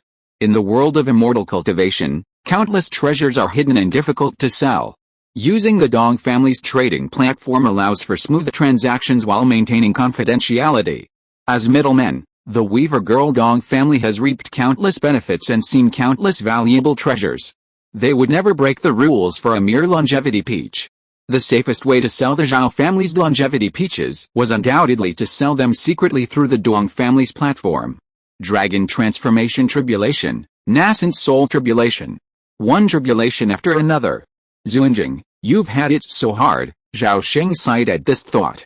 He put away the carved box and said goodbye to Zhao Zunjing and the others. The rest of the story needs no further elaboration. A moment later, the crocodile dragon's massive body climbed up the riverbank, sprawled on the ground like a mountain of flesh. Now, a magnificent palace with carved railings and jade masonry stood majestically on the crocodile dragon's back. Zhao Sheng flew aboard the crocodile dragon's back first, followed by 6 foundation establishment cultivators, led by Zhao Jiayu, the crocodile servant, and nearly 100 guards and servants. Whoosh! With a long, drawn-out bell, the 6th-rank crocodile dragon suddenly rose from its prone position, and a vast, blue-purple demonic cloud suddenly appeared beneath it. In a flash, a 10-mile-long demonic cloud rose into the sky, then, like a single cloud, rapidly vanished towards the horizon. From afar, the massive form of the crocodile dragon could be vaguely seen swaying its head and tail through the mist, the jade palace atop its back also looming. A month later, in eastern Hangzhou, near the Yunhuang Mountains, stood a magnificent peak, nearly 1,000 feet high. This peak was called Xianfu Peak. To its northeast lay the vast, fertile Xianfu Plain, while to its southwest lay the ethereal, jade-like Yunhuang Mountains, imbued with spiritual energy. The renowned Hinyu Dong family of the Xiansu realm resided deep within the Yunhuang Mountains, their ancestral home situated at the heart of a third-tier spiritual vein. Xianfu Peak served as the gateway to the Yunhuang Mountains and the Dong family's welcoming peak. 30 miles below Xianfu Peak lay Jinlan City. Home to a mix of immortals and mortals, this city boasted a population of 1 million, the majority of whom were members of the Dong clan. One day, a demonic cloud descended from the distant sky over Jinlan City. It ascended rapidly, landing on a vast expanse outside the city. Suddenly, the demonic clouds dissipated, revealing a massive, ferocious, and terrifying crocodile dragon, the size of a small mountain. As soon as the crocodile dragon landed, it eagerly roared to the heavens, venting the pent-up anger of the past few days. The dragon's roar resonated for 100 miles, and the overwhelming pressure of the 6th-level demonic beast suddenly spread, terrifying countless nearby humans and beasts, causing them to urinate and excrete. On the crocodile dragon's back, on the second-floor platform of the Jade Palace, Zhao Sheng turned to look at his crocodile servant, Zhao Jiayu, and asked with a frown, "Uncle Jiayu, that's a bit too much?" 13th young master, immortal cultivators are no different from mortals. They always fear power, not virtue. Besides, it's good for the crocodile dragon to vent its anger. It's been a bit harsh lately. Zhao Sheng glanced back at the city below, nodded thoughtfully, and reluctantly accepted Zhao Jiayu's explanation. Jinlan City was completely different from the solemn and strict order of Xinglong City. First, it was open and welcoming, as evidenced by its lack of walls. Secondly, The city boasts a diverse array of architecture, showcasing unique architectural styles from all corners of the world, including those from overseas, creating a truly dazzling spectacle of diverse styles. The residents of Jinglan City are exceptionally warm and welcoming. Their appearance, in particular, is above average, with beautiful young women and cheerful young men everywhere. Walking along the bustling streets of the city, people and vehicles abound. The Zhao family formed a procession, with 4 key refining guards at the front pushing aside vehicles, clearing a path. At the center, surrounded by a crowd, walked Zhao Sheng, dressed in white, adorned with rings, a purple jade crown, and king-iron boots. He looked like a monkey in disguise. It couldn't be helped, his slight stature, pointed ears, and monkey-like chin made him look anything but a good person. It was a striking sight. A classic example of the saying, "The man is not as good as the clothes." Yet, Zhao Sheng held his head high, his chest puffed out with confidence, pacing with a swift, unconcerned gait. Completely oblivious to the fact that his appearance lowered the average standard for Jinglan City. "Young master, shall we first visit the city lord's mansion to present our visiting card, or should we retire to our residence?" Zhao Sheng paused and said without hesitation, "Let's go to the city lord's mansion first. Don't forget the purpose of our visit." "Yes, young master." Soon, the Zhao family and their entourage crossed half of Jinglan City and arrived at the city lord's mansion in the center. They presented their visiting card and chatted with the city lord for a while before departing. Shortly after Zhao Sheng and his companions left the mansion, news of the Zhao family of Xinglongyuan in southern Xinjiang's intention to participate in the Phoenix meeting spread throughout Jinglan City. Information about the Xinglong Zhao family quickly reached interested parties. A large, luxurious mansion covering nearly 10 acres in the west of Jinglan City had just changed hands a month ago, quietly displaying the name of the Zhao mansion. Today, the mansion finally welcomed its new owner. Upon their arrival, Zhao Sheng and his companions were greeted by the steward and servants, who had received the news. The steward's name was Zhao Jinsong. Not only was he a late-stage key refining immortal cultivator, his ancestors had served the Zhao family for generations, and as a family heir, his loyalty was unquestionable. He had been sent to Jinglan City 2 weeks in advance to take charge of the mansion and gather information. The next day, Zhao Sheng rose, washed, and finished his meal when the steward immediately presented him with a jade slip. Zhao Sheng's spiritual sense penetrated the slip and quickly read through the information within. The Dong family's weaver girl's reputation was truly formidable. A single phoenix gathering had attracted countless talented individuals to Jinglan City. Of the 10 major sects in Central Continent, with the exception of the Supreme Induction Sect, the others, Zion Oyo Sect, Future Temple, Lingayan Academy, Jiang Sect, Horan Sect, Danding Sect, Beast Taming Sect, Xidagarbha Sect, Lishan Sword Dao, and Zyanki Sect, had all sent new generations of talented individuals. Many of these were young Daoists who had achieved foundation building before the age of 20. Below the 10 major sects, second-rate Jinden-level cultivators like the Xinglong Zhao clan were countless, and third-rate foundation-building forces were even rarer. As for independent cultivators, they shouldn't even bother joining the fray. Unless you possess exceptional talent and exceptional strength. For example, the intelligence slips mention several talented independent cultivators. One, nicknamed Failing Jian, had already achieved successful foundation building at the tender age of 23. Making him one of the few notable contenders below the young Taoist. Zhao Sheng counted the contenders, and found over 100 with names and impressive backgrounds. Not to mention the many more dragons, snakes, slugs, and pythons who were more reserved and reluctant to reveal their abilities. Zhao Sheng was secretly astonished. The Dong family had only released a potential weaver girl, yet it had caused such a stir. If the real weaver girl had come out, wouldn't even Jinden Daoists from all over the world, and even nascent soul ancestors, have flocked to attend in person? The Phoenix Society hadn't even begun. But beneath the bustling bustle of Jinglan City, undercurrents were already surging, and intelligence was spreading like wildfire. While Zhao Sheng was gathering intelligence on others, information about the Xinglong Zhao clan was also being shared with other factions. Unfortunately, Zhao Sheng had previously kept a low profile, leaving little information available about him.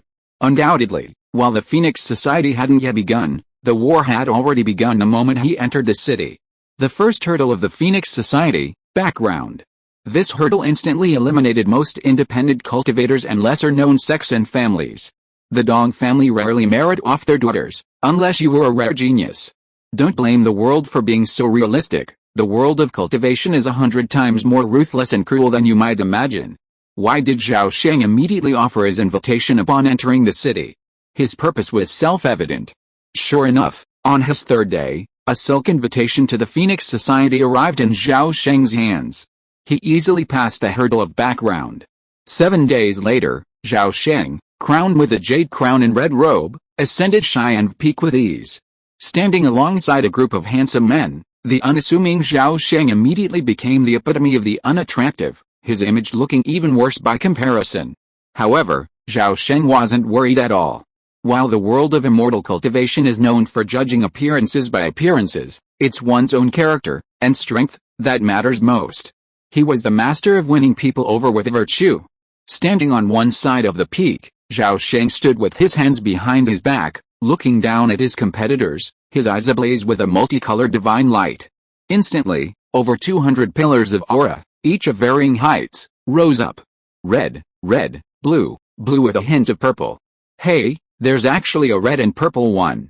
How bizarre. Zhao Sheng turned his gaze to the figure of red and purple aura, a tall, upright young man with stern features.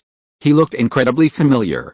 Instantly, Zhao Sheng's mind flashed to this person's information, Li Fixun, a chivalrous knight turned cultivator of immortal arts, born with the 3 spiritual roots of gold, water, and fire, a casual cultivator in the early stages of foundation building.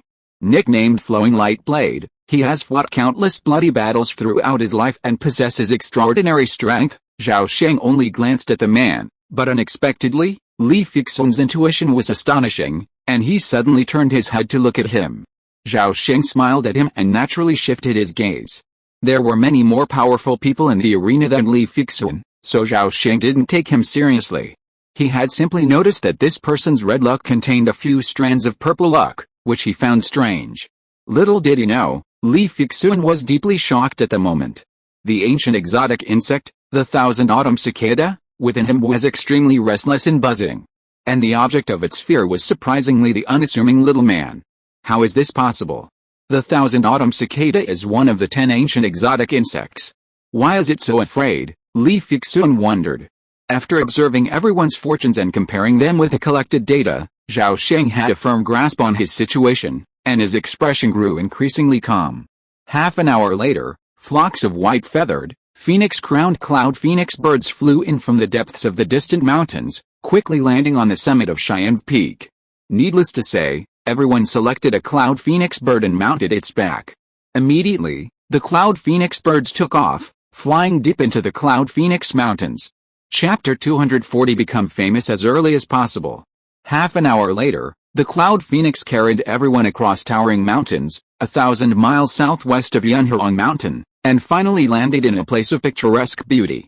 Soon, everyone disembarked from the bird's back, and the bird, with a long cry, flapped its wings and flew off into the distance. They now stood on a flat meadow in a valley, surrounded by mountains and lush forests, and rippling water. Gazing from afar, they saw towering peaks, cascading waterfalls, rare animals, and lush greenery. Then, on the mountaintops and lakeside, towering buildings, carved railings, and waterside pavilions nestled among them. It was truly a paradise on earth, a place of picturesque beauty. At this moment, a handsome and elegant young man in brocade Confucian robes suddenly spoke out in a loud voice. Yunhuang is a mountainous region. The southwestern peaks are particularly beautiful with forests and valleys. The one that looks lush and deep is Wutong Mountain. The natural world is in abundance, and the fairy light shines through the stars. The muddy water has dried up and the cold pond is clear. The smoke condenses and the evening mountain is purple. Soon, the crowd suddenly cheered, and then a white-faced Taoist priest in a pine hairpin and a plain robe walked out. Excellent. The disciples of Lingayan Academy are indeed eloquent and have extraordinary appearances.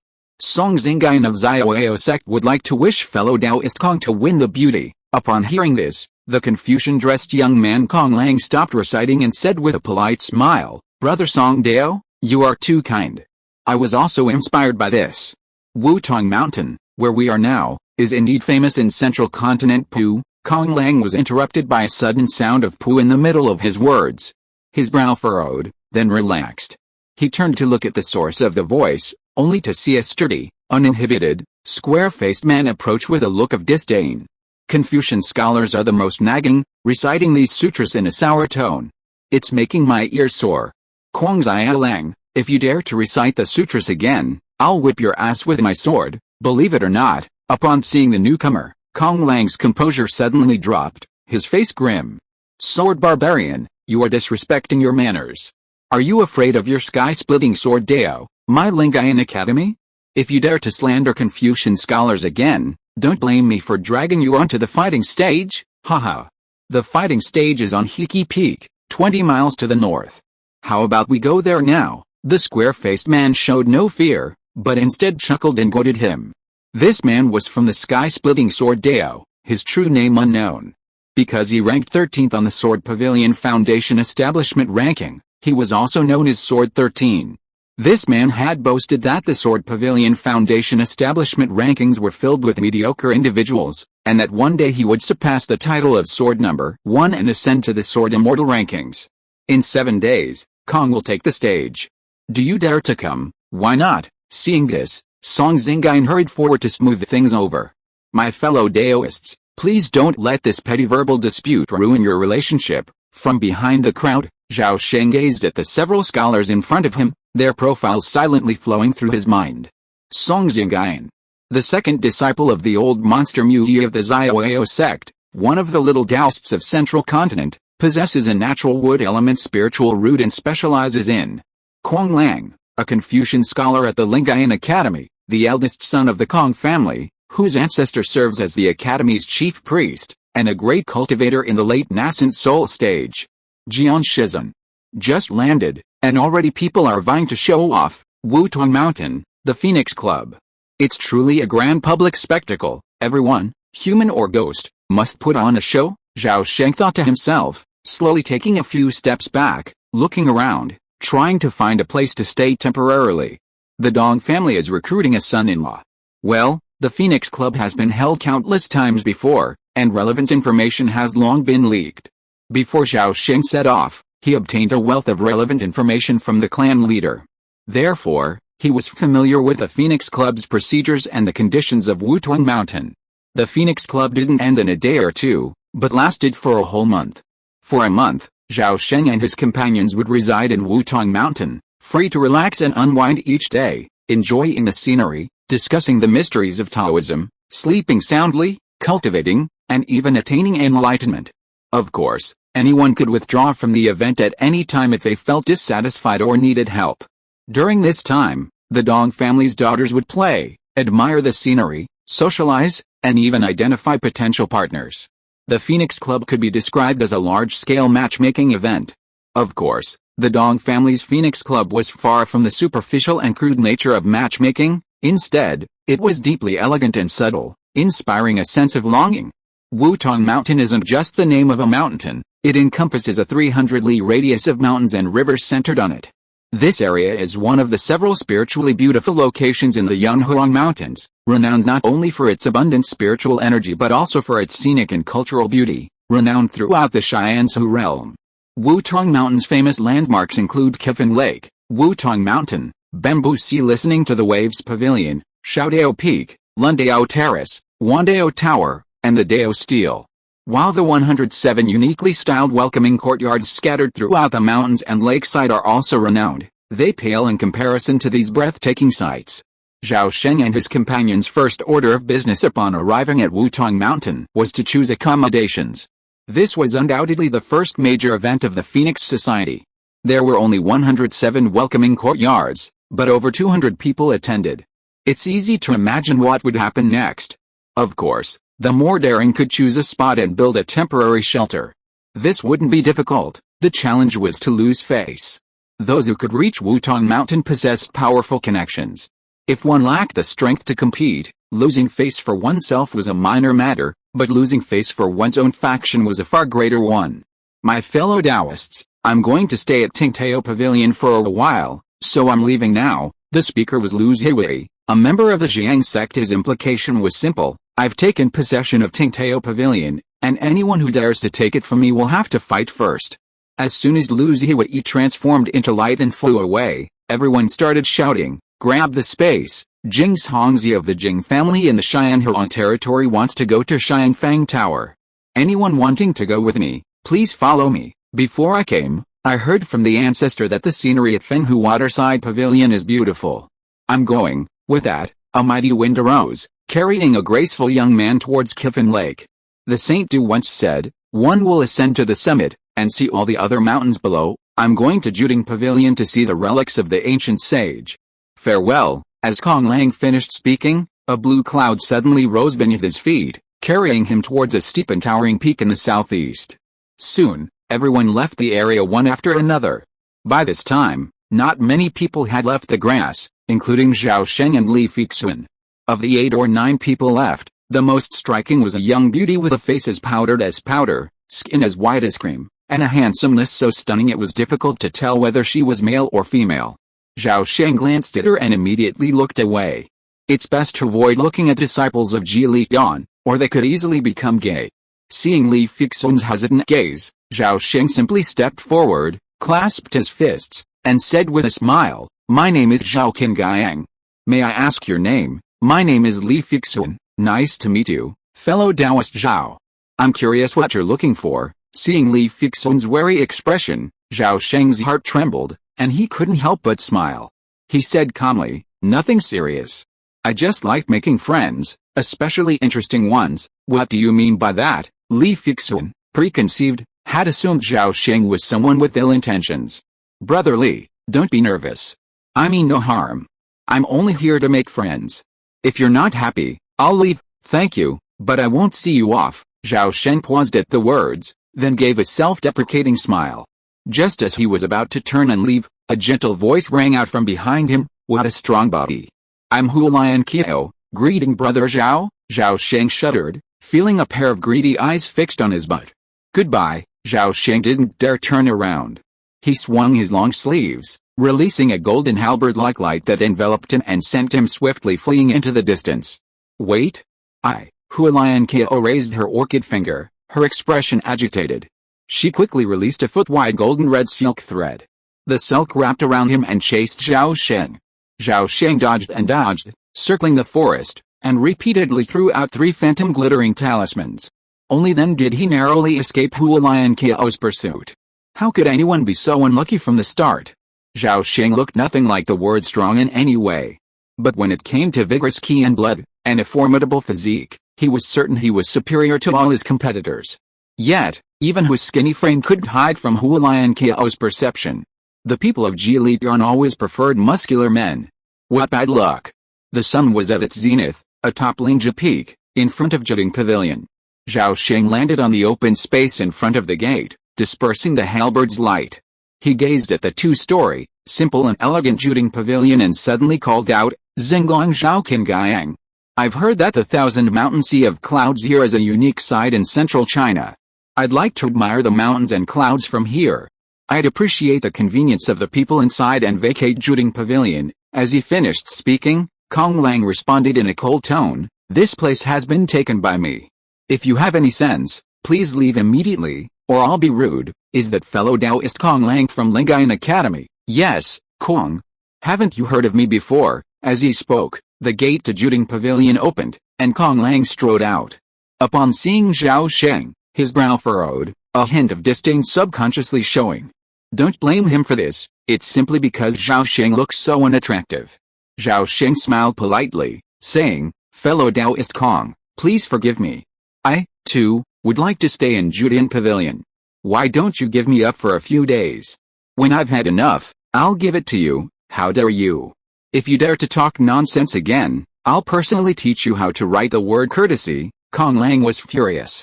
With a single wave of his hand, a black and white spring and autumn brush suddenly appeared in his hand. "Oh, I'm so uneducated, I don't know how many different ways to write courtesy. How about you, Brother Kong, teach me," Zhao Sheng said, rolling up his sleeves. He then unsheathed a palm-length, golden and red halberd from his waist. With a gentle flick, the golden and red Fangyan Zhaojian swelled to over 2 meters in length. The halberd shaft, blood red and thick as a duck egg, its 3-pointed, 2-edged head gleaming with a chilling golden light. It was the renowned Fangyan Huaji. Zhao Sheng gripped his halberd in one hand, The blade pointed directly at Kong Lang with unbridled force and unbridled aura. He shouted, "Juding Pavilion, I'm set to stay. Even the Confucian sage wouldn't be able to stop me. As the saying goes, fame begins early. The first bird to emerge is the first to catch it." Zhao Sheng knew his appearance wasn't as impressive as others, but to establish his reputation, he needed to capitalize on his strengths, avoid his weaknesses, forge a new path, and win over others with his virtue. Therefore, the three people who emerged first became his targets. Kong Lang was undoubtedly the best choice, both of them renowned and distinguished by their family background. Furthermore, he had a genuine interest in Juding Pavilion. Did the Confucian scholar Du Sheng once say, "I will ascend to the pinnacle of the mountain, and overlook all the other mountains." Juding Pavilion held a profound meaning, and for Zhao Sheng, aspiring to ascend to heaven, it was the perfect place to live. Kwong said, "Gentlemen," Kong Lang chanted in a row, and with a wave of the spring and autumn pen in his hand, a series of black and white runes flew out from the pen, turning into ink-colored sword lights, slashing towards Zhao Sheng's chest and abdomen. Zhao Sheng smiled brightly, his pupils shrank, and the whole world suddenly slowed down by more than 10 times. His figure flashed, and the whole person disappeared. The next moment, Zhao Sheng's figure suddenly appeared beside Kong Lang, and the Fang Bian Huaji was like a poisonous dragon, stabbing straight at the opponent's right hand holding the pen, with a speed as fast as lightning. Snap! Kong Lang's face changed drastically, and the spring and autumn pen changed from vertical to horizontal. At the critical moment, the pen cap almost blocked the tip of the halberd. Bang! His right hand holding the pen was struck by lightning, and a heavy force like a mountain came, which made him tremble with fear. "My heart is so strong that it cannot be broken." A thought flashed through his mind, and he saw a jade token on Kong Lang's waist shatter, and a golden light wall instantly rose around him. Zhao Sheng swung the halberd with one hand, and his figure turned into a series of afterimages, surrounding Kong Lang and beating him violently. He only used half of his strength. His purpose was to see the strength of the little Taoist of the same level. It's a pity that the person he met happened to be a Taoist cultivator of ancient Confucianism. In the Xianzhu realm, ancient Confucianism is famous for gentlemen who use words but not hands. If Kong Lang were to face a cultivator of magic, he might still have a chance of winning, but facing the ancient battle body with infinite strength and speed like teleportation, Kong Lang, who was good at gentlemen's dispute, could not cope with it at all and could only be used as a sandbag. During this period, Kong Lang was shocked and anxious, and released many talismans in succession, but they were all dodged by Zhao Sheng with his abnormal reaction speed. It was not until he used his trump card, a magical talisman that drew a line on the ground as a prison, that Zhao Sheng was temporarily trapped. However, when he wanted to counterattack, he was frightened by Zhao Sheng's violence. 20 times, "Open it for me." In a prison cell of 5 meters in radius, painted in black and white, Zhao Sheng suddenly roared to the sky. A large purple flame instantly rose from his body.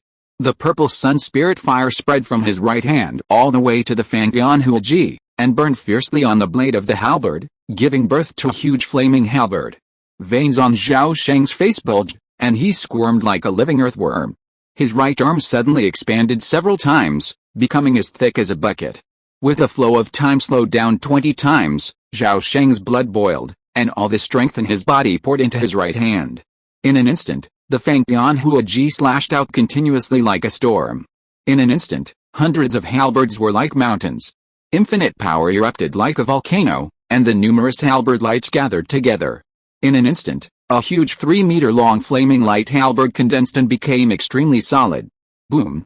The flaming light halberd and the battle halberd merged into one. The halberd blade slammed heavily on a prison wall, and a ball of dazzling sun burst out from the slash place. In an instant, the top of Lingzhou Peak was completely submerged in the light of the sun. You lost. Under the blazing sun, the blade of the Fangyan Huaji gently rested on someone's neck, and a cold voice rang out from the ashen-faced Kong Lang's ear. Chapter 241 7-Colored Rainbow Light. As Kong Lang fled down the mountain, his face covered in despair, and Zhao Sheng strode into the Judean pavilion, the other contenders displayed their prowess for the remaining 106 ghost houses, some even engaging in fierce fighting. Of course, some, like Jian Shizhen, Song Xingyan, and Jin Wulin, held powerful backgrounds and established reputations, and no one dared to cross them. Kong Lang, too, was one of those not to be messed with, but Zhao Sheng, who played by his own rules, was the one to be reckoned with. As the competition for a place to stay raged, no one knew that behind a white cloud above Wutong Mountain lay a tall, slender, unruly man with flowing hair and an untidy beard. He rested his head on an unsheathed iron sword, and in his right hand, clutched a 3-inch tall, exquisitely carved jade gourd. From the gourd's mouth, crimson lotus blossoms rose, emitting a fragrance that could intoxicate even an immortal. The decadent uncle looked to be about 40, his brows etched with fatigue, his gaze unfocused, his cheeks flushed, a hint of intoxication. He gulped down a mouthful of red beauty drunk, unconcerned about the liquid spilling onto his clothes, and muttered drunkenly, "The little Taoist priest from the Zhao sect doesn't follow the rules, just like his ancestor. The kid from the Jiang sect has no future. The Dending sect is too rigid, with no hope of achieving the golden elixir. The kid from the Horn sect is quite clever, so fast. Ugh, those who excel in the sky-splitting sword Dao are all cut from the same cloth. What's this about the sword Dao's ancestral home, where one sword can break all laws? Bullshit. No wonder they haven't produced a divine transformation master in thousands of years." This man, who is unknown, spoke with terrifying arrogance, his words showing no regard for the 10 major sects of Central Continent. However, his presence in Wutong Mountain at this time must have a strong connection to the Duong family. And it seemed he had come specifically for Zhao Sheng and the others. Even more astonishing was that, while Wutong Mountain wasn't large, it still encompassed a full 300 miles. This man, while reveling in the clouds and drinking, could actually see the every move of everyone within that 300 miles. This was simply unbelievable. You have to know that in the Xianzhu realm, the only one with a divine consciousness capable of encompassing a 300-li mountain range could be a true lord of transformation. Alice, no, there are only 2 or 3 independent cultivators. Each generation is getting less impressive. These youngsters are just a bunch of useless people. Their future is bleak. If one of these people can reach the nascent soul stage in the future, they'd be lucky. A trace of loneliness crossed the dejected uncle's face. He raised his gourd with his right hand, about to pour the wine into his mouth, but suddenly stopped mid-air. "Hey, this kid is interesting, he suddenly exclaimed in surprise, a rare flicker of light in his eyes. With energy like a dragon or elephant, and such speed and reflexes, wow. Another freak has appeared in the Xianzhu realm. If he's a little smarter and doesn't die midway, he might reach nascent soul status in 1,000 or 800 years, and who knows, even travel with him. 2,000 years. I'm young enough to wait, but I'm afraid those old fellows are already getting impatient." The man muttered to himself, a rare look of seriousness on his face. In Judean Pavilion, Zhao Sheng had no idea that an old freak had taken a keen interest in him. He entered Judean Pavilion and took a look around, taking in the furnishings and architectural style.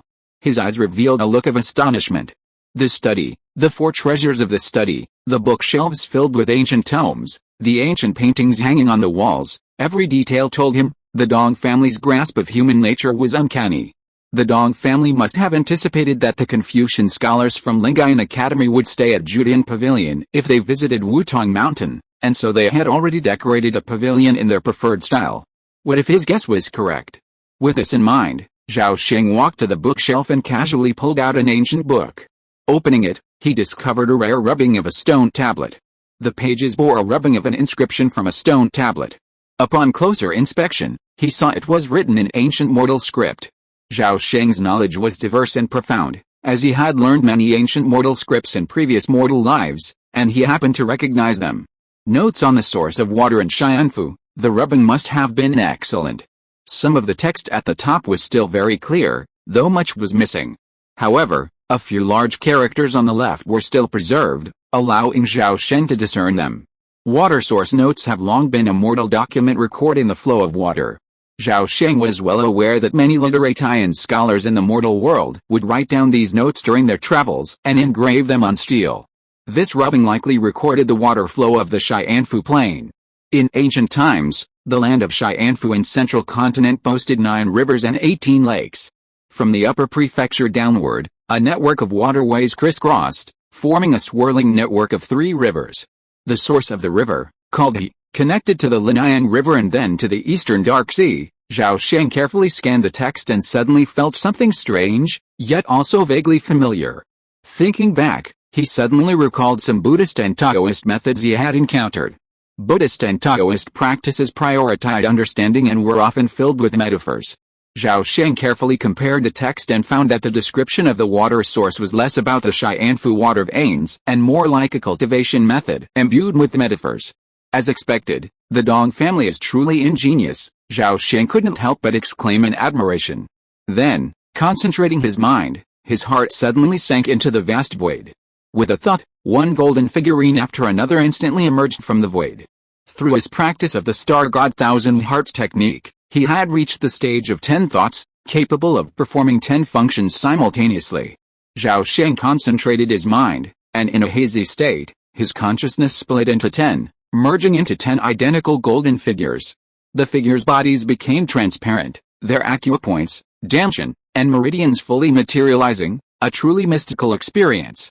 Having cultivated for over a decade, Zhao Sheng was intimately familiar with the mysteries of the Star God Thousand Heart art, having mastered it to perfection and mastering its application.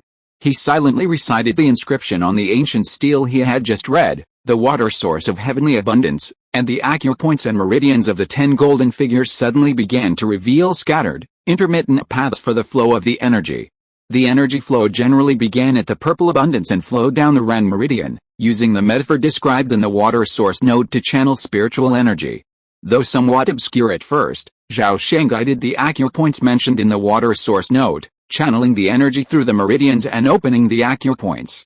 As the golden figures disintegrated, after countless attempts, he finally achieved some results.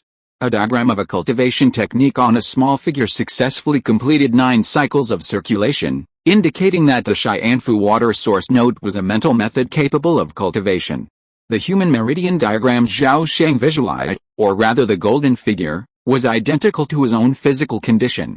This meant that if the method he attempted on the golden figure was successful, he could also cultivate it himself. Zhao Sheng also discovered that the water source node was different from ordinary water-based cultivation techniques. As he had suspected, it was a rare spiritual guidance method that could nourish the body, strengthen the foundation, and increase spiritual power. Zhao Sheng was quite satisfied with this. Although the contents of the stone tablet were incomplete, it was sufficient for cultivation. Although this method was of little use to him, it did confirm his theory. Zhao Sheng returned the water source node to the bookshelf and pulled out another ancient book. He opened it and read it carefully several times. Then he closed his eyes for a moment of concentration, and when he opened them again, his eyes were shining brightly. Opportunity, opportunity, the Dong family is truly a time-honored family, truly meticulous in every detail. What a wonderful opportunity, Zhao Sheng couldn't help but sigh. Casually returning the ancient tome to the shelf, Zhao Sheng strolled to a wall and slowly admired the ancient paintings before him. After so many lifetimes, even if Judian Pavilion was filled with hidden opportunities, Zhao Sheng wouldn't be overly excited. It was all just the Dong family's deliberate attempt to curry favor. If you take it seriously, you'll fall into their trap. The next day, the sun rose, its path bright, and clouds and peaks appeared clustered together. On the second floor of Judian Pavilion, Zhao Sheng, after viewing the thousand-mountain sea of clouds, felt that while beautiful, it was far less majestic than the sea of clouds at Xianzhu Mountain. Seeing the calm sea of clouds, Zhao Sheng smiled and suddenly leaped from the upper floor. Stepping on a flash of halberd light, he swooped down through the sea of clouds, speeding towards Qifen Lake. Soon, Qifen Lake came into view. Spotting a group of fancy people standing by the lake in the distance, Zhao Sheng spun, quickly soaring overhead before dropping to the ground. His gaze swept over the crowd, noticing the displeasure in their eyes. Suddenly, Zhao Sheng's eyes lit up, and he greeted Kong Lang, who was dodging into the crowd. "Brother Kong, you're here too. It feels like a long time since we last met. I've missed you so much since we parted yesterday. Did you sleep well?" Seeing Zhao Sheng's relentless drive, Kong Lang snorted coldly, his expression etched with an uncharacteristically grim expression. Zhao Sheng, known for his reputation for slapping people in the face, couldn't let Kong Lang off so easily. Seeing Kong Lang's refusal to respond, he simply complained, "Judian Pavilion is wonderful, but it's too lonely. I'm not used to living alone. How about you, brother Kong? Come too. We could live together, and we could always exchange ideas." "You're going too far." Kong Lang's face turned pale, then blue, then red, before he angrily shouted. The two exchanged a few words, and the crowd erupted in astonishment. Kuang Lang, the new generation of young Taoist priests at Lingayan Academy, the direct descendant of a great nascent soul cultivator, had been driven from Judean Pavilion by a dreadfully unattractive man. This was undoubtedly the first notable scene of the Phoenix Club. If word got out, it would tarnish the reputation not only of the Kong family but also of Lingayan Academy. Brother Kong, please don't be angry. I'm a rough man, and my words can sometimes offend. But I never lie. Judean Pavilion is truly not that great, Zhao Sheng said, deliberately adding fuel to the fire. At this moment, someone, sensing the situation was not good, immediately stepped forward to defend Kong Lang. A handsome young man in white stepped forward, placing himself between the two. He cupped his fists towards Zhao Sheng and said with a smile, "My name is Mengu, from the Meng family of the Jingnan realm. I'd like to meet this fellow Taoist. May I ask your full name? Since you've made it to Wutong Mountain, you're probably no unknown figure." Zhao Sheng secretly praised the man's cleverness and immediately laughed heartily, continuing, "My surname is Zhao, my given name is Qinggang, and I come from the remote southern border. I'm from the Zhao family of Xinglong." As soon as he finished speaking, someone called out, "The Zhao family of Master Jianglong." "Yes," Zhao Sheng nodded. "The Zhao family of Xinglong? Never heard of them. I hear they're a Jiandan family that's risen in the last few hundred years, quite famous in southern Xinjiang," everyone murmured, each casting a scrutinizing glance at Zhao Sheng. Meanwhile, Kong Lang had already taken the opportunity to retreat into the crowd. Zhao Sheng's initial goal had been achieved, so he naturally ignored this instrumental figure. Some secretly speculated that this man, capable of defeating Kong Lang, must be truly extraordinary. Making a good friend beforehand was always better than having another enemy. Therefore, those with a keen eye, like Mengu, took the initiative to approach him and strike up a conversation. This small exchange of ideas proved no problem for Zhao Sheng. After just a few words, everyone felt refreshed, their impression of Zhao Sheng dramatically transformed. Zhao Sheng could speak eloquently on any topic, offering unique insights that were refreshing. He might not look like a man of ordinary appearance, but he possessed considerable talent. Half an hour later, the sun was at noon. Zhao Sheng secretly counted the people present and found only 153 left. Sure enough, a quarter of the number had been wiped out on the first day. He waited a moment longer, when suddenly a rainbow cloud drifted across the sky. In a flash, it soared over Kiffin Lake and slowly descended. Then, from the cloud, dozens of stunning women, adorned with fragrant garments and adorned with hairpins, descended. Each one was a beauty so stunning that it could dwarf the moon and flowers, with beauties as beautiful as a nation, captivating the whole nation, with luminous eyes, white teeth, and slender bodies, simply dazzling the crowd. The Dong family's weaver girl, a celestial beauty, a fairy descended to earth, truly lived up to her reputation. A soft laugh broke the deadlock. Then, a graceful woman in a green dress, with an outstanding temperament, stepped forward, bowed, and said softly, "Dong Zia Aon, on behalf of all the sisters, greets all the Taoist friends and young masters. May I introduce my sisters to you?" No. How about we take turns introducing each other?" Lu Zihui of the Jiang sect stepped out from the crowd, his eyes blazing as he spoke, looking at Dong Zia Aon with a fiery gaze.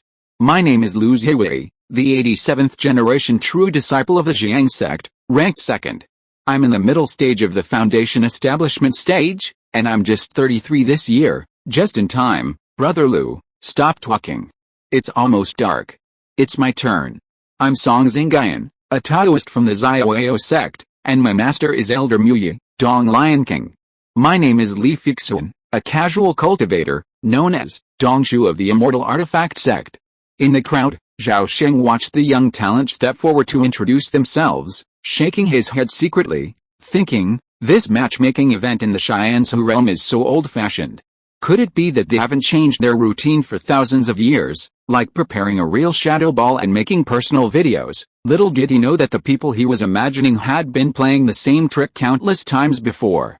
Yet, after thousands of years, the Phoenix Club still returned to the same old routine, which meant the Dong family must have had some influence. Meanwhile, among the Dong family's daughters, a delicate and exquisite woman with an oval face, exquisite features, and outstanding temperament, silently observed the other side. The woman's eyes flickered with a hazy rainbow hue, Each time she looked, she saw rays of rainbow light rising from the figures opposite her. Some were single colors like red, green, blue, and yellow, others were dual colors like red and yellow, and occasionally, tri and quad colors would appear. Whenever she spotted such a figure, she would secretly memorize their features, comparing them with her mental profile and assigning a score. But at some point, when she suddenly met a pair of eyes shimmering with such extraordinary brilliance, both shuddered, each one suffering the backlash of their respective secret techniques. After a fleeting glimpse, Zhuang Miaozian closed her eyes, her heart pounding. Deep within her, a pair of eyes, reflecting a rainbow of 7 colors, suddenly emerged. Across from her, Zhao Sheng lowered his head, his eyes bloodshot, a mixture of surprise and delight. The Dong family actually has a secret technique similar to the art of key reading. Among the daughters of the Dong family, only that girl masters this technique, which means that her status in the Dong family must be quite high. A substitute weaver girl? Or the real weaver girl? A bold guess suddenly arose in Zhao Sheng's mind. Chapter 242, I am the peak on the battle stage. The spring sunshine was bright, and the atmosphere at Kiffin Lake was unprecedentedly lively. By then, most of the people present had already introduced themselves. After a moment of respite, Zhuang Miaozian channeled her spiritual energy, quietly suppressing the backlash. She opened her eyes, her gaze flickering as she glanced at the figure at the back of the crowd, a flicker of intense curiosity in her eyes. Seeing her sisters already on stage, Zhuang Miaozian suppressed her doubts. Lifting the hem of her skirt with her right hand, she took a dozen steps forward, stopping in the middle of the crowd. As soon as she appeared, even before she spoke, the mere presence of her previously restrained aura dazzled the crowd. The eyes of the talented were filled with astonishment, and some of the older, more perverted ones instinctively revealed expressions of extreme greed. While Dong Miaozian was a true beauty in terms of appearance, there were many other sisters who were far more stunning. While Dong Miaozian wasn't at an advantage in terms of figure, she possessed a unique aura, aloof and cold, yet tinged with a touch of charm and innocence. The two vastly different temperaments blended perfectly within her, forming an unforgettable, soul-drawing aura. This unique aura made Dong Miaozian, simply standing there, resemble the bright moon in the sky, instantly eclipsing the other sisters, like stars surrounding the moon, serving as a foil to her. Kong Lang gazed at Zhuang Miaozian with fascination, unable to resist exclaiming, "There are beauties in this world whose beauty captivates the whole nation, whose natural beauty will be remembered for eternity." This statement is truly true. Zhuang Miaozian lifted her skirt, bent her knee slightly, and bowed.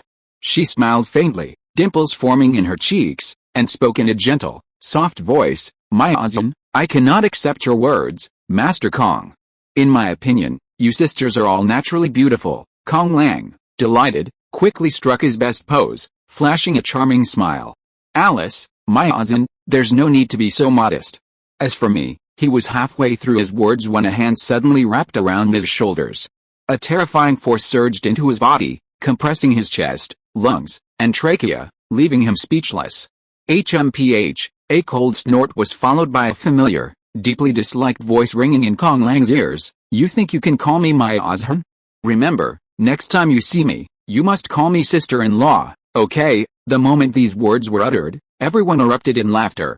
"Bah, you scoundrel, you're so rude. You deserve a beating, shut up. How dare you desecrate such a beautiful woman, you shameless, ugly monkey. How dare you be worthy of Miss Dong, a mere junior from the Xinglong Zhao family. How dare you speak so obscenely. So many outstanding people here wouldn't dare to offend such a beautiful woman. How dare you speak so obscenely, HMPH. I've never seen anyone so shameless." Faced with a unanimous condemnation, Zhao Sheng felt no shame at all. Instead, he became more and more excited. "Haha. Look at you all, you idiots.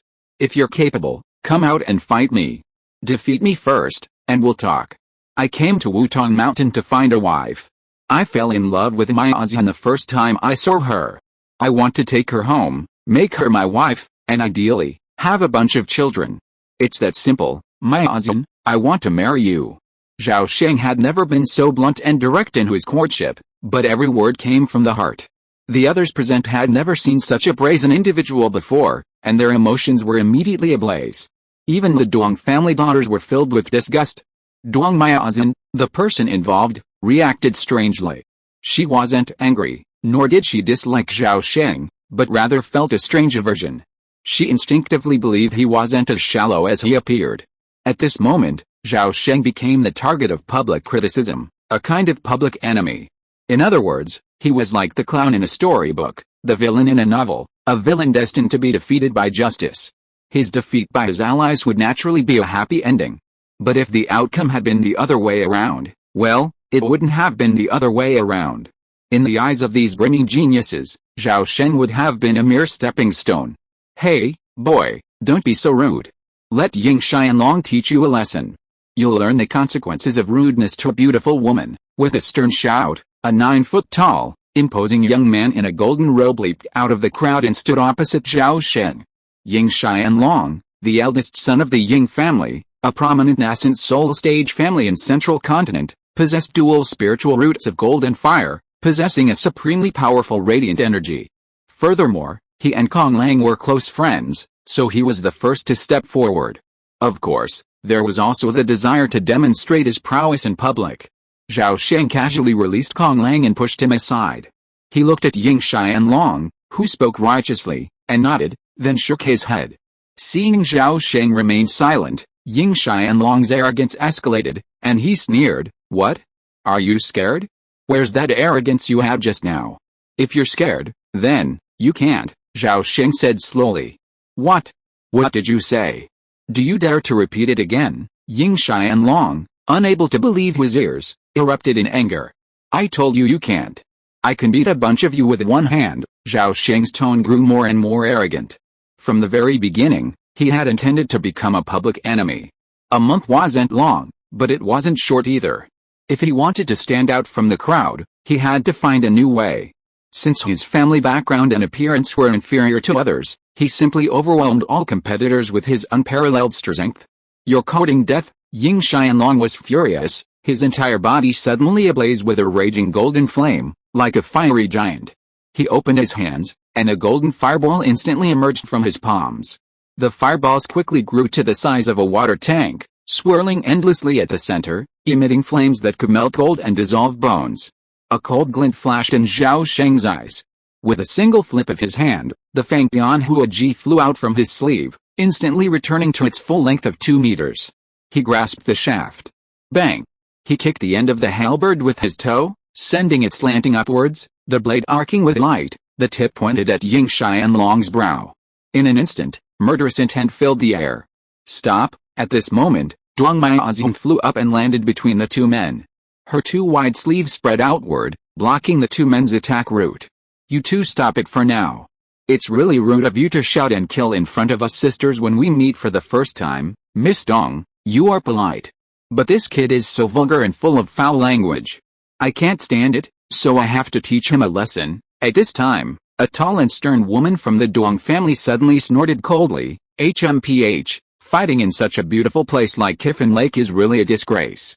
If you really want to fight, go to the fighting stage. As soon as the voice fell, a naive and cute lolly girl next to her echoed, Sister is right. The man just now was too uneducated. You might as well drive him out of Wutuan Mountain. Save us from polluting our eyes. Duang Miaozing frowned, waved her sleeves and shouted coldly, Xiaoying, don't be rude, okay, this is a good suggestion, Ying Xianlong praised, then looked at Zhao Sheng cruelly, and deliberately provoked, Boy, do you dare to challenge me to the fighting stage for a showdown? Why not? After saying this, Zhao Sheng turned to look at the others and challenged them. If any of you disagree, you can challenge me on the stage. I'm afraid you don't dare come, HMPH, such an arrogant and ignorant boy. Jian Shizhen, will cut off your tongue later.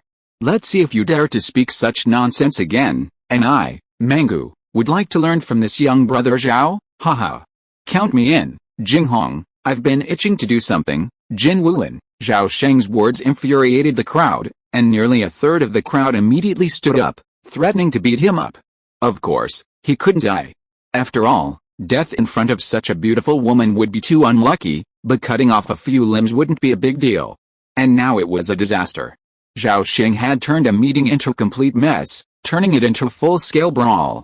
This nearly infuriated the Dong family elders and certain influential figures who had been watching from behind the scenes. As always, those who secured admission to the Phoenix Club were all top-notch talent, each possessing astonishing strength, rarely rivaled by their peers. Even the humble Li Fixun would be considered a true hero in the eyes of the outside world. So, despite Zhao Sheng's victory over Kong Lang, he couldn't intimidate these brimmingly confident prodigies.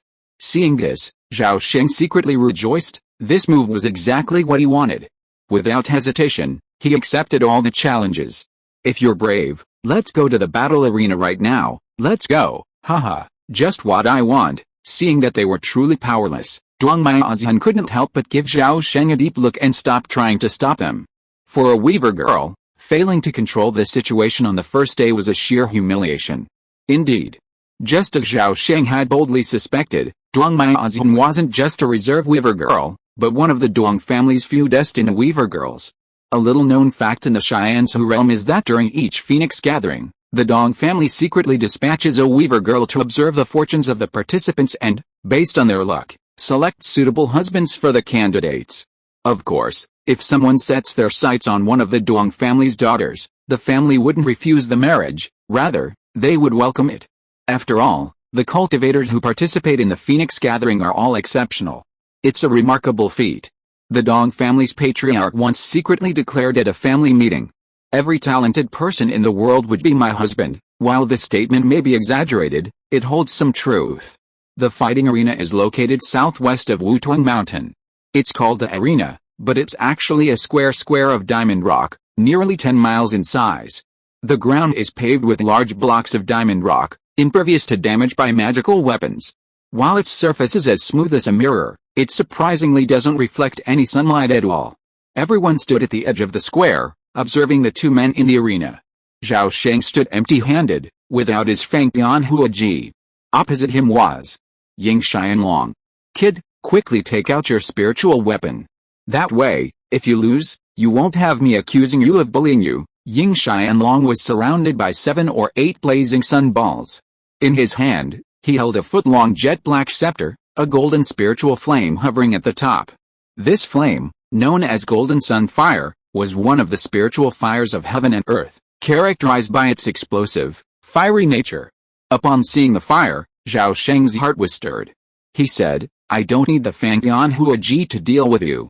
How about we make a bet?" Ying Xianlong was stunned and frowned. "What bet?" "If I can't defeat you within 10 breaths, I will leave Wutong Mountain without a word and avoid you from now on. But if I defeat you within 10 breaths, this golden sun fire will be my trophy. Do you dare to bet?" "Haha. A mere golden sun fire, why wouldn't I dare? But the price of your loss is too small. I want to make some changes." "How do you change it?" "Just tell me. If you lose, you must kowtow and apologize to Miss Dong for your previous disrespect. Do you dare to accept this bet?" Ying Xianlong had directly turned the tables on Zhao Sheng. A strange light flashed in Zhao Sheng's eyes, and his pupils shrank slightly, a confident smile on his face. "Zhao accepts this bet. All right, then, bring it on." As soon as he finished speaking, the fireballs around Ying Xianlong suddenly dispersed, and 3 golden flame barriers instantly appeared on his body. 7 or 8 defensive talismans flew out of his arms. In a flash, he donned 3 layers of thick golden armor, 2 earthen walls, and 2 black iron spirit shields overhead, wrapping himself like a tortoise shell. The Ying family motto is "The victor is never blamed," so the Ying family has ingrained the habit of achieving victory by any means necessary. After Ying Xianlong finished all this, he was about to pretend, "I'll stand here and let you hit me for 10 breaths. I won't fight back," but before he could finish his words, Zhao Sheng, standing across from him, vanished from his sight. Where did he go? Ying Xianlong had just thought when a fist ablaze with pale purple flames suddenly appeared before his eyes. He was horrified, feeling as if the world had frozen in time. The fist reflected in his eyes rapidly grew larger, yet his body seemed frozen, barely able to move. Fast. Too fast. Ying Xianlong felt the opponent's speed was only a hair slower than his conscious reaction. He had just, boom. A loud bang erupted, and purple flames exploded in front of him, obscuring Ying Xianlong's vision. An unimaginable force suddenly surged from the front towards Ying Xianlong. Bang! Ying Xianlong's feet left the ground, and he was unexpectedly sent flying by the punch. In that moment, he was filled with both horror and joy. Immensely grateful for having put on several layers of defense. "You can't possibly do it in 10 breaths." Boom. The air exploded, and an even more powerful force surged from behind. Crackling. A rune-emblazoned golden armor was blasted apart. Poor Ying Xianlong, still in the air, was sent flying back by Zhao Sheng's kick. Boom, boom, boom. A flurry of explosions echoed across the arena. The air was blasted countless times, sending gusts of air mingling with golden, fiery fragments that billowed outward. Waves of immense heat lashed out at the crowd, but were fortunately blocked by a white protective shield rising from the edge. The crowd watching the fight was filled with excitement, while others looked grim, dazed, and still others, their faces drastically changed, their gazes etched with unmistakable horror and fear. The reason was simple. The one-sided trend on the field was unmistakable. More precisely, Ying Xianlong was being used like a punching bag, flying around in the sky, with no sign of Zhao Sheng. His speed actually surpassed the human eye's capacity to perceive. At this moment, he was practically invisible to mortals, even some Foundation establishment cultivators. Only a select few cultivators who had mastered pupil techniques could see his moving figure. Of course, spiritual consciousness could also detect his presence, but due to the limitations of the protective light shield, no one's spiritual consciousness could penetrate.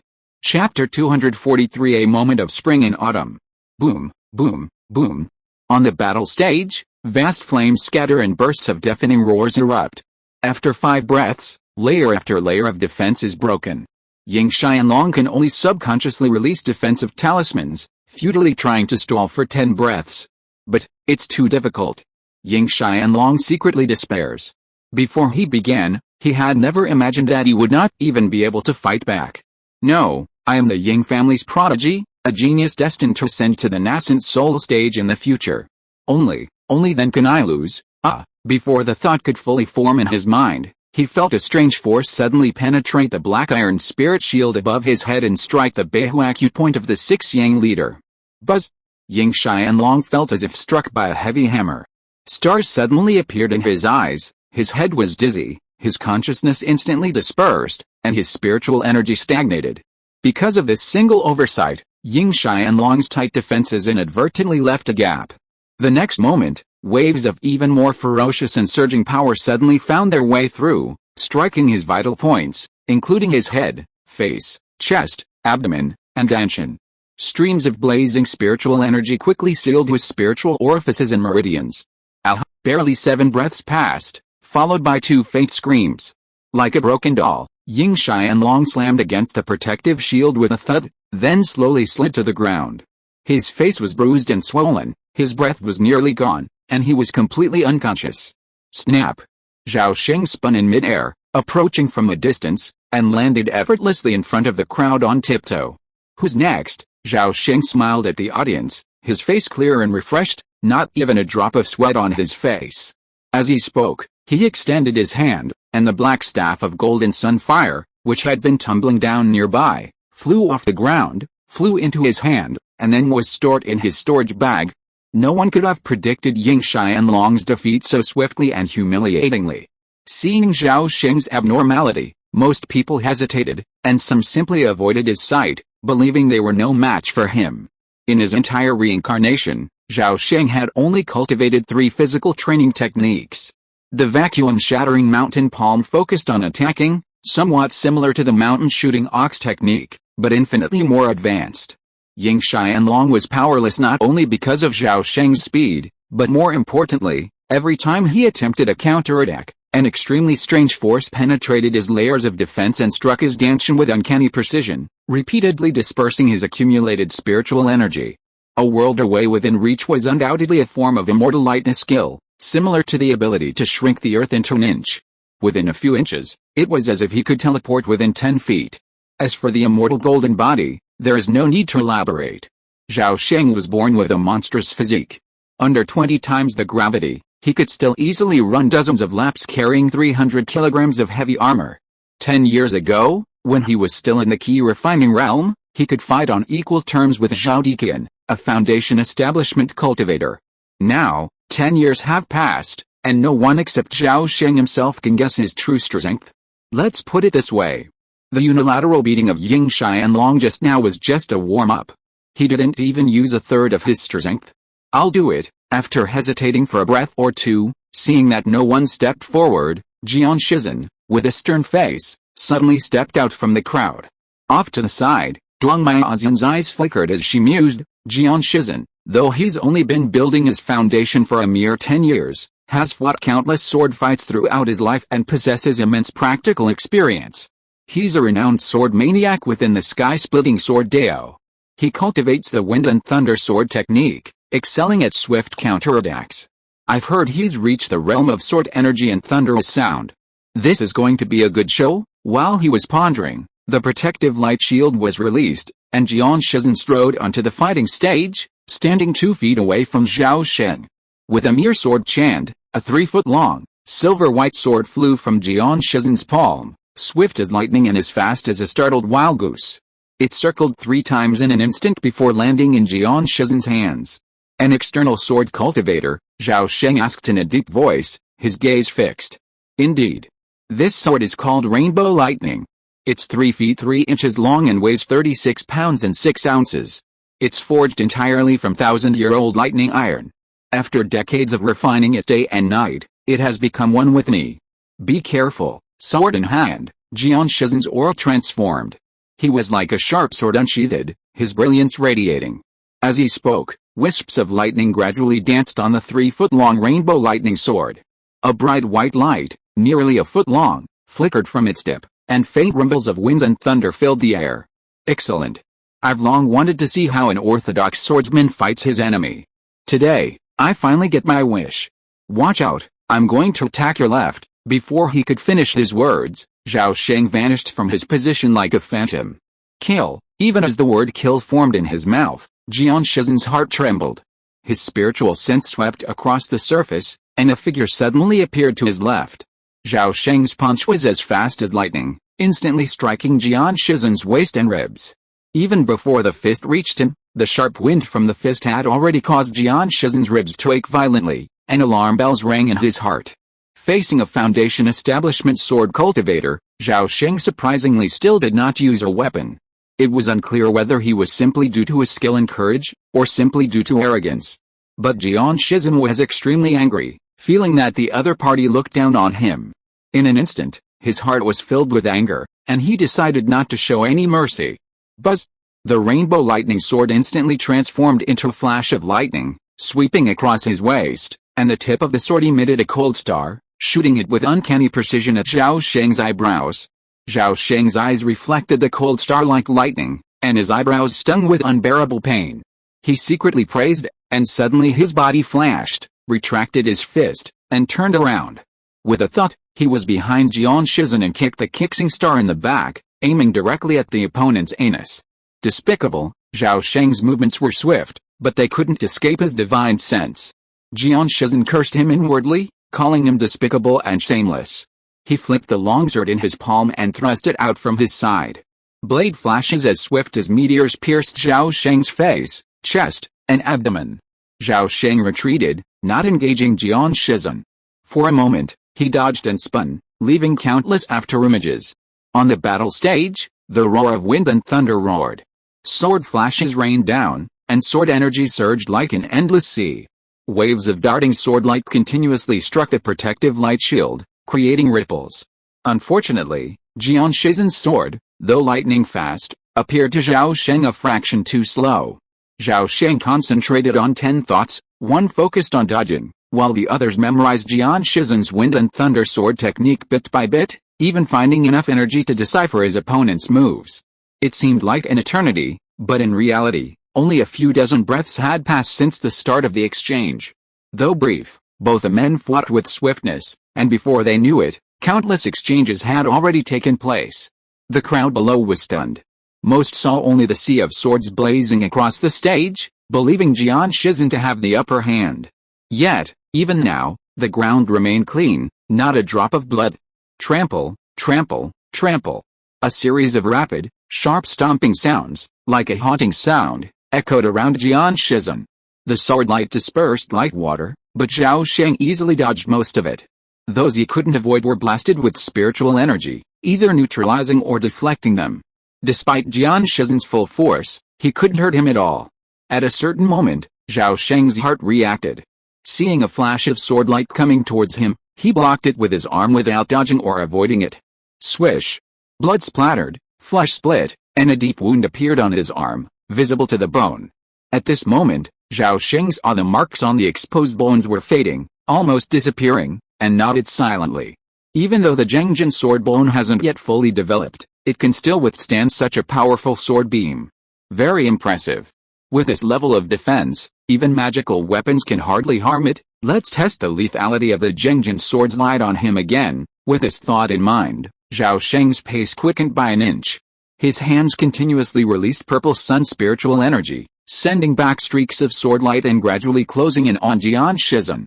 A few breaths later, sweat was visible on Jian Shizhen's forehead. Although the sword light grew increasingly dense and dazzling, the sword circle was slowly shrinking to within 10 feet of him. Defeat. Seeing this, everyone felt a premonition. Sure enough, after only 7 or 8 breaths, a light laugh echoed from the arena, overpowering the rolling wind and thunder. Haha, withdraw. As the words fell, everyone's pupils shrank sharply, their gazes unconsciously following the soaring rainbow lightning sword. Ding, ding, ding. In mid-air, the rainbow lightning sword leaped like a dying fish, attempting to fly back to its master. However, with each leap, a burst of purple fire descended upon its blade, imprisoning its spirit. In a flash, the rainbow lightning sword, repeatedly trapped by the purple flames, fell helplessly to the ground, emitting a humming sound, like the wail of a sword. Meanwhile, Jian Shizhen stood motionless, his face ashen. His left hand clutching his bleeding right, speechless. Few outsiders witnessed a final exchange. But Jian Shizhen, having witnessed it firsthand, saw it most clearly. Countless flashes of the moment of defeat flashed through his mind, his gaze finally fixed on the razor-sharp, blue-violet sword light, swifter than lightning. He saw with unmistakable clarity that the sword light had emanated from the opponent's fingertips, a truly unbelievable force. Could it be that the other party isn't just a physical cultivator, but also an inner sword cultivator? Thinking of this, Jian Shizhen spun around and eagerly shouted, "You're a sword cultivator too." Zhao Sheng smiled faintly, but didn't answer. Instead, he turned to look at the crowd below and shouted, "Next." His gaze slowly swept across the faces of the audience. Some shrank back, some looked away, and some eagerly tried to fight. But most were too afraid to step on stage, as they simply couldn't defeat him. Zhao Sheng's gaze finally stopped on Dong Miaozhen. A faint glint of excitement flickered in her eyes, but her expression remained calm and composed, as if she wasn't surprised at all. Recalling the strange purple-green aura above her head, Zhao Sheng couldn't help but smile, his heart reaffirming his determination to marry her. It wasn't that he coveted Dong Miaozhen's beauty. No matter how stunningly beautiful she was, no matter how stunningly charming she was, no matter how stunningly beautiful she was, no matter how extraordinary her beauty was, no matter how transcendent her beauty was, no matter how extraordinary her temperament was, well, Zhao Sheng considered himself far from a superficial person. The two were truly a perfect match. Thinking of this, he repeated, "Anyone want to come up and spar?" Seeing no response, Zhao Sheng prodded again, "You're all gifted individuals. Aren't you afraid of losing and afraid to come up? What are you afraid of?" "He was injured just now," a female voice suddenly rang out from the back of the crowd. The speaker was a voluptuous, yet incredibly cool woman in a goose-skirted dress. Zhao Sheng glanced down at the wound on his arm. In a short moment, it had closed, healing at a visible rate. If he had waited any longer, his sword wound would have healed. "I'll do it," Li Fixun gritted his teeth and suddenly shouted. As a wandering cultivator who had risen from the bottom of the world of immortal cultivation, Li Fixun wouldn't miss such a golden opportunity to make a name for himself. If he could seize this opportunity and win the favor of the Weaver girl, wouldn't that change his fate forever? He could even hope to reach the nascent soul stage. His flowing light blade wasn't just for show. Could the opponent speed out run time? The Thousand Autumn Cicada is entirely dependent on you. Standing opposite Zhao Sheng, Li Fixun silently encouraged him while slowly connecting his mind with the Thousand Autumn Cicada in his danshan. "Fellow Taoist Zhao, your strength is too great. I'm ashamed of myself. But I have a unique move. Do you dare to take it? One move will decide the outcome." "Yes, one move will determine the winner," Li Fixun said confidently. "No, it's also a matter of life and death, right?" Zhao Sheng suddenly joked. "Fellow Taoist Zhao, you're so humorous. How about we just call it a day? Just one move, Zhao Sheng thought for a moment and nodded confidently. Alright, then I'd like to see your special move. Fellow Taoist, be careful. Before he could utter a single word, the thousand autumn cicada in Li Fixuan's dantian suddenly flapped its wings and chirped softly. A ripple of time instantly spread from its iridescent wings, radiating across a 30-meter radius. Time within this 30-meter space suddenly froze, as if time had been frozen. A stream of light suddenly flew out from Li Fixuan's dantian, landing in his hand and transforming into a strange, transparent long sword that flickered in and out, its blade curving like waves. Flow, light, sword. Li Fixuan, as if under unimaginable pressure, his face flushed blood. He clasped his hands around the hilt, slowly raised the sword, and then slashed down fiercely. Wisps of solidified sword-light gradually detached from the sword, hovering in the air before him. Li Fixuan raised his long sword again and repeated the same downward slash, repeating this motion over and over again. Strands of solidified blade light merged into a brilliant, crystal clear, and incredibly solid blade intent. Boom! With a thunderous explosion, time instantly returned to normal. Everyone saw only a sudden, blinding flash of light, stinging their eyes. However, no one realized what had just happened, except Zhao Sheng. In reality, as Li Fixuan activated the Qianqiu Chan to freeze time, he realized someone had manipulated the timeline, dramatically compressing its flow. To outsiders, time seemed almost frozen, but to Zhao Sheng, it merely slowed down considerably, not frozen. This allowed him to witness Li Fixuan's entire attack. Just as the blade intent was about to strike him, he wielded his Fangbian Huiji, blocking the insidious and vicious killing blow. After launching this killing blow, Li Fixuan instantly collapsed, his face as pale as snow, and a few hairs beneath his thick, glossy black hair were quietly turning gray. 1,000 years of cicadas, a fleeting moment of spring and autumn. Manipulating time with a mortal body comes at a price. Li Fixuan had sacrificed a year of his lifespan to launch that strike. In truth, he'd aimed to kill Zhao Sheng in one blow, not some frivolous, fleeting thought. He was a casual cultivator. If he hadn't been a bit more treacherous, he wouldn't have reached his current heights. If you are listening to this novel on a channel other than Fanfic World, it means it was downloaded and re-uploaded without effort. We warmly invite you to visit our channel, Fanfic World. There you will find the original version of this story and many other novels of various genres. We look forward to seeing you dive into a world of incredible novels. Chapter 244 How Lonely It Is to Be Invincible. Very good. It's rude not to reciprocate. Take my move too. Zhao Sheng slowly raised his Fangbian Huiji, looking at Li Fixuan opposite him with a sneer on his face. Just now, he almost lost his footing and was tricked by a villain, and he still had a good impression of this person. No, no, no. Brother Zhao, wait a minute, I give up, I give up. Li Fixuan broke out in a cold sweat when he heard this, and quickly put away his long sword and bowed his hands in surrender. The murderous intent in Zhao Sheng's words was not concealed at all, and he didn't dare to test the sharpness of the Fangbian Huiji with his neck. In addition, he couldn't figure out why the killing move that had never failed in the past suddenly failed. You know, with this move, he once killed a flying jade rat that had just been promoted to the 3rd level. Zhao Sheng sneered, give up? How could it be so easy? Unless you hand over something. Li Fixuan's heart trembled, but he feigned bewilderment and asked, Fellow Taoist Zhao, what do you want me to hand over? Why can't I understand what you're saying? Forget it, get off. Zhao Sheng's words were on the tip of his tongue, but he glanced at the crowd below and immediately changed his mind, letting the man go for now. The man possessed an unknown treasure. If a fight broke out, Zhao Sheng couldn't guarantee victory. Besides, this wasn't a good place for killing and stealing treasure. Li Fixuan, as if pardoned, immediately dodged the stage. He then didn't dare even stay, taking advantage of the opportunity to quickly flee. The others watched this scene, their minds brooding. Zhao Sheng turned and looked at the audience below, his expression calm. Next, he waited for a few moments, but no one came up. Only then did the Duong family girl's expression gradually change, mostly from disgust and disdain to recognition and surprise. Since ancient times, the world of immortal cultivation has always been one where the strong are respected. Humans generally admire the strong, especially women. It was the same Zhao Sheng. Previously, he had always seemed arrogant and unattractive.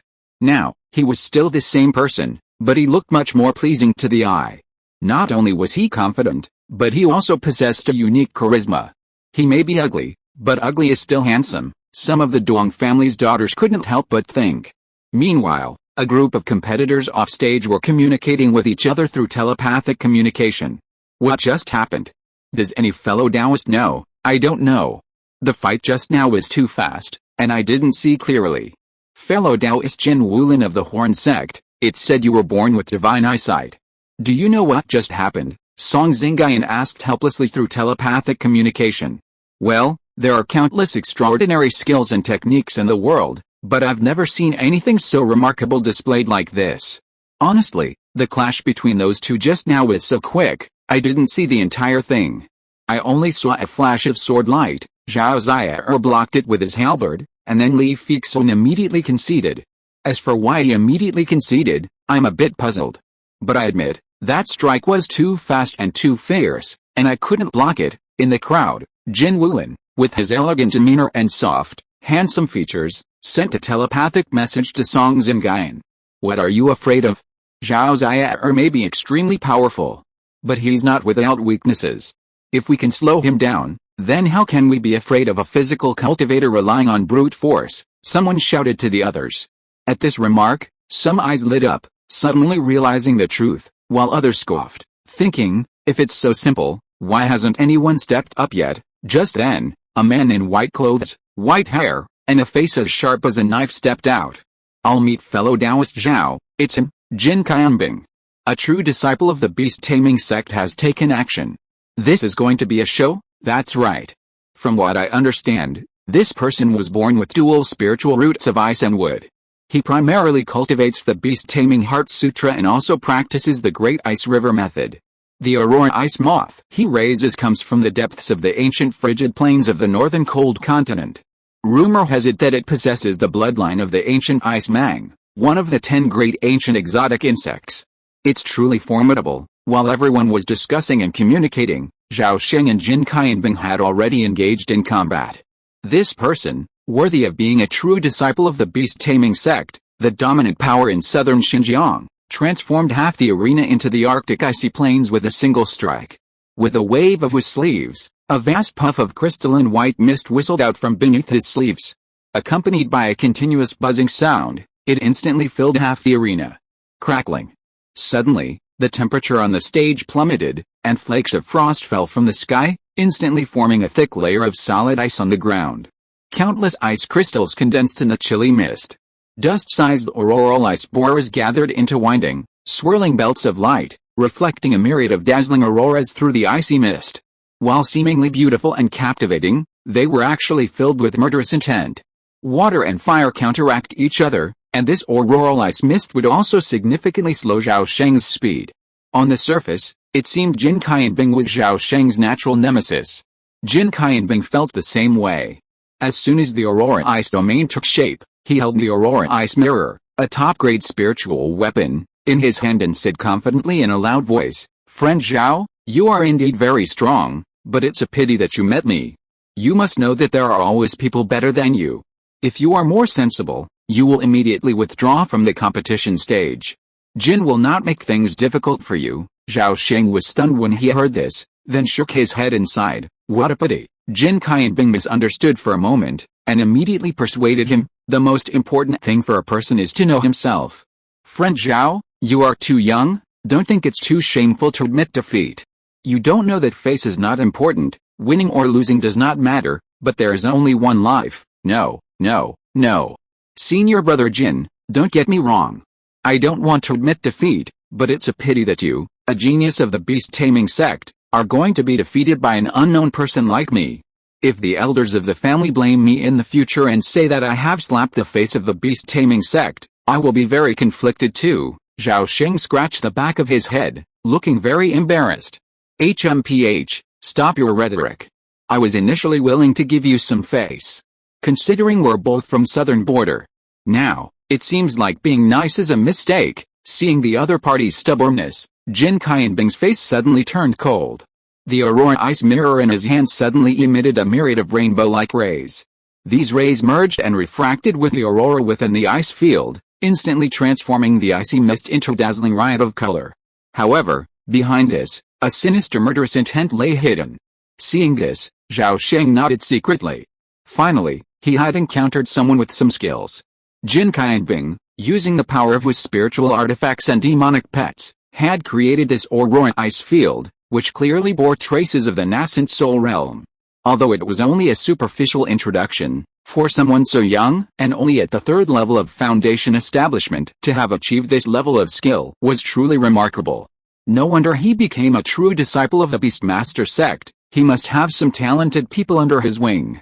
People often assume that geniuses with high aptitude and rapid cultivation are inherently formidable. Little did they know that this statement overlooked a crucial factor: time. Among their peers, those with superior talent might be significantly stronger due to their superior cultivation. However, at the same level, for a foundation establishment prodigy, only a few decades old, to defeat veterans of the same level, nearly 200 years old, the challenge was far greater than one might imagine. This led to a peculiar phenomenon.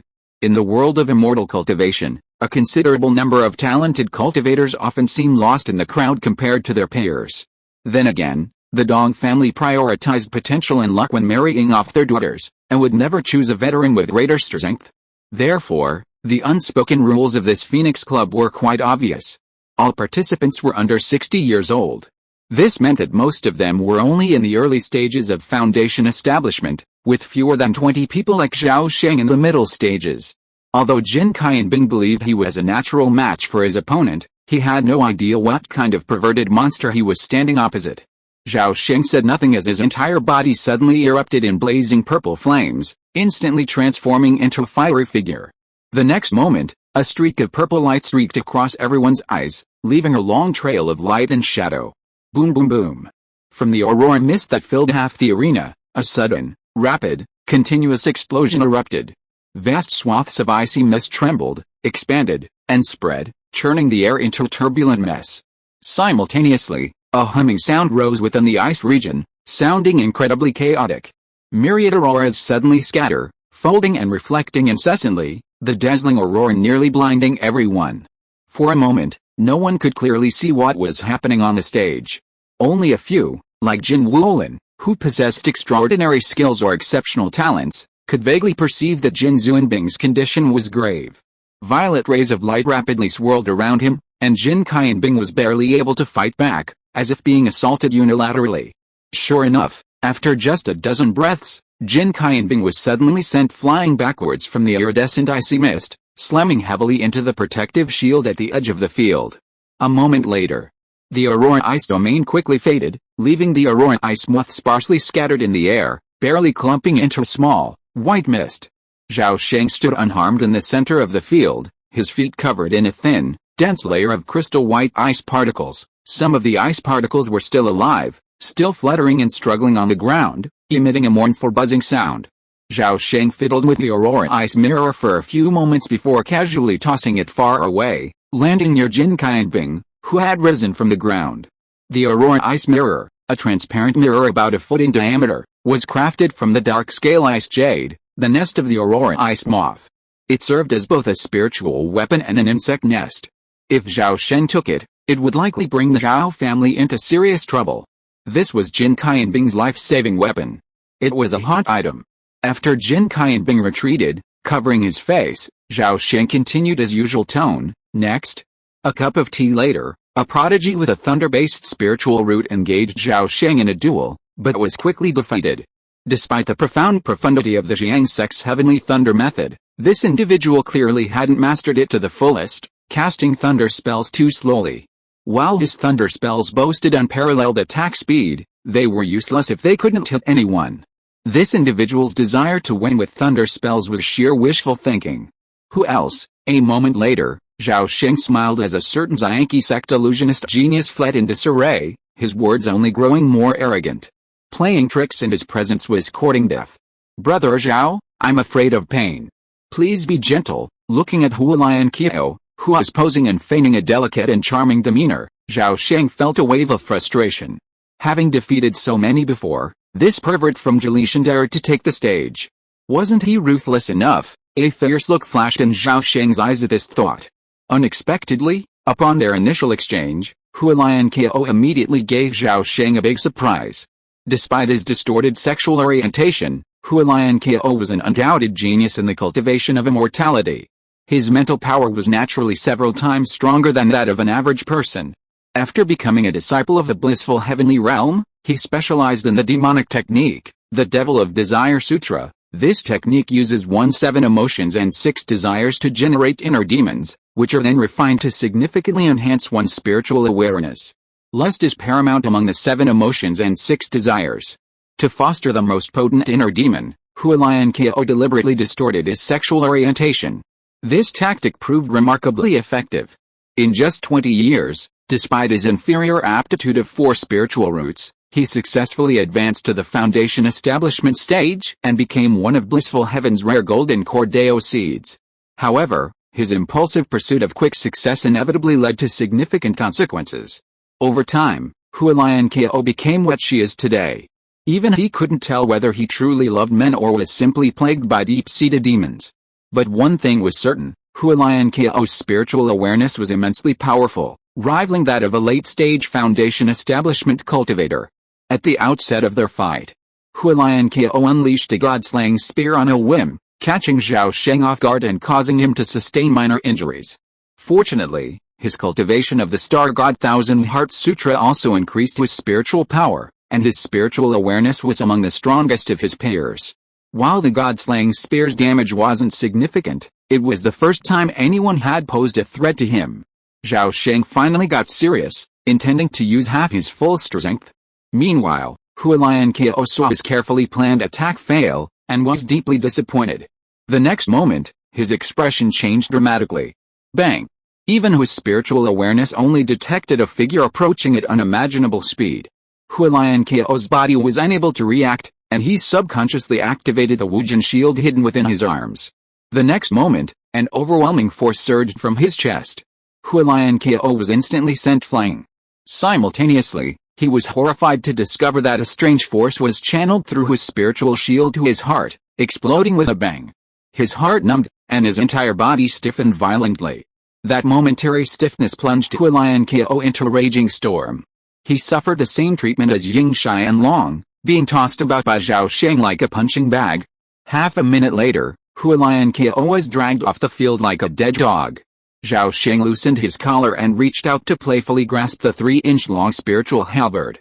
He was growing impatient, determined to defeat everyone as quickly as possible.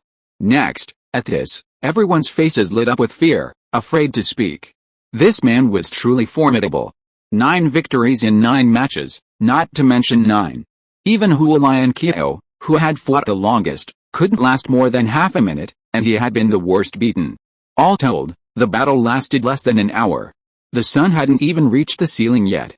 Seeing no response, Zhao Sheng's mind shifted, and he challenged them even more arrogantly. If one person doesn't dare to go up, we can go up together.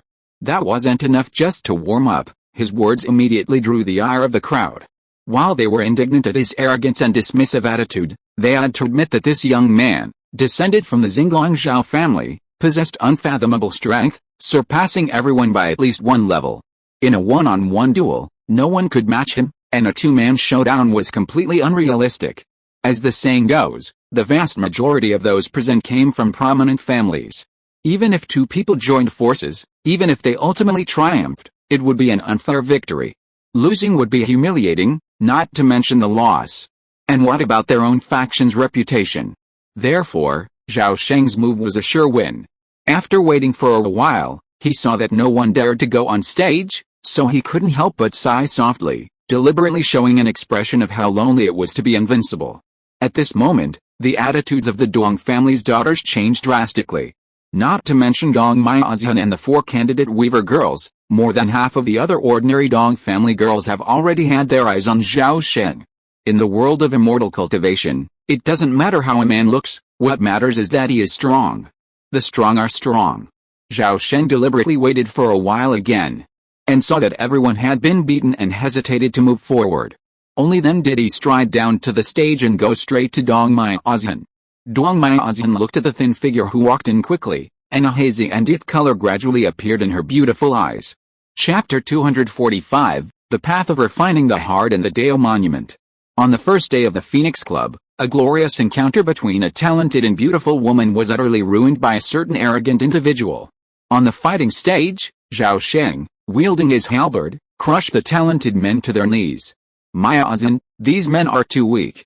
They fell before I even had a chance to strike. As soon as he stepped off the stage, Zhao Sheng immediately approached Dong Myazan, grinning at his beloved and complaining with feigned discontent. Dong Myazan's right hand quietly grasped the hem of her skirt, her beautiful eyes fixed on the frivolous, lazy, and scoundrel face before her. Suddenly, she felt a mixture of shame and anger. Fellow Taoist Zhao, please call me Miss Dong, or Miss Dong, she gritted her teeth, her tone unusually cold. Yes, Myazan, Zhao Sheng nodded earnestly. Seeing this, Dong Myazan couldn't help but snort in anger. She finally understood, while this man was immensely powerful, he was thicker-skinned than a city wall and had no idea when to stop. Be extremely cautious from now on, and never give him any opportunity to take advantage, or he'll surely slip in. Just then, a young girl with skin as white as snow and features as delicate as a porcelain doll approached. Sister, where should we go now? Back to Kyffin Lake, the porcelain doll spoke in a childish voice, her gaze tilted toward Zhao Sheng, a charming, adorable expression on her face. When Zhao Sheng glanced over, her ears and cheeks quickly flushed, and she appeared incredibly shy. However, her limited skills were not enough for Zhao Sheng, a man who had seen countless people. This woman was completely utilitarian, and this move clearly showed her eyes on Zhao Sheng. He knew she was most likely one of the candidates for the Weaver Girl position, as her luck was considerable. Besides Dong Myazan, only 3 other women in the Dong family could match her, far surpassing the other beauties. Unfortunately, the goddess had her heart, but the Prince of Xiong had no desire. Zhao Sheng only had eyes for Dong Myazan, and he had no regard for the porcelain doll. Yue, tell the sisters we'll be back to Kyffin Lake soon. Okay, sister, Dong Yue replied tenderly, stealing a glance at Zhao Sheng before gliding briskly back to her sisters. Dong Myazan loosened the hem of her skirt, looked Zhao Sheng in the eye seriously, and asked, Fellow Taoist Zhao, you won't cause any more trouble, will you? Zhao Sheng instantly understood what she meant. The Phoenix Club was essentially a matchmaking event. To avoid any unresolved incidents, someone had to step in and control the situation, constantly pacing the event and ensuring its smooth progress. As for the party in charge, it was, needless to say, the host Dong family, and the women of the Dong family were naturally the best candidates. After figuring this out, Zhao Sheng pounded his chest and said solemnly, Myazan, don't worry. As long as no one else competes with me, I promise to obey you.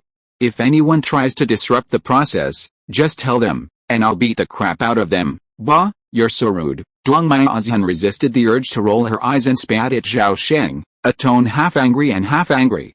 Haha, Zhao Sheng laughed, but didn't intend to refute. The battle on the front stage was over, and Zhao Sheng had been won over by Dong Myazan with just a few words.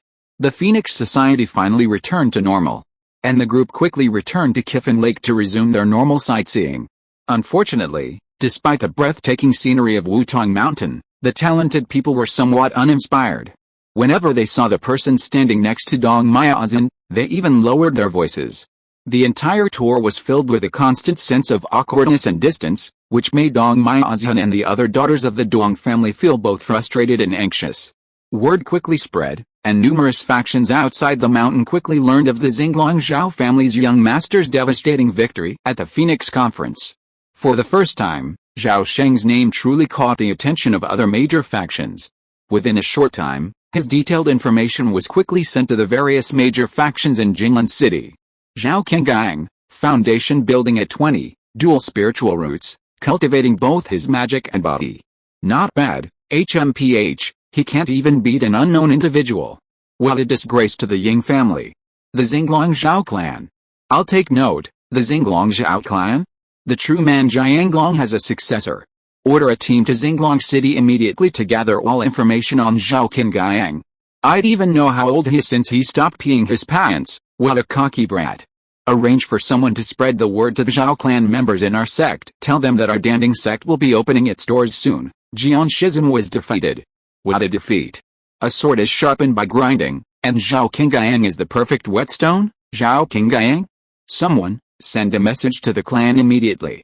Tell the elders of our clan to agree to the marriage with the Xinglong Zhao clan. The turmoil in the outside world had no effect on the Phoenix Society in Wutong Mountain. The next day, 30 miles due north of Wutong Mountain, at Xiaodao Peak, streams of light converged from all directions, landing at the foot of Xiaodao Peak, transforming into dashing, and elegant young men. After a night of rest and recuperation, the rising stars seemed to regain their confidence, regrouping their forces and preparing to challenge Zhao Sheng once again. Fighting skills are nothing. There are countless things in the world that can be compared, from the myriad arts of cultivation to magical powers and knowledge. Even if you, Zhao Kengang, are formidable, there are still areas where you will fall short. It's too early to win the hand of a beautiful woman. Who will emerge victorious remains to be seen. As the sun rose to noon, the daughters of the Duong family arrived belatedly. The colorful clouds dissipated, revealing over 30 beauties, each more beautiful than a flower. Some were shy and reserved, some were bold and passionate, some were charming and cool, and some were generous and cheerful. After a day of interaction, both men and women had gained a preliminary understanding of each other. The vast majority of people were already attracted to their chosen partners, and a few couples even had a crush on each other and were already secretly flirting with each other. Everyone had been informed yesterday that today's event would primarily involve climbing Xiaodao Peak. Xiaodao Peak stands only 100 feet high, offering unremarkable scenery, with a single, 2-foot-wide bluestone path leading directly to the summit. However, this seemingly unremarkable mountain is renowned outside. Earning the reputation of 2 of the 10 scenic spots of Wutong, Xiaodao Peak boasts 2 remarkable sights, the Shaoxin Road, and the Dao Stele at the summit. The Shaoxin Road refers to the bluestone path leading directly to the summit, comprising 1,000 steps, adorned with numerous illusions designed to test the Taoist heart of cultivators. Only those who have successfully climbed the 1,000 steps and reached the summit will have the opportunity to view the Dao Stele. Those who fail will naturally miss out. The Dao Stele has a mysterious origin, resembling stone and jade, and possesses a natural Taoist sensibility. Contemplating it offers a glimpse into the Dao. Rumors abounded in the Xianzhou realm, claiming the Dao Stele was brought to the realm by a powerful being from outer space and ultimately placed atop Xiaodao Peak. While many believed this rumor, many doubted it. If this were true, how could the Mirdong family maintain such a treasure, even allowing it to be viewed openly? At the foot of Xiaodao Peak, Duong Miaozun stepped forward, surveyed the crowd, and spoke forthrightly. The path of cultivation atop Xiaodao Peak cannot be assisted by external forces. Everything lies within one's own heart. On behalf of the sisters, I wish all of you successful Daoists in surviving the Dao heart test and reaching the summit. At this moment, Ying Xianlong suddenly chimed in, saying, Miss Dong, you are absolutely right. I've heard the path of cultivation is incredibly wondrous, and I've long wanted to witness it. Today's opportunity is truly rare. How about a bet? I wonder if someone dares to accept it. The implication was so blunt that everyone, thinking the drama was about to begin again, turned to look at Zhao Sheng. Ying Xianlong had suffered a crushing defeat yesterday, and today he was determined to redeem himself. This mattered not only to him but also to the entire Ying family's reputation. Zhao Sheng naturally understood the implication and immediately nodded in agreement. However you wish to bet, fellow Taoist Ying, feel free to lay it out. I will take it all, no problem. Ying Xianlong was overjoyed and immediately laid out his plan. Let's see who reaches the summit first. The loser will kowtow to the other person. Wow, so cruel. The others hadn't expected Ying Xianlong to be so vindictive that he would make such a vicious request. If he did as he said, the loser would never see anyone again. Zhao Sheng glanced at the crowd and suddenly smiled. This bet is interesting. I'll take it. Does anyone want to join in? As he finished speaking, Song Xingyan, dressed in plain clothes and wearing a loose hairpin, unexpectedly spoke up. I'd like to join too. But this bet is too shabby. I don't like it. How about a different one? For example, the winner can make a reasonable request of the loser. That's a great idea. If that's the case, count me in. Jin Wulin of the Horn Sects suddenly chimed in. And me, Jian Shizan added with a stern expression. Zhao Sheng was surprised. Was the allure of the Dong family's weaver girl too strong? With the exception of Li Fixun, who had escaped, none of yesterday's defeated opponents had given up. They all showed up today. Seeing someone step up, the others naturally didn't back down and immediately rushed to join the bet. Duong Miaozun, Dong Ui, and the others weren't surprised at all. Betting on who would reach the summit first at Xiaodao Peak was a Phoenix Society tradition, one that had been passed down for countless generations. The bets were varied, and even more drastic than Ying Xianlong's proposal had been proposed before. Thousands of years ago, there had been several major incidents. Otherwise, why would the Dong family postpone the climb to Xiaodao Peak until the next day? After everyone had expressed their opinions, Zhao Sheng turned around, his gaze amusement gazing at Ying Xianlong's uncertain expression. Fellow Taoist Ying, what do you say? HMPH, our bets remain the same, everyone else can do whatever they want. Ying Xianlong, spurred by this, suddenly made up his mind and snapped. Zhao Sheng nodded non-committally.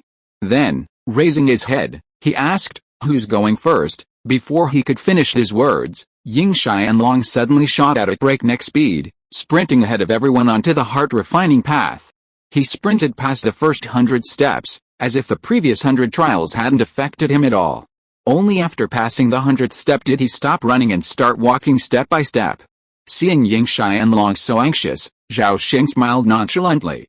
Even if he had to let the other party climb 500 steps first, he was confident that he would win. At this time, Jian Shizhen, Jin Wulin, Song Xingyan, Kong Lang and others also stepped forward and began to climb the refining heart road. After a while, Zhao Sheng was the only one left standing in front of the refining heart road. Duang Miaoxian's eyes flashed a few times when she saw this, but she did not step forward to ask. Instead, a few women of the Duang family boldly came over and talked to Zhao Sheng directly. Brother Zhao, why don't you move? Dong Yue blinked her big eyes and asked with a very innocent curiosity. She had a very high status among the women of the Duang family and was the only candidate for the Weaver girl who was currently attracted to Zhao Sheng. Therefore, when she opened her mouth, the faces of the other beauties suddenly froze. They stood hesitantly aside, not daring to say more. No rush, let them have some fun for a while, Zhao Sheng said with a smile. After saying that, he turned and walked up to Dong Miaoxian, and asked quite seriously, Miaoxian, what do you think I should ask them if I win? Dong Miaoxian wanted to say what it has to do with what you ask for, but when the words came to her lips, they turned into, you can tell me after you win. Her voice was very cold, as if she didn't care at all. At this time, Zhao Sheng suddenly realized and said happily, I understand. If I win, I will ask them not to have any ideas about you, and they must send a gift to celebrate our marriage when we get married. Miaoxian, what do you think? Zhao Kengang, this lady solemnly warns you. I don't like your arrogant and domineering behavior. Did your elders teach you what etiquette is? Of course they did. But my father also taught me that if I meet someone I like in the future, I must never miss the opportunity, otherwise I will regret it for the rest of my life, Zhao Sheng answered with extraordinary seriousness. Just then, Dong Yue approached and suddenly shouted, Brother Zhao, I don't like you, but I do. What do you think of me? Dong Yue, a clever and gambler, had determined that Zhao Sheng was a gem, so she took the opportunity to express her feelings. In fact, even before the Phoenix Society began, the Dong family's daughters had access to the backgrounds and personal information of all participants. The Xinglong Zhao family was a relatively new family, barely a century or two old, barely a second-rate power among the many factions. It was well known that the two most well-informed factions in the Xianzhu realm were the Horn sect and the Zhinyu Dong family. Despite the Dong family's extensive intelligence network, they hadn't been able to uncover much information about Zhao Kengang, or any of his outstanding achievements. They only knew that he was unusually low-key within the Zhao family, so low-key that he hardly seemed like a normal young man. Therefore, despite the Zhao family's sudden public announcement that Zhao Kengang was a young Taoist priest, the Dong family paid little attention. It was truly hard to believe that a second-rate family could produce such a young Taoist priest. However, after Zhao Sheng's astonishing victory in 9 matches and overwhelming the crowd the previous day, Dong Yue suddenly became reacquainted with this unassuming young Taoist of the Zhao family. Sensing a promising future for him, she diligently reviewed the Xinglong Zhao family's records overnight and stumbled upon a profoundly secret. The dragon-subduing master, Zhao Xuanjing, had lived for over 800 years, far exceeding the lifespan of a giant and cultivator. Furthermore, he was a giant and elder of the Dizeng sect, highly regarded by the sect's Grand Patriarch. Early reports seemed to link him, claiming Zhao Xuanjing had formed a symbiotic pact with a young mountain dragon. Combined with all this previous information, Dong Yue was thrilled and delighted to discover a Jinden family with the potential to ascend to the nascent soul stage. With Zhao Qingyang's dual spiritual roots and immense strength, his future position within the Zhao family was destined to be second only to the highest of the 10 Jinden. Might not be his ultimate goal, he even had a chance of ascending to the nascent soul stage. Zinu's status within the Dong family depended entirely on her husband's family. The stronger the husband's family, the higher the status of the weaver girl, and the greater the authority she has over weaving. Therefore, before her sisters realized the great potential of the Xinglong Zhao family, Dong Yue had already decided to take the initiative to attack. Chapter 246 Sword God Ancestor. Brother Zhao, I don't like you, but I do. What do you think of me? Zhao Sheng seemed unmoved by Dong Yue's bold confession. Miss Dong, you're a good person, but we're not a good match, Zhao Sheng politely declined. Dong Yue's eyes suddenly misted over. How are we not a good match? You're not married, and neither am I. If you just give me the nod, I'll do it. Am I not beautiful? My sister doesn't like you, but I do. Her voice stammered with tears, yet she seemed incredibly stubborn. Suddenly, Zhao Sheng sensed something was amiss. The women of the Dong family nearby looked at him, as if they were a scumbag who had cheated on her. Heaven knows. He remained a virgin, completely devoted to his cultivation over the years, and he had no time for a scumbag. Dong Yue, like a deeply wronged little sister, stood by, staring at him with a stubborn expression. This little girl is quite skilled, Zhao Sheng muttered to himself, then solemnly addressed Dong Yue. Miss Dong, love isn't logical. I'm sorry to disappoint you. Without giving her a chance to speak, Zhao Sheng turned and walked away. The moment they stepped onto the heart-refining path, a commanding voice echoed from the air, Dong Miaozhen, I'm determined to marry you. Just wait for the wedding. As he spoke, Zhao Sheng had already stepped onto the path. He took each step steadily, his back brimming with confidence and pride. Soon, Zhao Sheng had passed the last person and continued his ascent. 100 steps, 200, 300. As he neared halfway up the mountain, his pace remained remarkably steady, continuing to climb one step at a time, as if ignoring the heart-refining array. Indeed, the heart-refining path beneath Xiaodao Peak lived up to its reputation. Other rising stars like Song Xingyan, Jin Wulin, and Ying Xianlong were also severely tormented by the heart-refining illusion array. Even Jian Shizhen of the sky-splitting sword path, devoted to the sword for his entire life, advanced faster. However, he inevitably slowed down after reaching the 600th step, taking at least 10 breaths to ascend each step.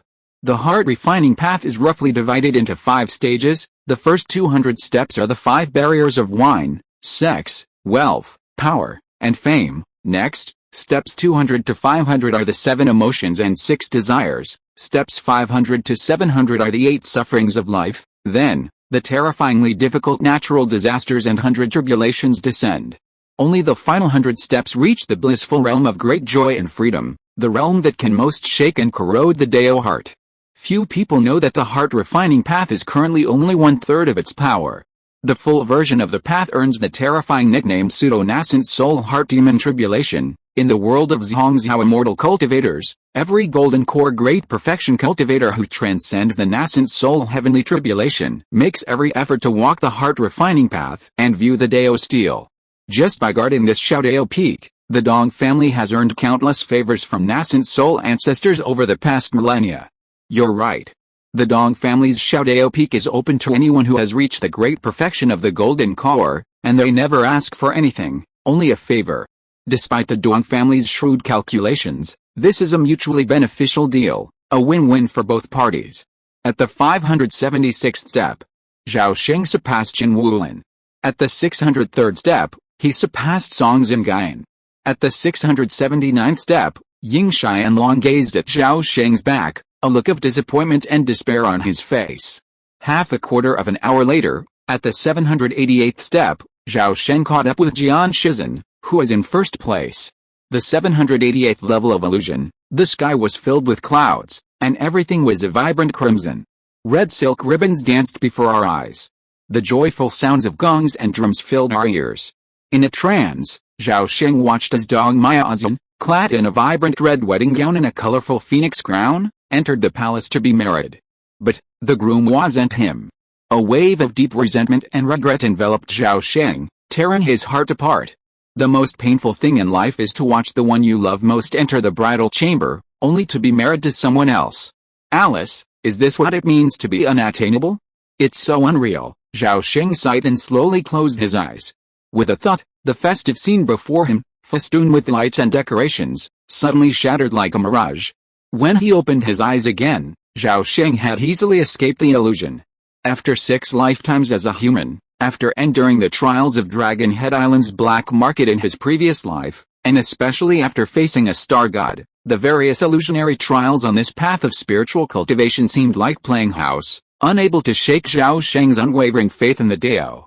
Beside him, Jian Shizen's eyes were tightly shut, a murderous aura emanating from his body, as if he were on a killing spree in a dreamlike world. At this moment, the sword intent within his mind and aura grew increasingly pronounced and fierce. Whoosh! At that moment, Jian Shizen's eyes suddenly opened, bloodshot and murderous intent evident. Suddenly, he caught sight of Zhao Sheng standing nearby. He was utterly surprised and shocked, exclaiming, "Fellow Taoist Zhao, you," he didn't finish, but the rest of his words were clear to everyone. "Brother Jian, keep trying. I'm waiting for you up there." With that, Zhao Sheng effortlessly ascended the next stone step. He paused briefly, then ascended with ease. One step after another. In a blink of an eye, Jian Shizen watched Zhao Sheng ascend over 20 steps in a row, effortlessly, without a trace of effort, as if the mind-refining illusion had ceased to work. Seeing this, Jian Shizen became suspicious and, with a single step, suddenly ascended a step. In an instant, the scene before him drastically changed, and he suddenly fell into a new illusion. 800 steps, 801st step. As Zhao Sheng steadily ascended to the highest point, his terrifying performance had already stunned the beauties at the foot of the mountain. As the proud daughters of the Duong family, they all knew the terrifying nature of the path of cultivation. It was precisely because of this that they truly understood the strength of that man's Dao heart. Judging from his performance today, it was certain that, barring an unexpected death, he would most likely ascend to the status of a golden core true immortal. At this thought, the eyes of the beauties instantly burned, and most of them were attracted to Zhao Sheng. The other 3 Weaver Maiden candidates, Dong Xiao, Dong Yusu, and Dong Mizhun, also wavered slightly. In the world of Hongxiao immortal cultivation, the status of a golden core true immortal is beyond elaboration. For the Duong family's destined Weaver Maiden to marry a true golden core true immortal was a perfect achievement, bringing joy to all. As for the nascent soul ancestors, unless they needed to produce offspring, even if they wanted to become concubines, it depended on the ancestors' willingness. The Dong family's Weaver girls weren't easy to marry. Marrying one meant a profound karmic connection with the Dong family. A golden core true person might not be a concern, but the nascent soul ancestors were all top-tier figures, considered the ancestors of their sects. Their choice of marriage partner could even influence the fortunes of their respective factions for 1,000 years. Because of the far-reaching implications, thorough consideration was essential. While the over 100 individuals participating in the Phoenix Society were all exceptionally talented, only 3 or 4 of them could be considered genuine golden core true persons. And what if they were fake and true persons? Sorry. The discerning Weaver girls wouldn't even consider them. At that moment, a noble and cold beauty with picturesque features quietly approached Dong Miazian and whispered tentatively, "Sister Miazian, if you don't like him, why not let him go to me?" It was clear who he was referring to.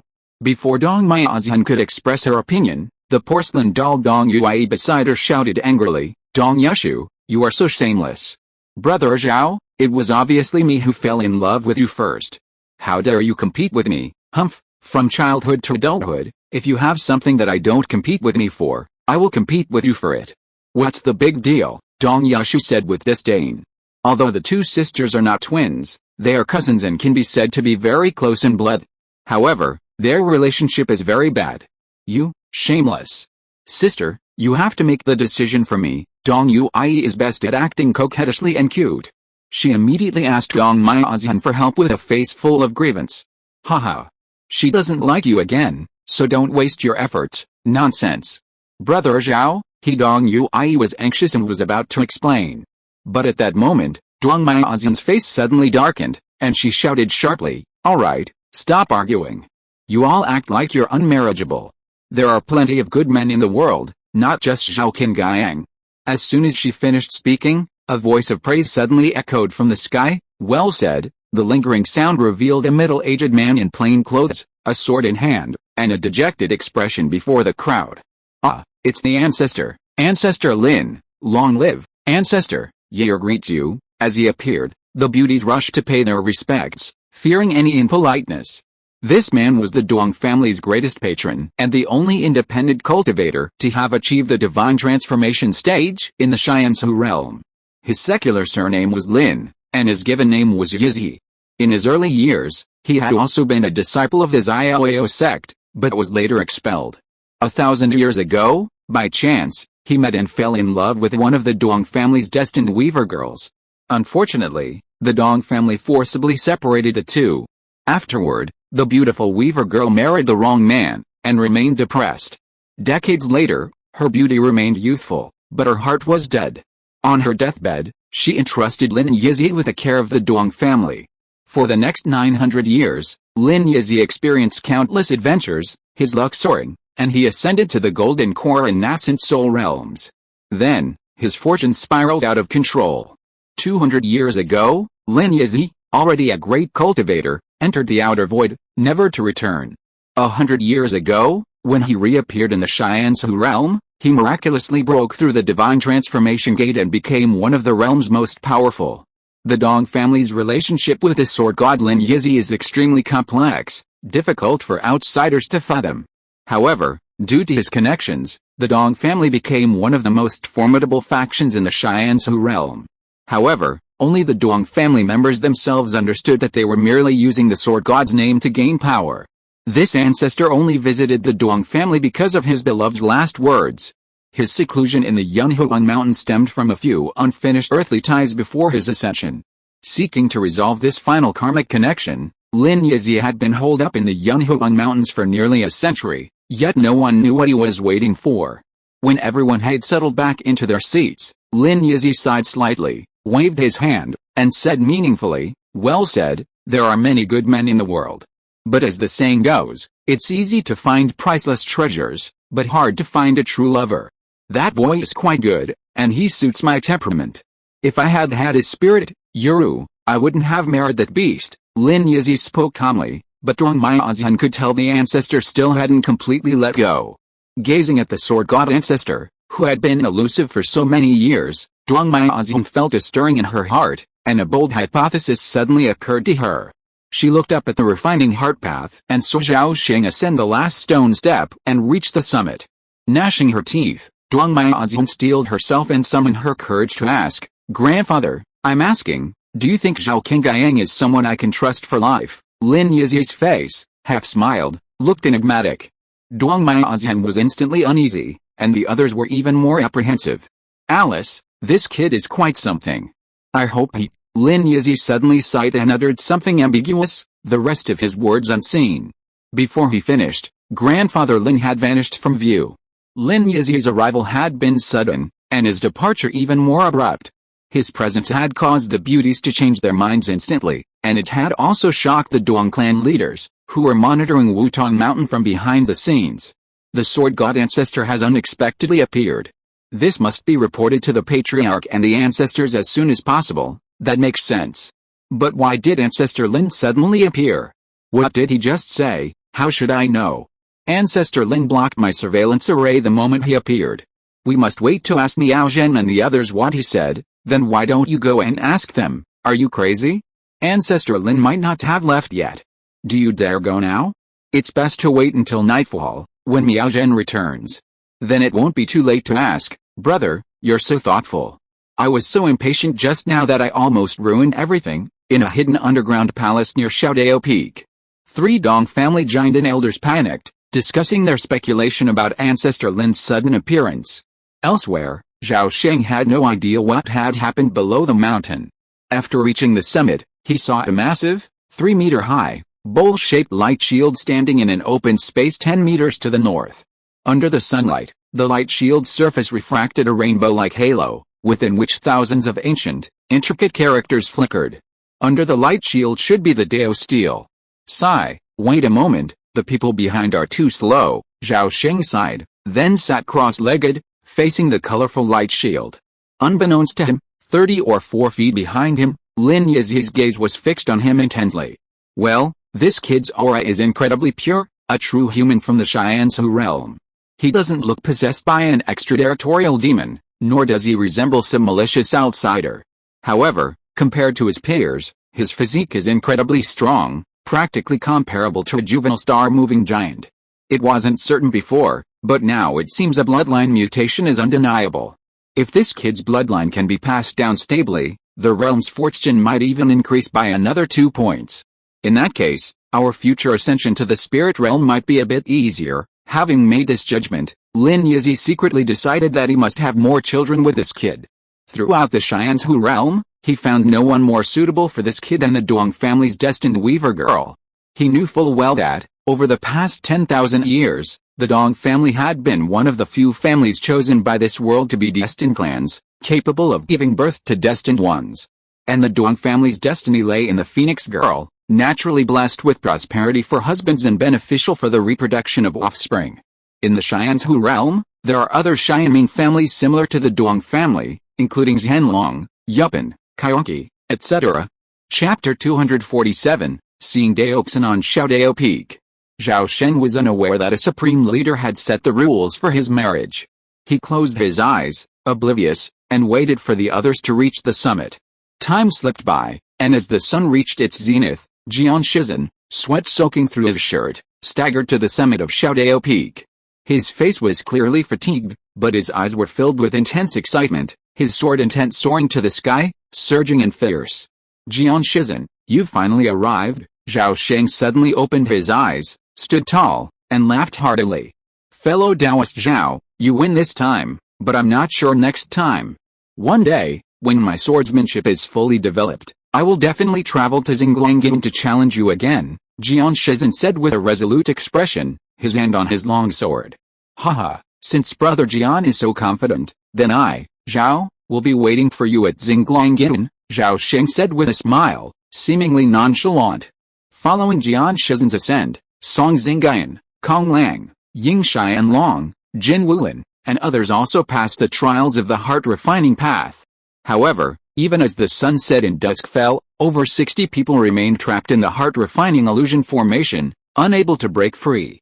It was conceivable that those with weak Taoist hearts had been invisibly eliminated. Sure enough, from the third day on, they disappeared from view. Dusk fell. At some point, Dong Miaozhen, Dong Yui, and the other daughters of the Dong family had arrived at Xiaodao Peak. Upon their arrival, most of them, including Dong Miaozhen, instinctively glanced repeatedly at Zhao Sheng in the crowd. This unusual scene left Kong Lang, Ying Xianlong, and the others feeling deeply frustrated and aggrieved. Ying Xianlong, in particular, was not only extremely frustrated but also filled with anxiety. He blamed it all on that damned bat. I must not kowtow and admit defeat, or I am finished. At that moment, he was consumed with inner torment, deeply regretting his decision to provoke that pervert. But what was he afraid of? What happened? At the back of the crowd, Ying Xianlong looked up and suddenly saw Zhao Qingyang walking towards him with a smile on his face. His scalp tingled and his heart beat like a drum. Friend Ying, you won't forget to bet so soon, will you? Zhao Sheng looked at the evasive Ying Xianlong and deliberately teased him. Ying Xianlong made up his mind and simply put on a brave face, shouting in a seemingly tough manner, Zhao Qingyang, don't go too far. If you really want to tear our relationship apart, my Ying family will make you, the Zhao family, pay it back. You mean to break the promise? Humph, what I mean is to forgive others when you can. If you do something too extreme, it will not benefit anyone. Ying Xianlong became more and more righteous as he spoke, relying on the power of his family, and simply threatened. After hearing this, Zhao Sheng was silent for a moment, and suddenly burst into laughter. What are you laughing at? Ying Xianlong asked anxiously in doubt. I laugh at your naivete. You, Ying Xianlong, are nothing. You can't even represent the Ying family. And even if I offend them, so what? The Jingnan territory and Xingguangin are a vast swath of land. Do you, the Ying family, think your hand is too long? Do you insist on overstepping the bounds and leaving yourself to be chopped off? Zhao Sheng's words stunned Ying Xianlong. Although his words were not fully articulated, any reasonable person could understand. The Ying family was powerful, but they couldn't influence the southern border, let alone attack Xinglonggyuan. Besides, the Zhao family was a giant clan after all, with a 5,000 li territory and tens of millions of members. How could they be easily defeated? Seeing Zhao Sheng approach, Ying Xianlong was startled and frightened, and he shouted, "Don't come near." At that moment, he suddenly noticed the scorn and mockery in the eyes of those around him. Zhao Sheng paced slowly, a playful smile on his face, and approached Ying Xianlong step by step. Faced with the invisible pressure, Ying Xianlong retreated in panic. In his terror, he forgot he was a Foundation establishment cultivator, unable even to flee. Perhaps he knew he couldn't escape Zhao Qingyang's clutches. At this moment, Duang Miaoxian's brows furrowed, and she suddenly shouted, "Stop!" Zhao Sheng's eyes flickered with a smile, and he stopped, turning back to look at Duang Miaoxian. "Miaoxian, do you want to plead for mercy on this man?" Duang Miaoxian bit her lip and nodded hesitantly. "Although Ying Xianlong may be unfaithful, this man is a junior disciple of the Ying family. The Dong and Ying families have a 1,000-year-old friendship, and we can't let him suffer such humiliation in Wutuang Mountain. Please spare him this time." Duang Miaoxian's words were vague, but Zhao Sheng's attitude was firm. "Okay, you agree. Well, for your sake, I won't kowtow." Zhao Sheng nodded bluntly.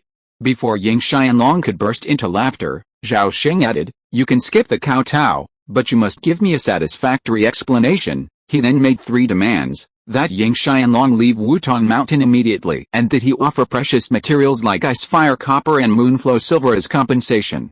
Ying Xianlong agreed without hesitation. While the treasures were valuable, the Ying family's reputation was truly priceless. A moment later, Ying Xianlong transformed into a streak of golden light and fled Xiaodao Peak in a panic. After a brief hiccup, Song Xingyan, one of the onlookers, suddenly spoke up, "Fellow Taoist Zhao, you're the clear winner in this competition. I'm a complete and utter failure. How will our bet be settled?" Zhao Sheng smiled faintly and said, "Don't worry, fellow Taoist Song. Your bet is simple, not excessive at all. I have only one request. On the day Miao Zhen and I marry, how about each of you send a gift?" "No problem," Song Xingyan agreed without hesitation, then teased, "If you don't marry Miss Dong, we can save the gift, don't worry." "You're definitely going to send the gift?" Zhao Sheng said confidently. "Really?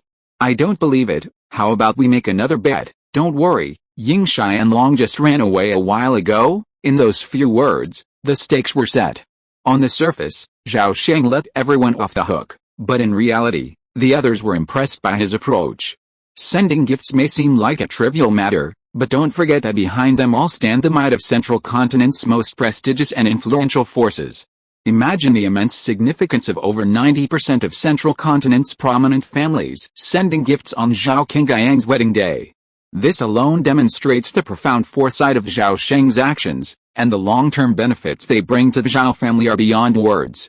Zhao Sheng's hidden schemes couldn't be hidden from his cunning men. Yet no one was willing to expose them. Furthermore, some astute individuals noticed that Dong Miaoxian, another party involved, was unusually silent, seemingly refusing to object. Duang Miaoxian's change in attitude in just one day astonished Song Xingyan and the others. Even more intriguing, the other Dong family women looked at Zhao Qingyang with eager eyes, as if they had seen a treasure they desperately desired. Is reaching the top of the heart-refining path truly that important? Yet, many firsts had emerged from the Phoenix Order before, but none of them were favored like Zhao Qingyang. This strange phenomenon left most people scratching their heads, unable to understand why. In fact, Zhao Sheng also sensed something was amiss, sensing the intense gazes from all around him. He had a nagging feeling that something unknown might be happening. Just then, the sun set, the moon rose, and night finally fell. The colorful light shield enveloping the Dao steel suddenly dissipated into the air. Everyone immediately turned their gaze, intently peering into the shield. As the shield vanished, their vision dimmed, revealing a massive blue stone, 3 meters tall, 2 meters long and wide, its surface uneven and irregularly shaped. However, the side of the blue stone facing the crowd had been flattened by some mysterious force, leaving it smooth as a mirror, crystal clear enough to easily reflect the stunned excitement of the crowd. "Is this the Dao steel?" someone suddenly exclaimed. Someone then questioned, "Where's the Dao?" "Hush, look carefully. The Dao is within the heart." At this moment, anyone remaining alert before the Dao steel was lacking in comprehension. Talented and exceptionally gifted prodigies like Jian Shizhen, Song Xingyan, and Kong Lang had already experienced a sudden enlightenment the moment they laid eyes on the Dao heart mirror. The saying the Dao resides within the heart was truly true. Remember, having just passed the test of the 1,000 layers of heart-refining illusionary realm, everyone's spirits were surging, their confidence soaring, their Dao hearts pure and resolute. Now, using this Dao heart mirror to guide everyone to Dao enlightenment was the perfect time. This was the purpose of the Peerless Master who had established this heart-refining path and the Dao steel. Zhao Sheng had no idea what others had witnessed. But upon witnessing the true face of the Dao steel, a vast ocean suddenly emerged within his mind. The sea was boundless and vast. Suddenly, a mighty sun leaped up from the edge of the sky, blazing with endless heat as it toured the heavens. The sun shone brightly in the sky. Zhao Sheng felt as if he had become one with the sun. Countless spiritual luminaries suddenly emerged from his heart, and a vast amount of information about the laws of metal, fire, the sun, and light rapidly merged into his mind. Simultaneously, from the depths of his soul, a host of inexplicable, foul thoughts and dark ideas were incinerated by the sun's light. An indescribable amount of time passed before the shadow of a towering golden giant slowly emerged. Zhao Sheng's mind suddenly shifted, and he was instantly awakened from his epiphany. Suddenly, a ray of sunlight pricked his eyelids. He opened his eyes, beholding the rising sun in the east, and realized with a start that a whole night had passed. He glanced at the Dao steel again. The strange blue stone was once again enveloped in a shroud of colorful light. Congratulations, Brother Zhao. You're the last one to wake up. I'm sure you've gained a lot. A voice of congratulations echoed in his ear, its voice thick with undisguised envy.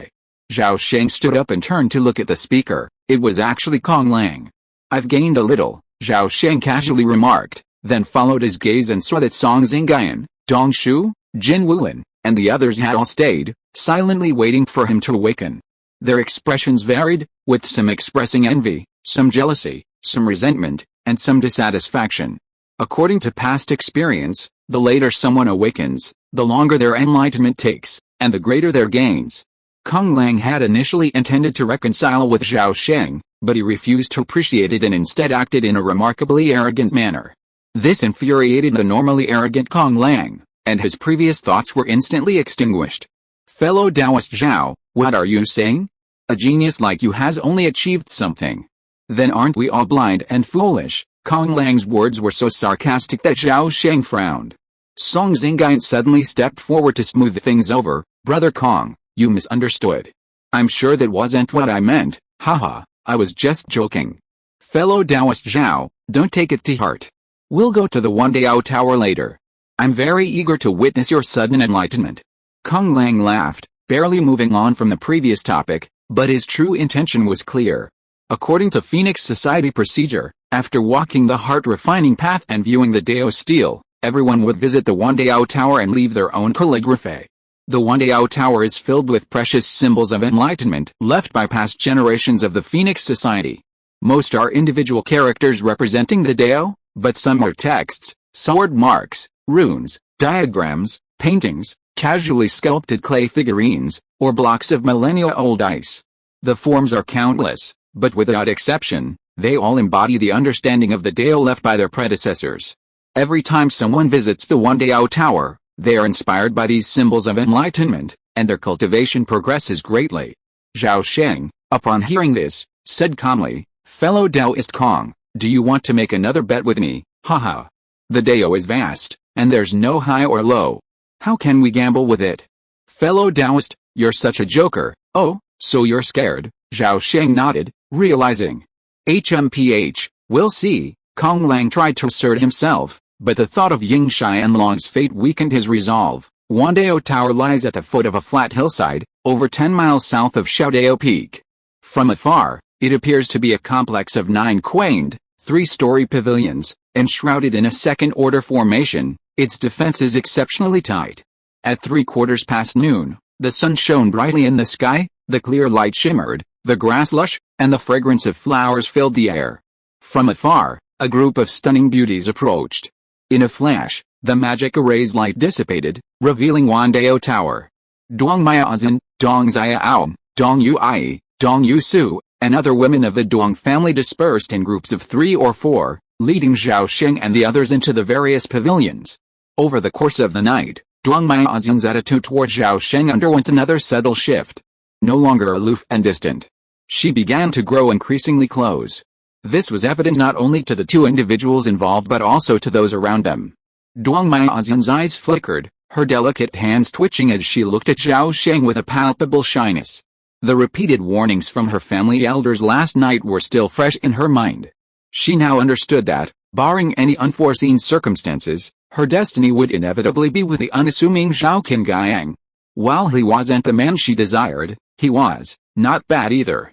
Chapter 248. Today I know who I am. Wonderful, wonderful. The ideas of our predecessors are truly beyond the control of heaven and earth. In the lobby on the first floor of Wandao building, Song Xingyang stood in front of an ancient painting with an enthusiastic expression, praising loudly with excitement. His praise immediately attracted the attention of Zhao Sheng, Dong Miaozhen, Jin Wulin and others. Everyone walked over after hearing the sound. Standing in front of the ancient painting hanging on the wall, Zhao Sheng said with a smile, "Fellow Taoist Song, you are so surprised, I believe you must have gained a lot. Congratulations, haha. To be honest with fellow Taoist Zhao, this spiritual route map really gave me a deep understanding. The master who left this painting must be the senior ancestor of my Zhao sect. The senior's Taoism is so profound, I admire him very much," Song Xingyang said with both joy and emotion. Zhao Sheng looked at the ancient painting on the wall. The painting is about 3 feet square, and is in the style of Incan color. As far as the eye can see, the land in the painting is barren, with quicksand and rocks, dead grass and trees, and the sky is extremely dim, full of desolation and death. However, as you get closer to the center of the ancient painting, vitality gradually emerges from the barrenness. In the center of the painting, there is a green 9-leaf wild vine. The vine spreads and grows in all directions. Wherever it passes, grass emerges, bursting with indescribable vitality. The dim yellow deathly air in the sky forms a sharp contrast with a small piece of green vine, but it makes people unforgettable the surging and majestic momentum of the wild vine. Duang Miaozhen is knowledgeable. When he saw this ancient painting, he immediately introduced it in a soft voice. This painting was painted by the ancestor Hu Shengzi of Zhao 3,200 years ago. Is this true? Grandmaster Wei Shengzi was my great-grandmaster. This is his legacy. No wonder it resonates so well with the cultivation method I'm practicing. Song Xingyang was incredibly surprised and couldn't help but hum. A green vine, densely leafed, 1,000 miles of barren grass gradually sprouts. Where the deserts meet, a pillar of heaven holds up the sky, unmoved by the eons of catastrophes. The roots of the earth. Excellent poem, truly wonderful roots. It seems the cultivation method fellow Taoist Song is practicing must be your sect's 10,000 Tribulations Resurrection Sutra. Zhao Sheng applauded, smiling in admiration. You're much appreciated. Song Xingyang humbly raised his palm in return, then asked, fellow Taoist Zhao, having observed the masterful works of our predecessors, have you gained anything? Zhao Sheng looked around, seeing the walls of the hall lined with images of Tao characters, each imbued with Taoist spirit, as well as paintings and cursive calligraphy. I haven't gained much, just a single insight. Heaven follows the Tao follows nature, heaven follows the Tao, and the Tao follows nature. Song Xingyang was shocked and repeated this sentence unconsciously. When he came back to his senses, a hint of admiration appeared on his face. Brother Zhao, you are really born with the Tao. This is a wonderful statement, as if pointing directly to the origin of the Tao. It would be great if you could become a disciple of my Zhao sect. At this moment, a sneer came from the distant corridor. Kong Lang brought a group of people from a distance and walked towards Zhao Sheng and others. He first glanced at Dong Miaozhen, with admiration in his eyes disappearing in an instant, and then looked at Zhao Sheng with jealousy, sneering, so what if it's wonderful? Can you condense the golden elixir just by talking? In addition, Kong has something to say. Listen carefully. Without waiting for the reaction of several people, they heard him chanting loudly, the Tao seems to be nothing and without mind, just like the free and easy immortal. The immortal, the infinite fruit, a golden elixir contains everything. As soon as the poem was finished, Kong Lang asked with a proud look on his face, how is this enlightenment poem? When it comes to writing poetry, calligraphy and prose, the Confucian scholars of Lingayan Academy are recognized as the best in this world. Kong Lang had lost face before, and he must take this opportunity to visit Wandao Tower to get back in front of Zhao's waiter. Of course, he also wanted to show off his knowledge in front of Dong Miaozhen. How could such a peerless beauty who has transformed from a fairy into a human fall into the clutches of such a vulgar clown? This is simply intolerable, Kong Lang thought indignantly in his heart. Zhao Sheng took the other party's performance in his eyes, and secretly lowered his evaluation of Kong Lang by 3 points.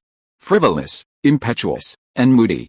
People with such unstable minds are probably hopeless of achieving the golden elixir in this lifetime. Mr. Kong, your enlightenment poem sounds good.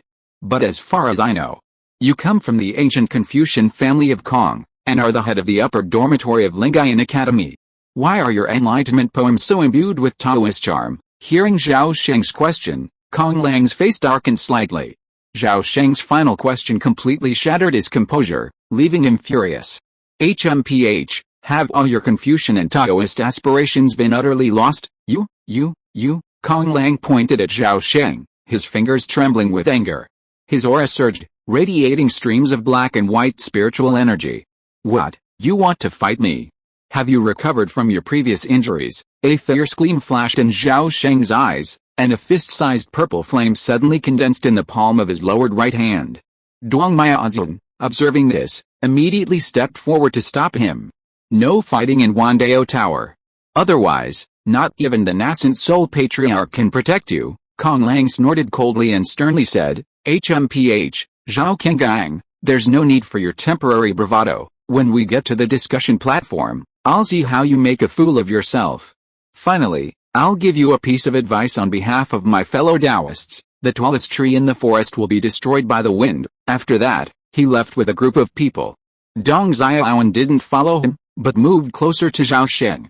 Her beautiful eyes looked at him deeply, her brows furrowed, and her cherry lips were filled with sorrow.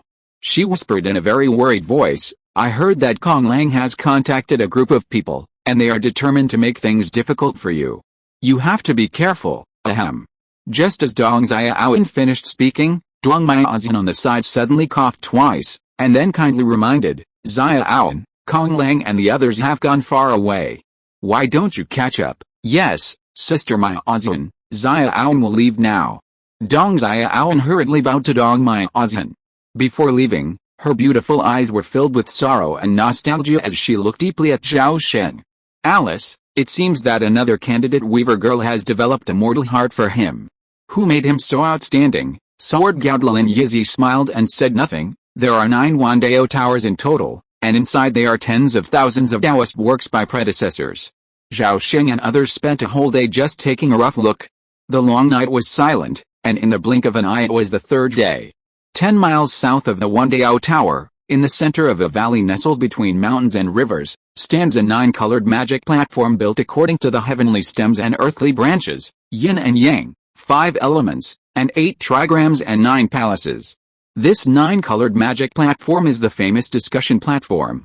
This platform is a place for discussion of Taoism, specially designed for the geniuses of the Phoenix Society to discuss the mysteries of Taoism, and it is also a showplace for displaying personal talents. The sun was shining brightly, and the breeze was gentle.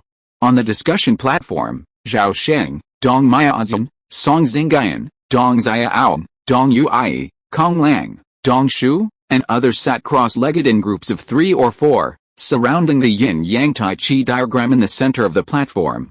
A closer look revealed that each small group was centered around 1 or 2 Dong women. Although the Phoenix Club had only been underway for 3 days, most had already identified their targets. Needless to say, Zhao Sheng would sit with Dong Miaozhen. But what filled the others with envy and resentment was that Dong Xiaoan, Dong Yui, and other of the most outstanding Dong women also sat close to the young man, their expressions full of affection, their demeanor submissive, ready to be chosen. Damn it, where's the pride of the Dong women? That boy is ugly and skinny like a mantis. What good is there in him? Miaozhen, you're mine. Zhao Kengang, I will never reconcile with you. As the ancients said, beautiful women are the root of trouble, and this was perfectly true. Zhao Sheng had done nothing extreme, yet he had incurred public outrage. A grain of sand contains the universe, a single body and mind encompass all things. To understand this, one must master the art of the no-mind principle, To be untainted and unobstructed is pure karma. After reciting a poem of enlightenment, the young monk Dingnan, with his rosy lips and white teeth and a gleaming head, solemnly raised his palms and clasped them together, gesturing to the crowd. He was a descendant of the tantric lineage of the future temple and rumored to be a reincarnated spirit child. At only 18, he had already achieved enlightenment in all 7 chakras, becoming a highly respected monk. Tantric Buddhism focuses on the 3 channels and 7 chakras. Achieving enlightenment in all 7 chakras is equivalent to the foundation building stage for cultivators. Just as the young monk Dingnan was about to leave, a figure suddenly stood up from the east side of the dais. Buddha is the mind, and the mind is Buddha. Both mind and Buddha are illusory. They possess no substance, no form, and no form. Neither form nor emptiness, neither non-emptiness. In action, both existence and non-existence. The pure land of bliss exists in a grain of sand. Hualian Ko twisted her slender waist and stepped forward with lotus steps. Her pretty face was more feminine than a woman's, and her voice was more charming than a woman's.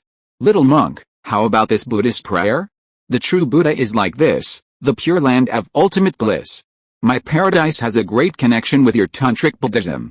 We should get close to each other. As she spoke, Hualian Ko displayed her charm, radiating her brilliance, and repeatedly tempted the little monk Dingnan. Amitabha. The master said that the body is invisible, and men and women are all skeletons. This little monk will not argue with you. After Dingnan sang a loud yes, he hurriedly turned around and sat aside.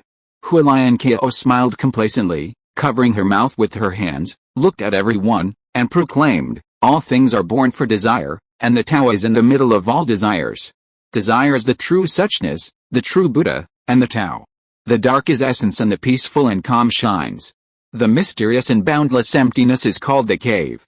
And when one gathers his energy and concentrates his spirit, he controls the ancestral key and circulates it. The highest supreme chapter, blending and transforming all changes, governing destiny forever, solidifying the soul and concentrating the essence to lead and control all spirits, releasing and untying knots, returning to the 5 energies, and all key ultimately converges. Jin Wulin of the Huron sect publicly shared his understanding of the divine consciousness. Nourish ki and cultivate the immortal. During the days and months, calamities arise and disappear, emerging from the cycle of reincarnation. A single point of Dao heart, once like the dawn, illuminated the purple mansion palace with divine light. Thus spoke the Jiang sect's prodigy. Flying, mysterious purple ki condenses into spiritual roots, weaving the jade void to unite all the gods. The sky is lush and natural, and above it towers 12 towering passages. The jade tower towers majestically, shimmering with clouds, and the flowing purple palaces of essence beckon with a golden pavilion. The Kyong Hall is majestic and splendid, and from within emerges the 9 spirit immortals of sapphire and gold. In the center of the Tai Chi diagram, Kong Lang chanted a poem about enlightenment in a loud voice, which attracted cheers from everyone on the spot. He proudly bowed in return, and then his eyes suddenly turned to Zhao Sheng, who was surrounded by beauties. Zhao Kengang, you have been listening for a long time, but you still haven't said a word. Why don't you come up on stage and discuss the Tao with me? Kong Lang was afraid that Zhao Sheng would fall into the trap, so he provoked him. You don't dare to come up. Are you afraid of making a fool of yourself in public because of your tongue-tiedness? Dao Zhao, you are not afraid, are you? With a beauty in his arms, someone may have been bewitched. Dao Zhao is not that kind of person. He will definitely go up. Dao Zhao, please go in. Don't forget that Brother Kong is waiting anxiously. Facing a group of people who were stirring up trouble, Zhao Sheng shook his head, then slowly stood up from the cushion, walked to the center of the Tai Chi diagram, and faced Kong Lang. Since you are so interested, Zhao will try his best to teach you what the Tao is.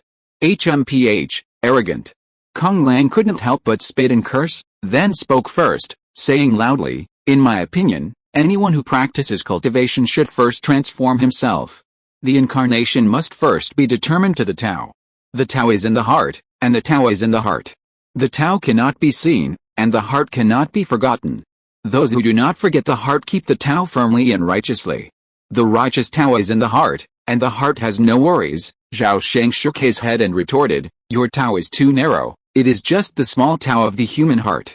How can the Tao of man compare to the Tao of heaven? Observe the Tao of heaven, follow the way of heaven, and that's all. There are 5 immortals and thousands of spirits in the sky, and those who see them will prosper. The immortals are in the heart, and they are implemented in the sky. The universe is in the hands, and all changes are born in the body. The heart of heaven is like one's own heart. Nature is also like man, the human heart is a machine. Establish the way of heaven, and the way of man will also be accomplished. You are not right, Zhao Sheng said without hesitation. The way of heaven is impartial, and regards all things as straw dogs.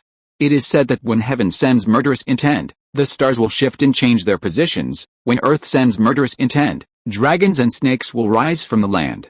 Human nature has its cleverness and clumsiness, but heaven's way has no good or evil. Kong Lang was no vain name for Lang. Seeing that this approach didn't work, he immediately said with a cunning and persuasive manner, the way of heaven is vast and universal, ethereal and vague. I will use water to guide it. Nothing is closer to the way than water.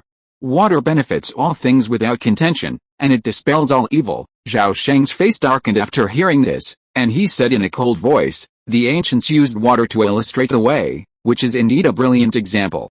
However, the way of others is not one's own way, just as the names of others are not one's own names. I also have a wise saying for you, the way that can be spoken is not the eternal way. A name can be named, but it is not an ordinary name. After listening to the first chapter of Lao Tzu's Tao Te Ching, Kong Lang's face turned pale and he didn't dare to refute a word. He never expected that Zhao Qingyang had actually read the Tao Te Ching written by Lao Tzu. You should know that there are only 2 copies of the Tao Te Ching in this world, stored in the deep mountain of books in Lingayan Academy, and they have always been rarely known to outsiders. He originally wanted to show off, but he didn't try to show off and was fucked instead. Seeing Kong Lang being frustrated, Jian Shizhen on the side suddenly said, let you say all kinds of words, I will break them with one sword, haha. As soon as the voice fell, Xiao Yuan of Lingayan Academy stood up and laughed. Brother Shizhen is so heroic, Xiao admires him. I also have a poem of enlightenment that has been brewing in my heart for a long time, and I can't help but say it out now. Taking advantage of the opportunity given by his junior brother, Kong Lang flashed and quickly retreated into the crowd. Seeing his senior brother retreat, Xiao Yuan couldn't help but raise the corners of his mouth, and then recited in a clear voice, the west wind blows the waves of Laofang Lake. And there are many insights in Wandao Tower. My heart asks about the Tao, and the clouds are in the blue sky and the water is in the bottle. As soon as he finished reading, everyone cheered. Well, Xiao Daoyao's poem is wonderful. Yes, this poem is the first of today's Taoist poems. The so-called poetry speaks of the Tao. Xiao Daoyao's Taoist heart is clear, and there is hope for the golden elixir. Seeing this, Xiao Yuan decided to press on with his victory.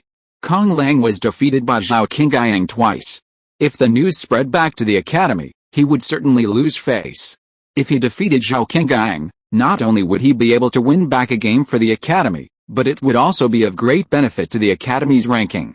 He might even be able to snatch the position of the head of the hall from Kong Lang. Thinking of this, he bowed to Zhao Sheng and said with a gentle smile, fellow Taoist Zhao, do you have any advice? When Zhao Sheng heard this, he knew what the other party was planning. But, he had chosen the wrong opponent. I don't deserve your advice. But Zhao suddenly got a poem. Zhao Sheng's expression was very humble. Oh, I'd like to hear the details. Xiao Yuan's eyes flashed, and he continued. I have a golden crow, which has been locked up in the mortal world for a long time. Zhao Sheng said in a low voice, chanting softly. Then he took a step forward, his eyes looking towards the vast sun in the sky, his voice suddenly raised, his tone excited. Today the dust is gone and the light is born, shining through the mountains and rivers. After reading this sentence, Zhao Sheng was silent for a long time, as if he was speechless for a moment.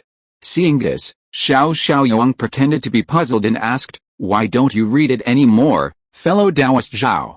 This poem seems to have something unfinished. Hey, how do you know? Zhao Sheng exclaimed lightly, looking at Xiao Yuan in surprise. Xiao Yuan curled his lips and was about to speak, but saw that the other party suddenly showed a look of sudden enlightenment, and happily recited the whole poem. I have a golden crow, which has been locked up in the red dust for a long time. Today the dust is gone and the light is born, shining through the mountains and rivers. Hey, I saw the heart of Tao on Xiaodao Peak, and today I know that I am me. Chapter 249 Getting Married. At the Dao discussion meeting, Zhao Sheng astonished the audience with a poem of enlightenment. Several challengers subsequently took the stage, hoping to convince him. Zhao Sheng's eloquence flowed freely, single-handedly outmaneuvering the crowd. Each challenger, eager to advance, ultimately retreated in disgrace. On the third day of the Phoenix meeting, the Dao discussion meeting became Zhao Sheng's personal performance. Kuang Lang, Jin Wulin, and others were puzzled as to how someone so young could possess such profound insights into the Dao and principles. While the opponent's forceful suppression of the others 2 days earlier had been met with apprehension, the crowd remained unconvinced. Cultivation isn't about momentary valor, it's about who ultimately reaches the highest level. Even if one achieves invincibility through the foundation establishment stage, it's all in vain if they can't reach the golden core stage. However, Zhao Sheng's astonishing performance at the Dao discussion meeting forced these talented individuals to humble their pride. Everyone knows that a cultivator's understanding of the great Dao highly likely determines their future heights. As long as this man survives, he will surely have a place in the future of Central Continent. Watching Zhao Qingyang speak eloquently on the stage, Kong Lang and the others suddenly felt a premonition. On the fourth day of the Phoenix Club, at the alchemy tasting session, Zhao Sheng briefly demonstrated his superb alchemy skills. On the seventh day, at the talisman appreciation session, Zhao Sheng presented a new second-level true talisman, the Great Sunfire Eye Talisman. His fluid and skillful talisman-making skills put everyone to shame. After 2 weeks, Zhao Sheng and Dong Miaozhen had become intimately acquainted, their mutual understanding gradually developing. On this day, he finally saw the affection in Dong Miaozhen's eyes and held her hand for the first time. It was then that Zhao Sheng realized the time was ripe for his entrance. As dusk approached, a pair of lovers stood side by side on the shores of Kifin Lake. Gazing at the shimmering golden lake, Zhao Sheng suddenly spoke with a firm voice, "Tomorrow, I'd like to meet with the head of the Dong family. Please inform him tonight." "Yes." Dong Miaozhen's eyes flickered, a pink flush on her cheeks, and she nodded shyly.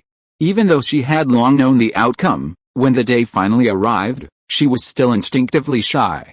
The next morning, the sun rose, its path radiant. Zhao Sheng, dressed in white and wearing a purple crown, had just emerged from Judian Pavilion when he saw a giant cloud phoenix resting quietly on the ground outside.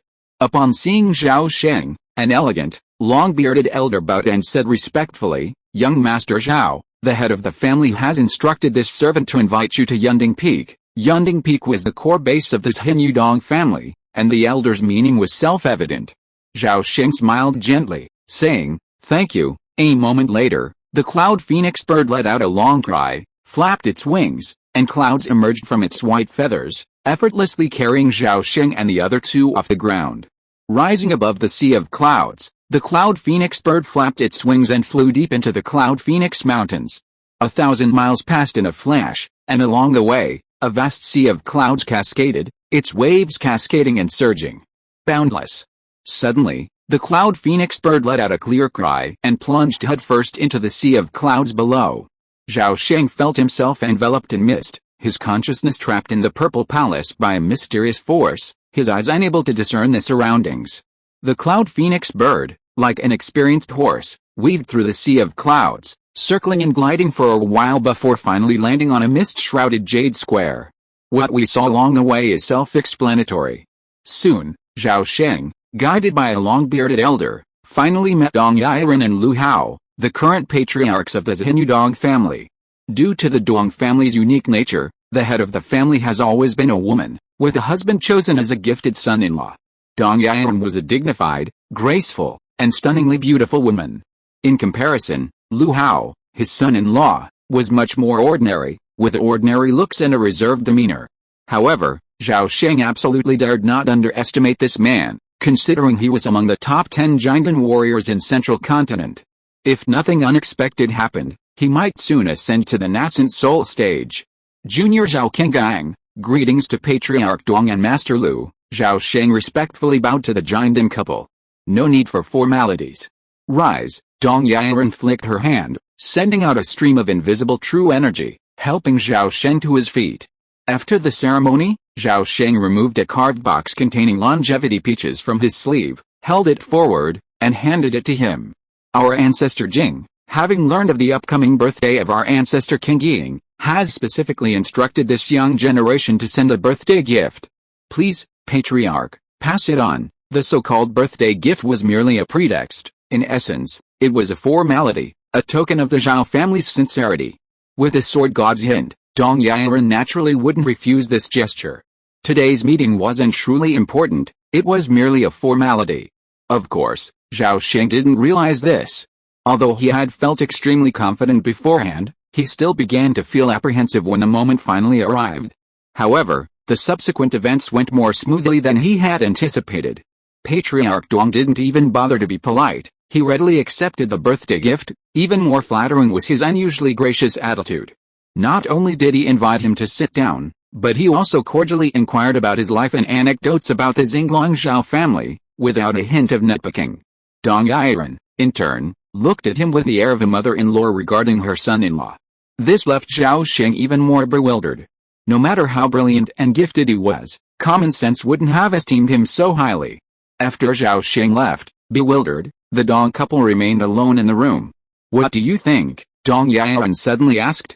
Master Lu, who had barely uttered a word throughout the conversation, rubbed his smooth chin and said thoughtfully, "Not bad." After centuries of companionship, the two had long since connected.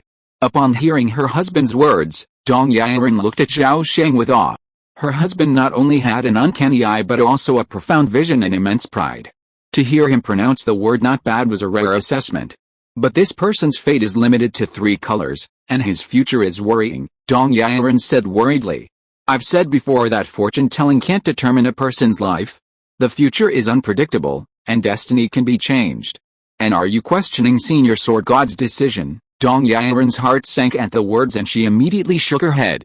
Over the past 100 years, the ancestor has personally issued decrees only a handful of times. Including this time, there have only been 3. The previous 2 times proved his foresight, and this time should be no exception. Zhao Qingyang is destined to become a great man.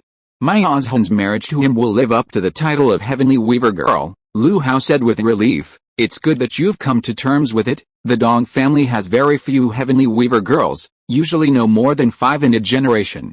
Generally speaking, Weaver girls marry Jindan's Henren or Yuanying patriarchs. Dong Miaozhan's marriage to Zhao Sheng can be considered a downward marriage." After leaving Yunding Peak, Zhao Sheng did not return to Wutuang Mountain.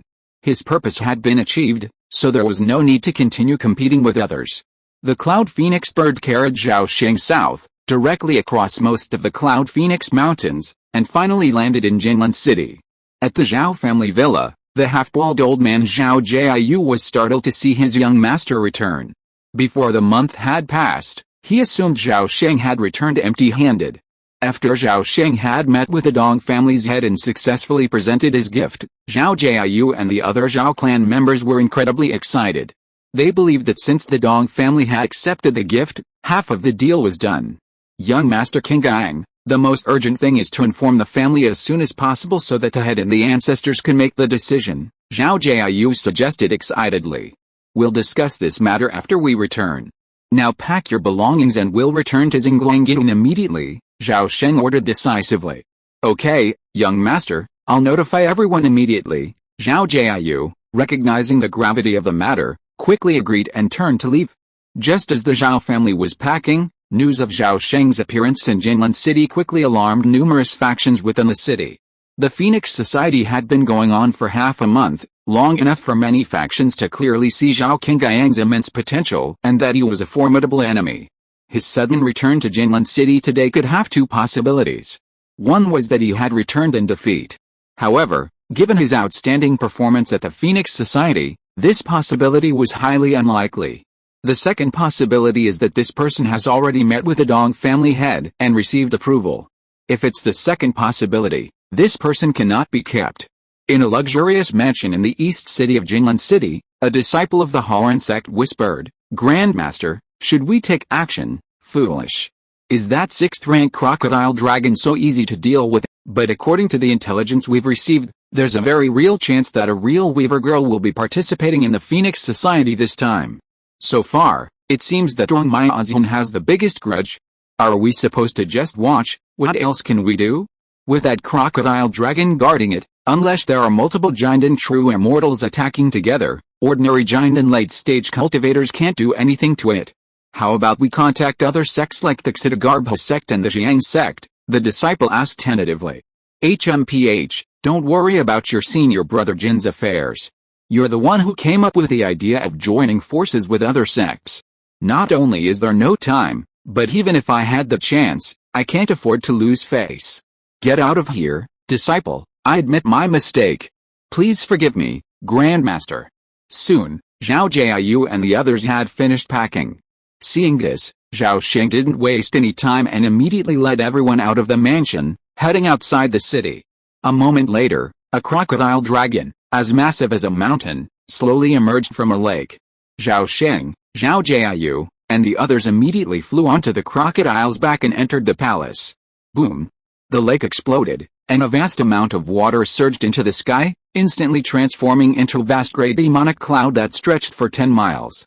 Suddenly, the crocodile dragon, carrying the demonic cloud, soared into the clouds and then streaked towards the distant horizon.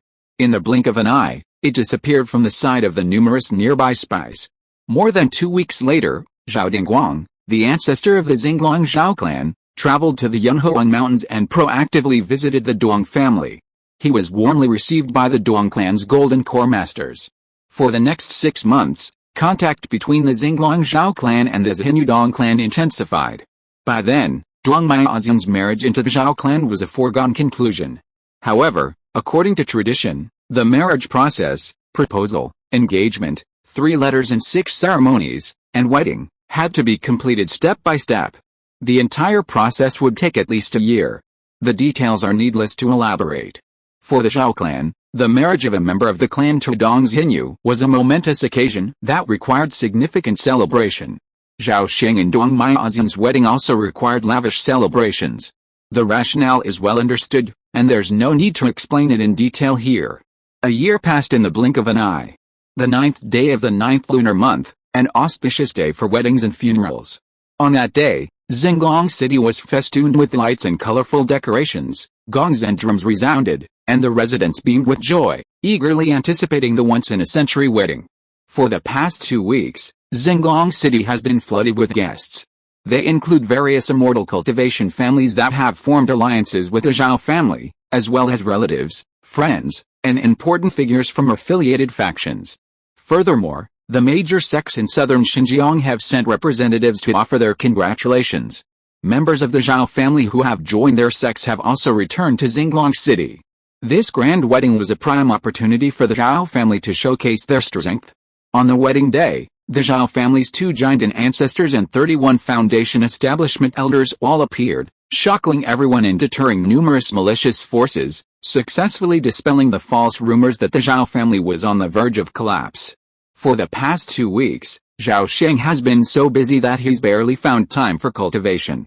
While he didn't have to worry about the wedding arrangements, every time a group of guests arrived in Xinglong City, the head of the family, Zhao Dexuan, would summon him to accompany them to meet them.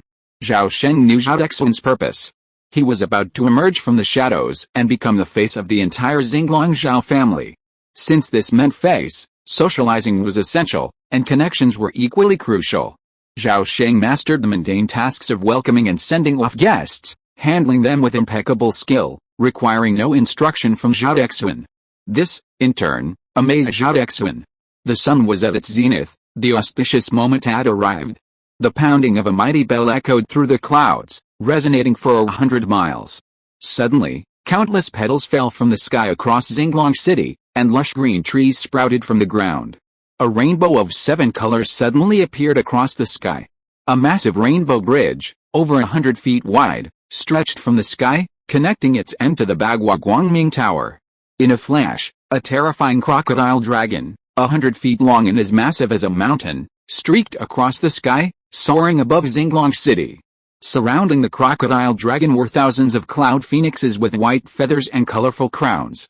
On the bird's back stood figures, some dignified and majestic, some aloof and beautiful, some otherworldly, some possessing extraordinary bearings. Without exception, they were all members of the Dong family's immortal cultivators. Amidst the sounds of joyous music, the palace gates atop the crocodile dragon's back slowly opened, and 2 rows of men and women in red emerged, each carrying a variety of priceless treasures. The sheer size of the Duong family's wedding procession and the sheer wealth of its dowry were truly astonishing, a subject of fascination among the Zhao clan of Xinglong City for centuries. Most residents of Xinglong City only witnessed a bride, adorned in a phoenix coronet and bridal robe, as she emerged from the palace before being carried by her high-spirited groom to the Guangming Tower. As for the subsequent wedding ceremony, only a select few core members of the clan and distinguished guests, granted spectator privileges, were able to witness the grand ceremony. In fact, some of the invited immortal cultivators were deeply impressed by the Xinglong Zhao clan's demonstrated strength and unfathomable connections. Some forces that were unaware of the truth, after seeing with their own eyes that most of the top forces in Central Continent had even sent people to send congratulatory gifts, immediately became even more fearful of the Xinglong Zhao family. For a time, it was unknown how many forces gave up their intentions to harm the Zhao family, and how many forces quickly changed their attitudes and chose to actively approach the Zhao family. It can be said that the Xinglong Zhao family made a huge profit in the matter of Zhao Sheng's marriage. Accelerate the plot. Chapter 250, a large family with a lot of money but insufficient income. With her hair adorned with clouds and a golden hairpin, the hibiscus tent warms the spring night. The spring night is short, the sun rises high, and from then on, the emperor no longer attends court early. 3 months had passed since the wedding. In the early morning, a thin mist formed, and Xinglong City gradually emerged from its slumber. The city gates opened, and the streets began to bustle with people, and then with traffic. Suddenly, a short, stout, middle-aged man with a dark face emerged from the second floor of Guangming Tower in the heart of Xinglong City. He swung out a flying sword, then soared into the air, transforming into a rainbow of swords, soaring at high speed towards the south of the city. Soon, the rainbow circled halfway and quickly landed in front of the gate of a large mansion. "Greetings, elder," a shrewd and capable young man at the gate of the mansion, upon seeing Zhao Degan, rushed forward and saluted respectfully. "Xia Aliu, go in and report quickly. Tell them I need to see your master," Zhao Degan said with a solemn expression, waving his hand. Zhao Wuliu's face faltered upon hearing this. He pointed to the rising sun in the east and hesitantly said, "Forgive me, elder. It's still early. If I've disturbed you, master, I'm afraid. Why don't you go to the Zillion Hall and sit for a while?" Zhao Degan, suddenly realizing this, said, I was so busy I almost forgot the rules Madam set." "Very well, I'll go to the Zillion Hall and have some tea and rest for a while. Thank you, elder, for your consideration. Please come in." Zhao Wuliu politely led Zhao Degan into the mansion. Zhao Sheng and Dong Miaozun had been married for 3 months, adhering to the principle of the man managing the outside world and the woman the inside. The day after their wedding, Zhao Sheng entrusted his wife with full responsibility for the finances and personnel of the mansion. Dong Miaozun was, after all, the eldest daughter of an ancient family. Besides her inestimable dowry, she also brought with her thousands of servants and maids. The Zhao family assigned Zhao Sheng at his beck and call, numbering at least 1,000 men. With these 2,000 men, the Zhao family quickly built up its vast estate, and established rules within the mansion. In just a few months, Dong Miaozun not only managed the Zhao residence with impeccable order, but everyone in the household was completely devoted to her and held her in awe. Interestingly, while the Zhao residence had many rules, one unspoken rule stood out as more important than all: do not disturb the master's deep sleep. The true meaning of this phrase was well understood by those who had experienced it, and needed no further explanation. At noon, in the Zillion Hall, Zhao Degan leisurely sipped tea. At this time, Zhao Sheng walked in from outside with a lazy look on his face. As he walked in, he asked nonchalantly, "Master Gang, what's the matter that requires you to look for me so urgently?" "King Gang, the elders' meeting has just reported a piece of important intelligence. I felt that I should inform you as soon as possible, so I came to you immediately after the meeting." Zhao Sheng had just sat down at the head of the table. When he heard this, he was stunned. "Why is it so urgent?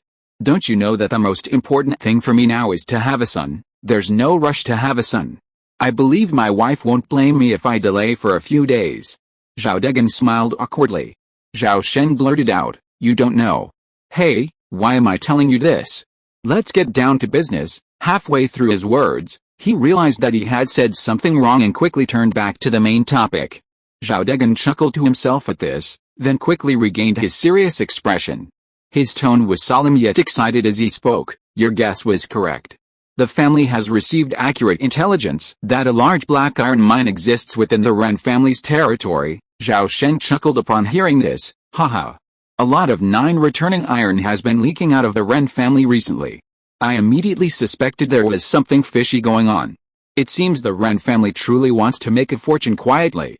Unfortunately, this treasure is too vast for the Ren family to conceal or protect. 9. Returning iron is the finest of iron essences, extremely rare, and only found in small quantities in large black iron mines. The Ren family they were referring to was a newly established foundation-building family near Xinglonggyuan. Just like the Zhao family's pioneering work on Rotten Peach Mountain 800 years ago, the Ren family had successfully seized a gold-type spiritual vein during the Land Expansion War 300 years ago, thus establishing their foundation. After Zhao Sheng finished speaking, he asked, "What are the opinions of the clan elders? Will we monopolize the property, or will we share a percentage of the profits?" Zhao Degeng's face was grim as he replied in a cold voice, "The head of the clan has decided to divide up the Ren family. That large black iron ore mine must be ours alone, and the rest of the profits will be left to others." Without Zhao Sheng's further questioning, he immediately shared his entire plan. It turned out that the Zhao family intended to remain hidden, allowing only the affiliated forces of the Gong family, an allied family, and the Sanshan Dao to attack the Ren family. "Have you found your victim?" Zhao Sheng asked. "We've just found one. 200 years ago, the Ren family wiped out a small Zhou family. We now have their descendants. Which lineage have you chosen?" "A member of the Ren lineage, whose name is used as a generation name. They will be relocated to the Ren family's territory, along with 2,000 of their secular relatives. They will have no official connection to us." Zhao Sheng was accustomed to these clans' outlandish maneuvers. For a clan to grow and prosper, the more people and territory the better. However, in the world of Central Continent's immortal cultivation, all factions must abide by the rules and not act recklessly. Therefore, sometimes it's important to maintain a few layers of prudence, but even more crucial is the legitimate nature of the matter. Since the Elders' Council has already made all the necessary arrangements, why are you rushing to visit us? Zhao Sheng slammed his chair, a look of confusion on his face. Zhao Degeng immediately cried out in frustration, "My 13th master. You're rich, so of course it doesn't matter. But don't forget that we have so many members to support. We're all broke. Zhao Sheng suddenly understood, slapping his forehead in frustration. He was a man who didn't know the hunger of the hungry, and he had almost forgotten that most of the Zhao family's immortal cultivators were extremely short of money. It was, in fact, the Zhao family's rapid development and population growth that led to a significant increase in the number of immortal cultivators. With so many immortal cultivators, even if the Zhao family had more industries, they would not be able to meet their needs. Furthermore, the development of Xinglonggyuan was a bottomless pit. Building Xinglong City, transforming marshes into land, repairing rivers, developing spiritual fields, purchasing spiritual grain and medicinal seeds, and cultivating spiritual grains and medicinal herbs, every effort required a vast expenditure of spiritual stones. Over the years, Xinglonggyuan had devoured an incalculable amount of the Zhao family's resources. Although a significant amount of spiritual grain and medicinal herbs had been produced, this output was a drop in the bucket compared to the ever-increasing debt. The Zhao family, seemingly thriving, could be described as a large family with a large business, but insufficient to cover its expenses. Over the years, the Zhao family had borrowed over 20 million spiritual stones from the Spirit Stone Bank, with the annual interest payments alone exceeding 3 million. They absolutely dared not default on their debts. With the Spirit Stone Bank backed by the 10 major sects of Central Continent, the Zhao family absolutely dared not become a defaulter. As the old saying goes, murder and arson bring gold. If the Zhao family wanted to quickly repay its debts and simultaneously grow stronger, the fastest path forward was undoubtedly to exploit the smaller ones and continuously annex other factions. At this point, Zhao Sheng understood Zhao Degeng's intentions and sighed, "Alice, this is all the fault of the Spirit Stones. Since you're here, you must have an idea. Tell me, King Gang, here's what I think. The Ren family has a total of 3 foundation establishment cultivators. If we want to divide the Ren family quickly, these 3 must be eliminated in advance, and to prevent word from leaking out, we must try to eliminate all 3 simultaneously. We won't touch the late foundation establishment cultivator. But we must do everything we can to seize Ren Zidong, who is in the middle stage of foundation establishment. The Xinglong Zhao family has nearly 30 foundation establishment cultivators, plus 2 from 2 affiliated families. They are a vast majority and a small force. Killing the Ren family's foundation establishment cultivators is directly related to the ultimate distribution of benefits." Zhao Degen's implication is self-evident.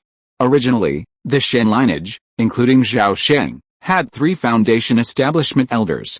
With Zhao Degen's attachment, there are only 4. Zhao Sheng's status and strength within the family are unquestionable. If he takes action, the other elders will find it difficult to compete with him. Zhao Sheng didn't hesitate and quickly agreed, "Okay, I will discuss it with the head of the family in 2 days." Zhao Degen left happily.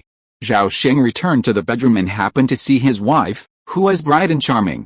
He was immediately eager to do something, but it was not good to indulge in lust in broad daylight, so he immediately restrained his desire and turned into a gentleman again.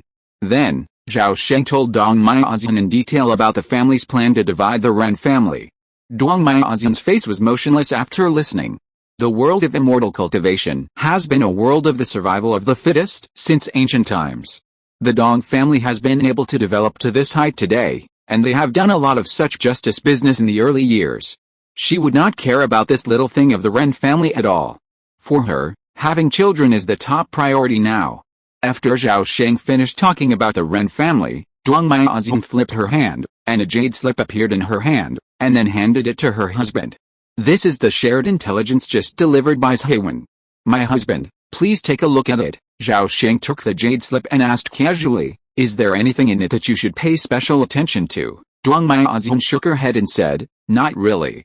The only one to pay attention to is the great demon king Zhu Sanju, who recently slaughtered another giant family. Ziyang Sec's Gen C's Henring failed to advance to the nascent soul stage and died on the spot under the heavenly tribulation. A sudden riot broke out in the black market of Dongshan City, resulting in heavy casualties and the looting of many shops. The initial judgment is that 5 giant and independent cultivators from Bihan continent were robbing each other. Zombie ghosts in the Xianzang Yuan have been rioting one after another, and there are signs of a corpse tide. Note, the seal between the 2 realms has inexplicably loosened, and the cause of the loosening is being investigated. The new generation of the Tai Shuanganying sect has been traveling around the southern border, and along the way, the demon king Huandi has escaped from the Beastmaster sect's forbidden area again and whose current whereabouts are unknown. After Zhao Sheng finished reading the hundreds of pieces of information contained in the jade slip, he immediately grasped a complete understanding of the major events that had occurred in Central Continent over the past month. The weaving net was truly a vast, all-encompassing web, a network of laws that had taken the Dong family 10,000 years to weave. It enveloped the entire Central Continent.